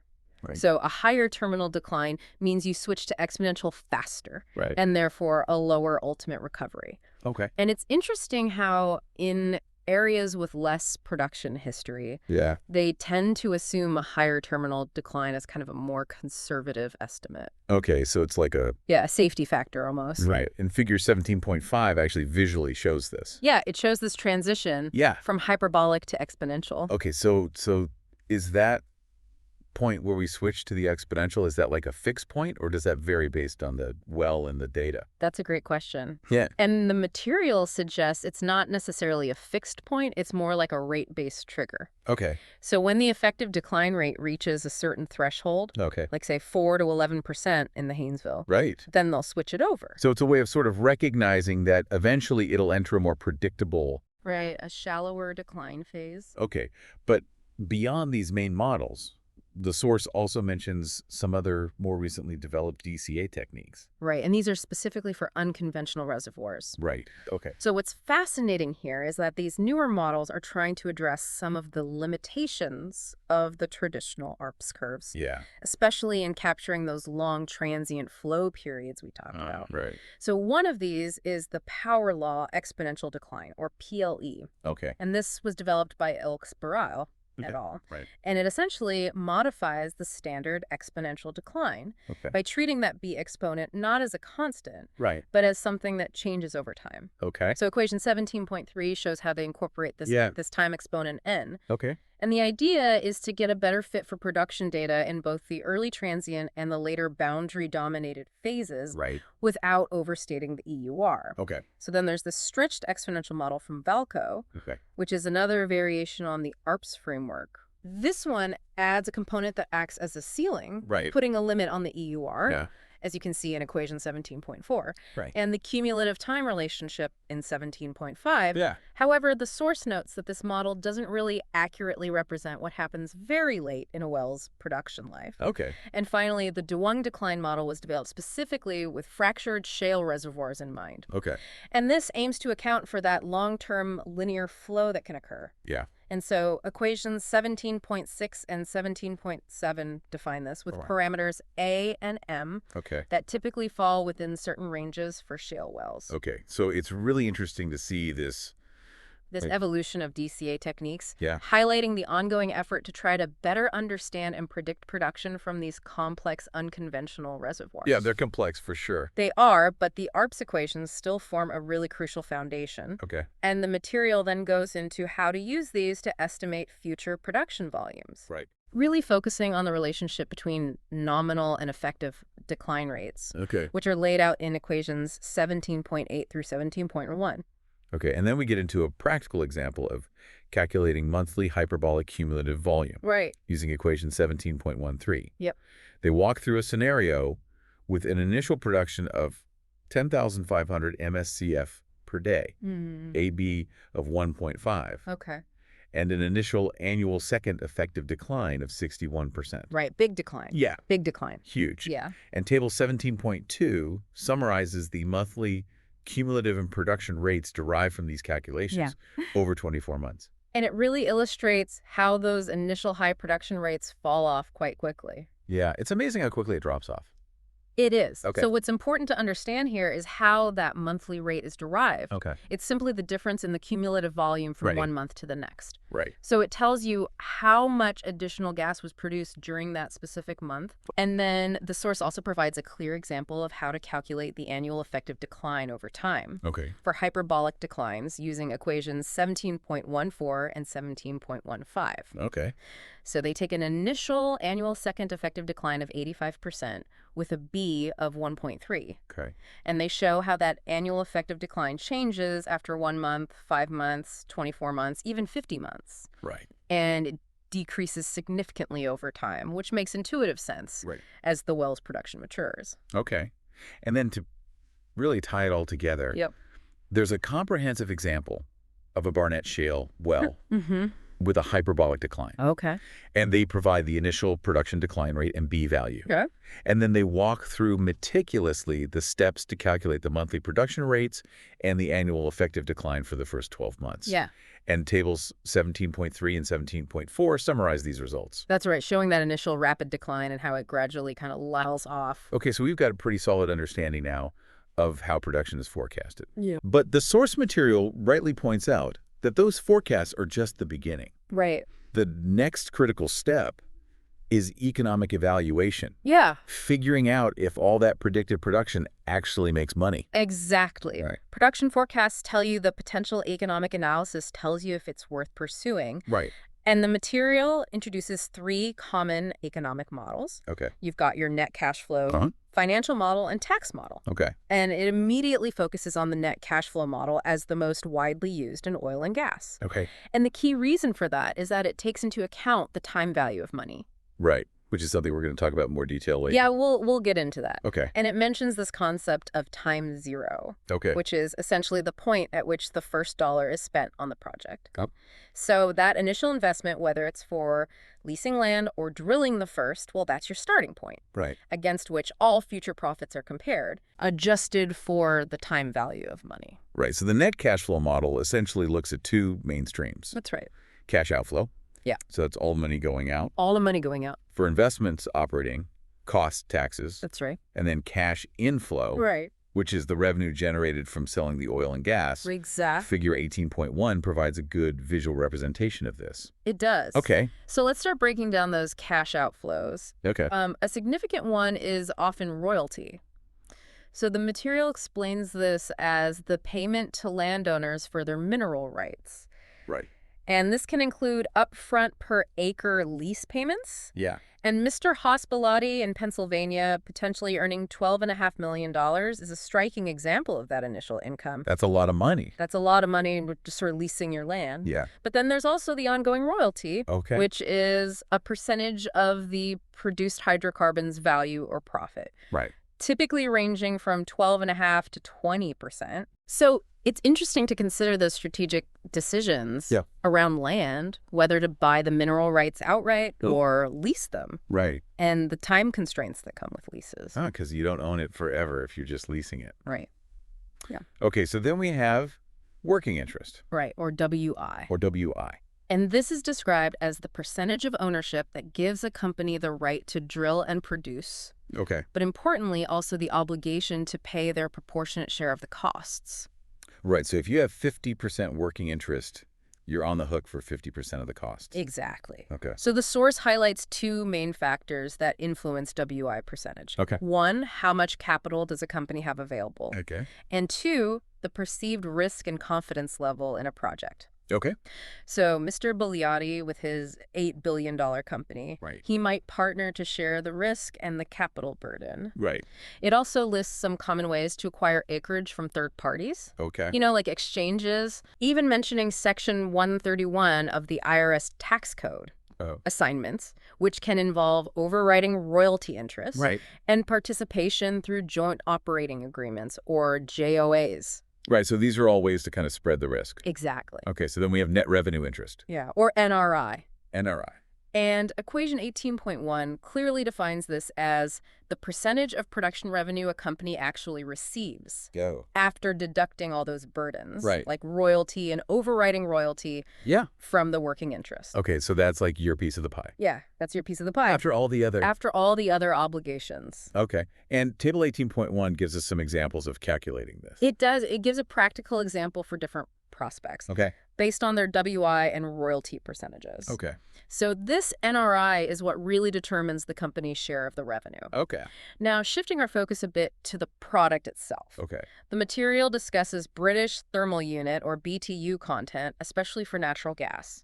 And since gas is sold per MMBTU, understanding its energy content is really important for pricing. Right. So equation 18.2 shows how the base gas price Right. needs to be adjusted based on the BTU factor, Okay. which is simply the BTU value divided by 1,000. Okay. So another factor affecting the actual sales volume and therefore revenue is the shrinkage factor. Okay. So in dry gas areas, this is typically pretty small, maybe 0.5% to 3%, Okay. accounting for things like, line losses and gas used in the field like fueling compressors. Right. But it gets a lot bigger in wet gas areas Right. where processing to extract those valuable NGLs occurs. Right. So equation 18.3 lays out how that total shrinkage factor in wet gas areas includes things like field usage, processing plant losses, and the volume reduction due to the liquid extraction. Right. So you're literally shrinking. Shrinking the volume. Yeah. And the example calculation for liquid shrinkage based on gas composition really highlights this complexity. Okay. So now let's talk about OPEX. Right, operating expense. Operating expense. Or Or OPEX. Right. Right. The ongoing cost of running a well. Right, the day-to-day costs. Yeah. So the source breaks this down into a number of categories. Yes, several key categories. Okay. So first there's lifting costs. Right. Which is the cost of bringing the oil or gas to the surface. Yeah, so this includes things like labor, the cost of electricity, or fuel for pumps, and routine maintenance. Right. And it's interesting how they differentiate between variable lifting costs, Right. which change depending on how much you're producing, Right. and fixed lifting costs, Yeah. which stay the same regardless of output. Right. So the example they give of $650 fixed Right. and 26 cents per MSCF variable Right. for a dry gas, well, really illustrates this. Yeah. So then you have your gathering and compression costs, or G&C, Right. which are the expenses associated with moving the gas from the wellhead to larger gathering pipelines, Right. and then compressing it to get it into transmission pipelines. Yeah. These are typically unit costs, so dollars per MMBTU or MSCF, although there can sometimes be a fixed monthly component. Okay. Then there's processing costs, Yeah. which come into play for oil condensate and wet gas Right. to remove impurities and separate out valuable products like NGLs. Right. These are usually priced per barrel of oil or condensate or per MMBTU of gas processed. So, Then you have your firm transportation, or FT costs. right. These are the fees paid to pipeline companies to transport the processed gas to the end consumers. Right. So all that in infrastructure All that infrastructure. to get it to where it needs to go. Exactly. And then you've got your general and administrative, or G&A costs, Yeah. which are the overhead expenses of running the entire company. Right. Things like office rent and executive salaries. Right. And the material points out that these aren't usually included Right. in the economic analysis of an individual well, Right. because they're considered sunk costs. Right. And then finally, there's water disposal costs, which Yeah. is a significant factor in unconventional shales. Yeah. You produce a lot of water. You produce a ton of water initially, along with the oil and gas. Yeah. And they also mention the option of reusing that water for further hydraulic fracturing Right. to potentially reduce costs. Okay. So now we've looked at, how much gas you can sell. Right. Now we got to look at all the costs involved in getting it out of the ground. Yeah. All that OPEX. The OPEX OPEX. every month Every month. to keep that well producing. That's right. Okay. So to get a handle on the total monthly OPEX equation 18.4 provides a comprehensive formula It does. that takes into account all these different components All the different pieces. adjusted by the working interest Yeah. and that total shrinkage factor Right. we talked about earlier. Yep. And the example calculation for the first 3 months Mm-hmm. really shows how these seemingly small per unit costs can add up to a significant monthly expense. That's right. It all adds up. Yeah. So then we got to consider taxes. So severance tax is a tax levied by some states on the production of oil and gas. Okay. So the example of West Virginia's 5% tax Right. and the note that Pennsylvania doesn't currently have one Yeah. highlights that these taxes vary significantly from state to state. Right. Each state's different. Each state is different. Okay. Equation 18.5 shows how this tax is typically calculated as a percentage of the revenue generated from production. Okay, so it's based on production. It's production-based. Yeah, not profit. Correct. And then there's ad valorem tax, Right. which is an annual tax based on the assessed value of the mineral rights and the equipment used to produce them. Okay. West Virginia and Texas are given as examples Right. where this tax is levied.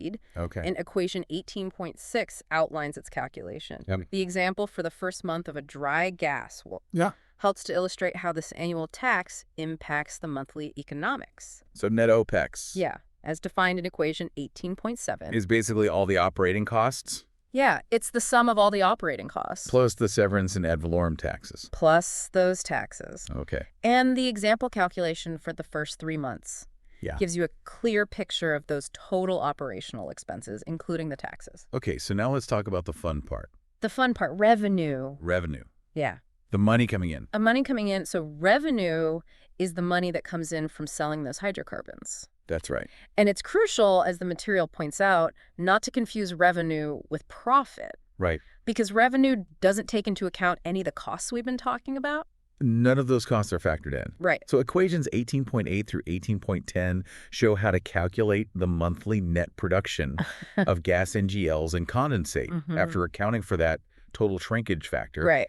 and the net revenue interest. Right. And then equation 18.11 puts it all together to calculate the net revenue Okay. by multiplying these net production volumes by their respective sales prices. So the example calculation for a retrograde condensate well Yeah. over the first 3 months Yeah. illustrates how these different revenue streams Right. combine to generate the total income. Okay, so when it comes to estimating future natural gas prices, Yeah. the New York Mercantile Exchange or NYMEX. NYMEX, everybody knows NYMEX. Everybody knows NYMEX. That's Yeah. the central hub. It's a commodity exchange where futures contracts for various energy products are traded. Right, so a lot of people develop their own proprietary price forecasts, They do. but a lot of companies rely on NYMEX Yeah, they use it as a benchmark. as a benchmark. But it's essential to adjust those NYMEX prices for basis. For basis. Which- What is basis? Basis represents the difference between the local price of natural gas at a specific delivery point Okay.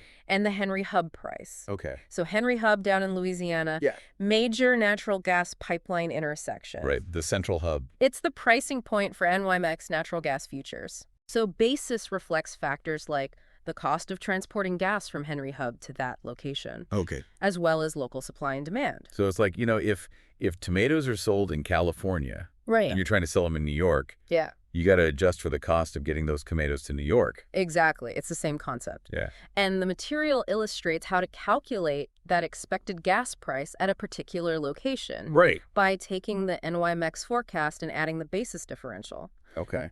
And it even points out that basis can sometimes be negative.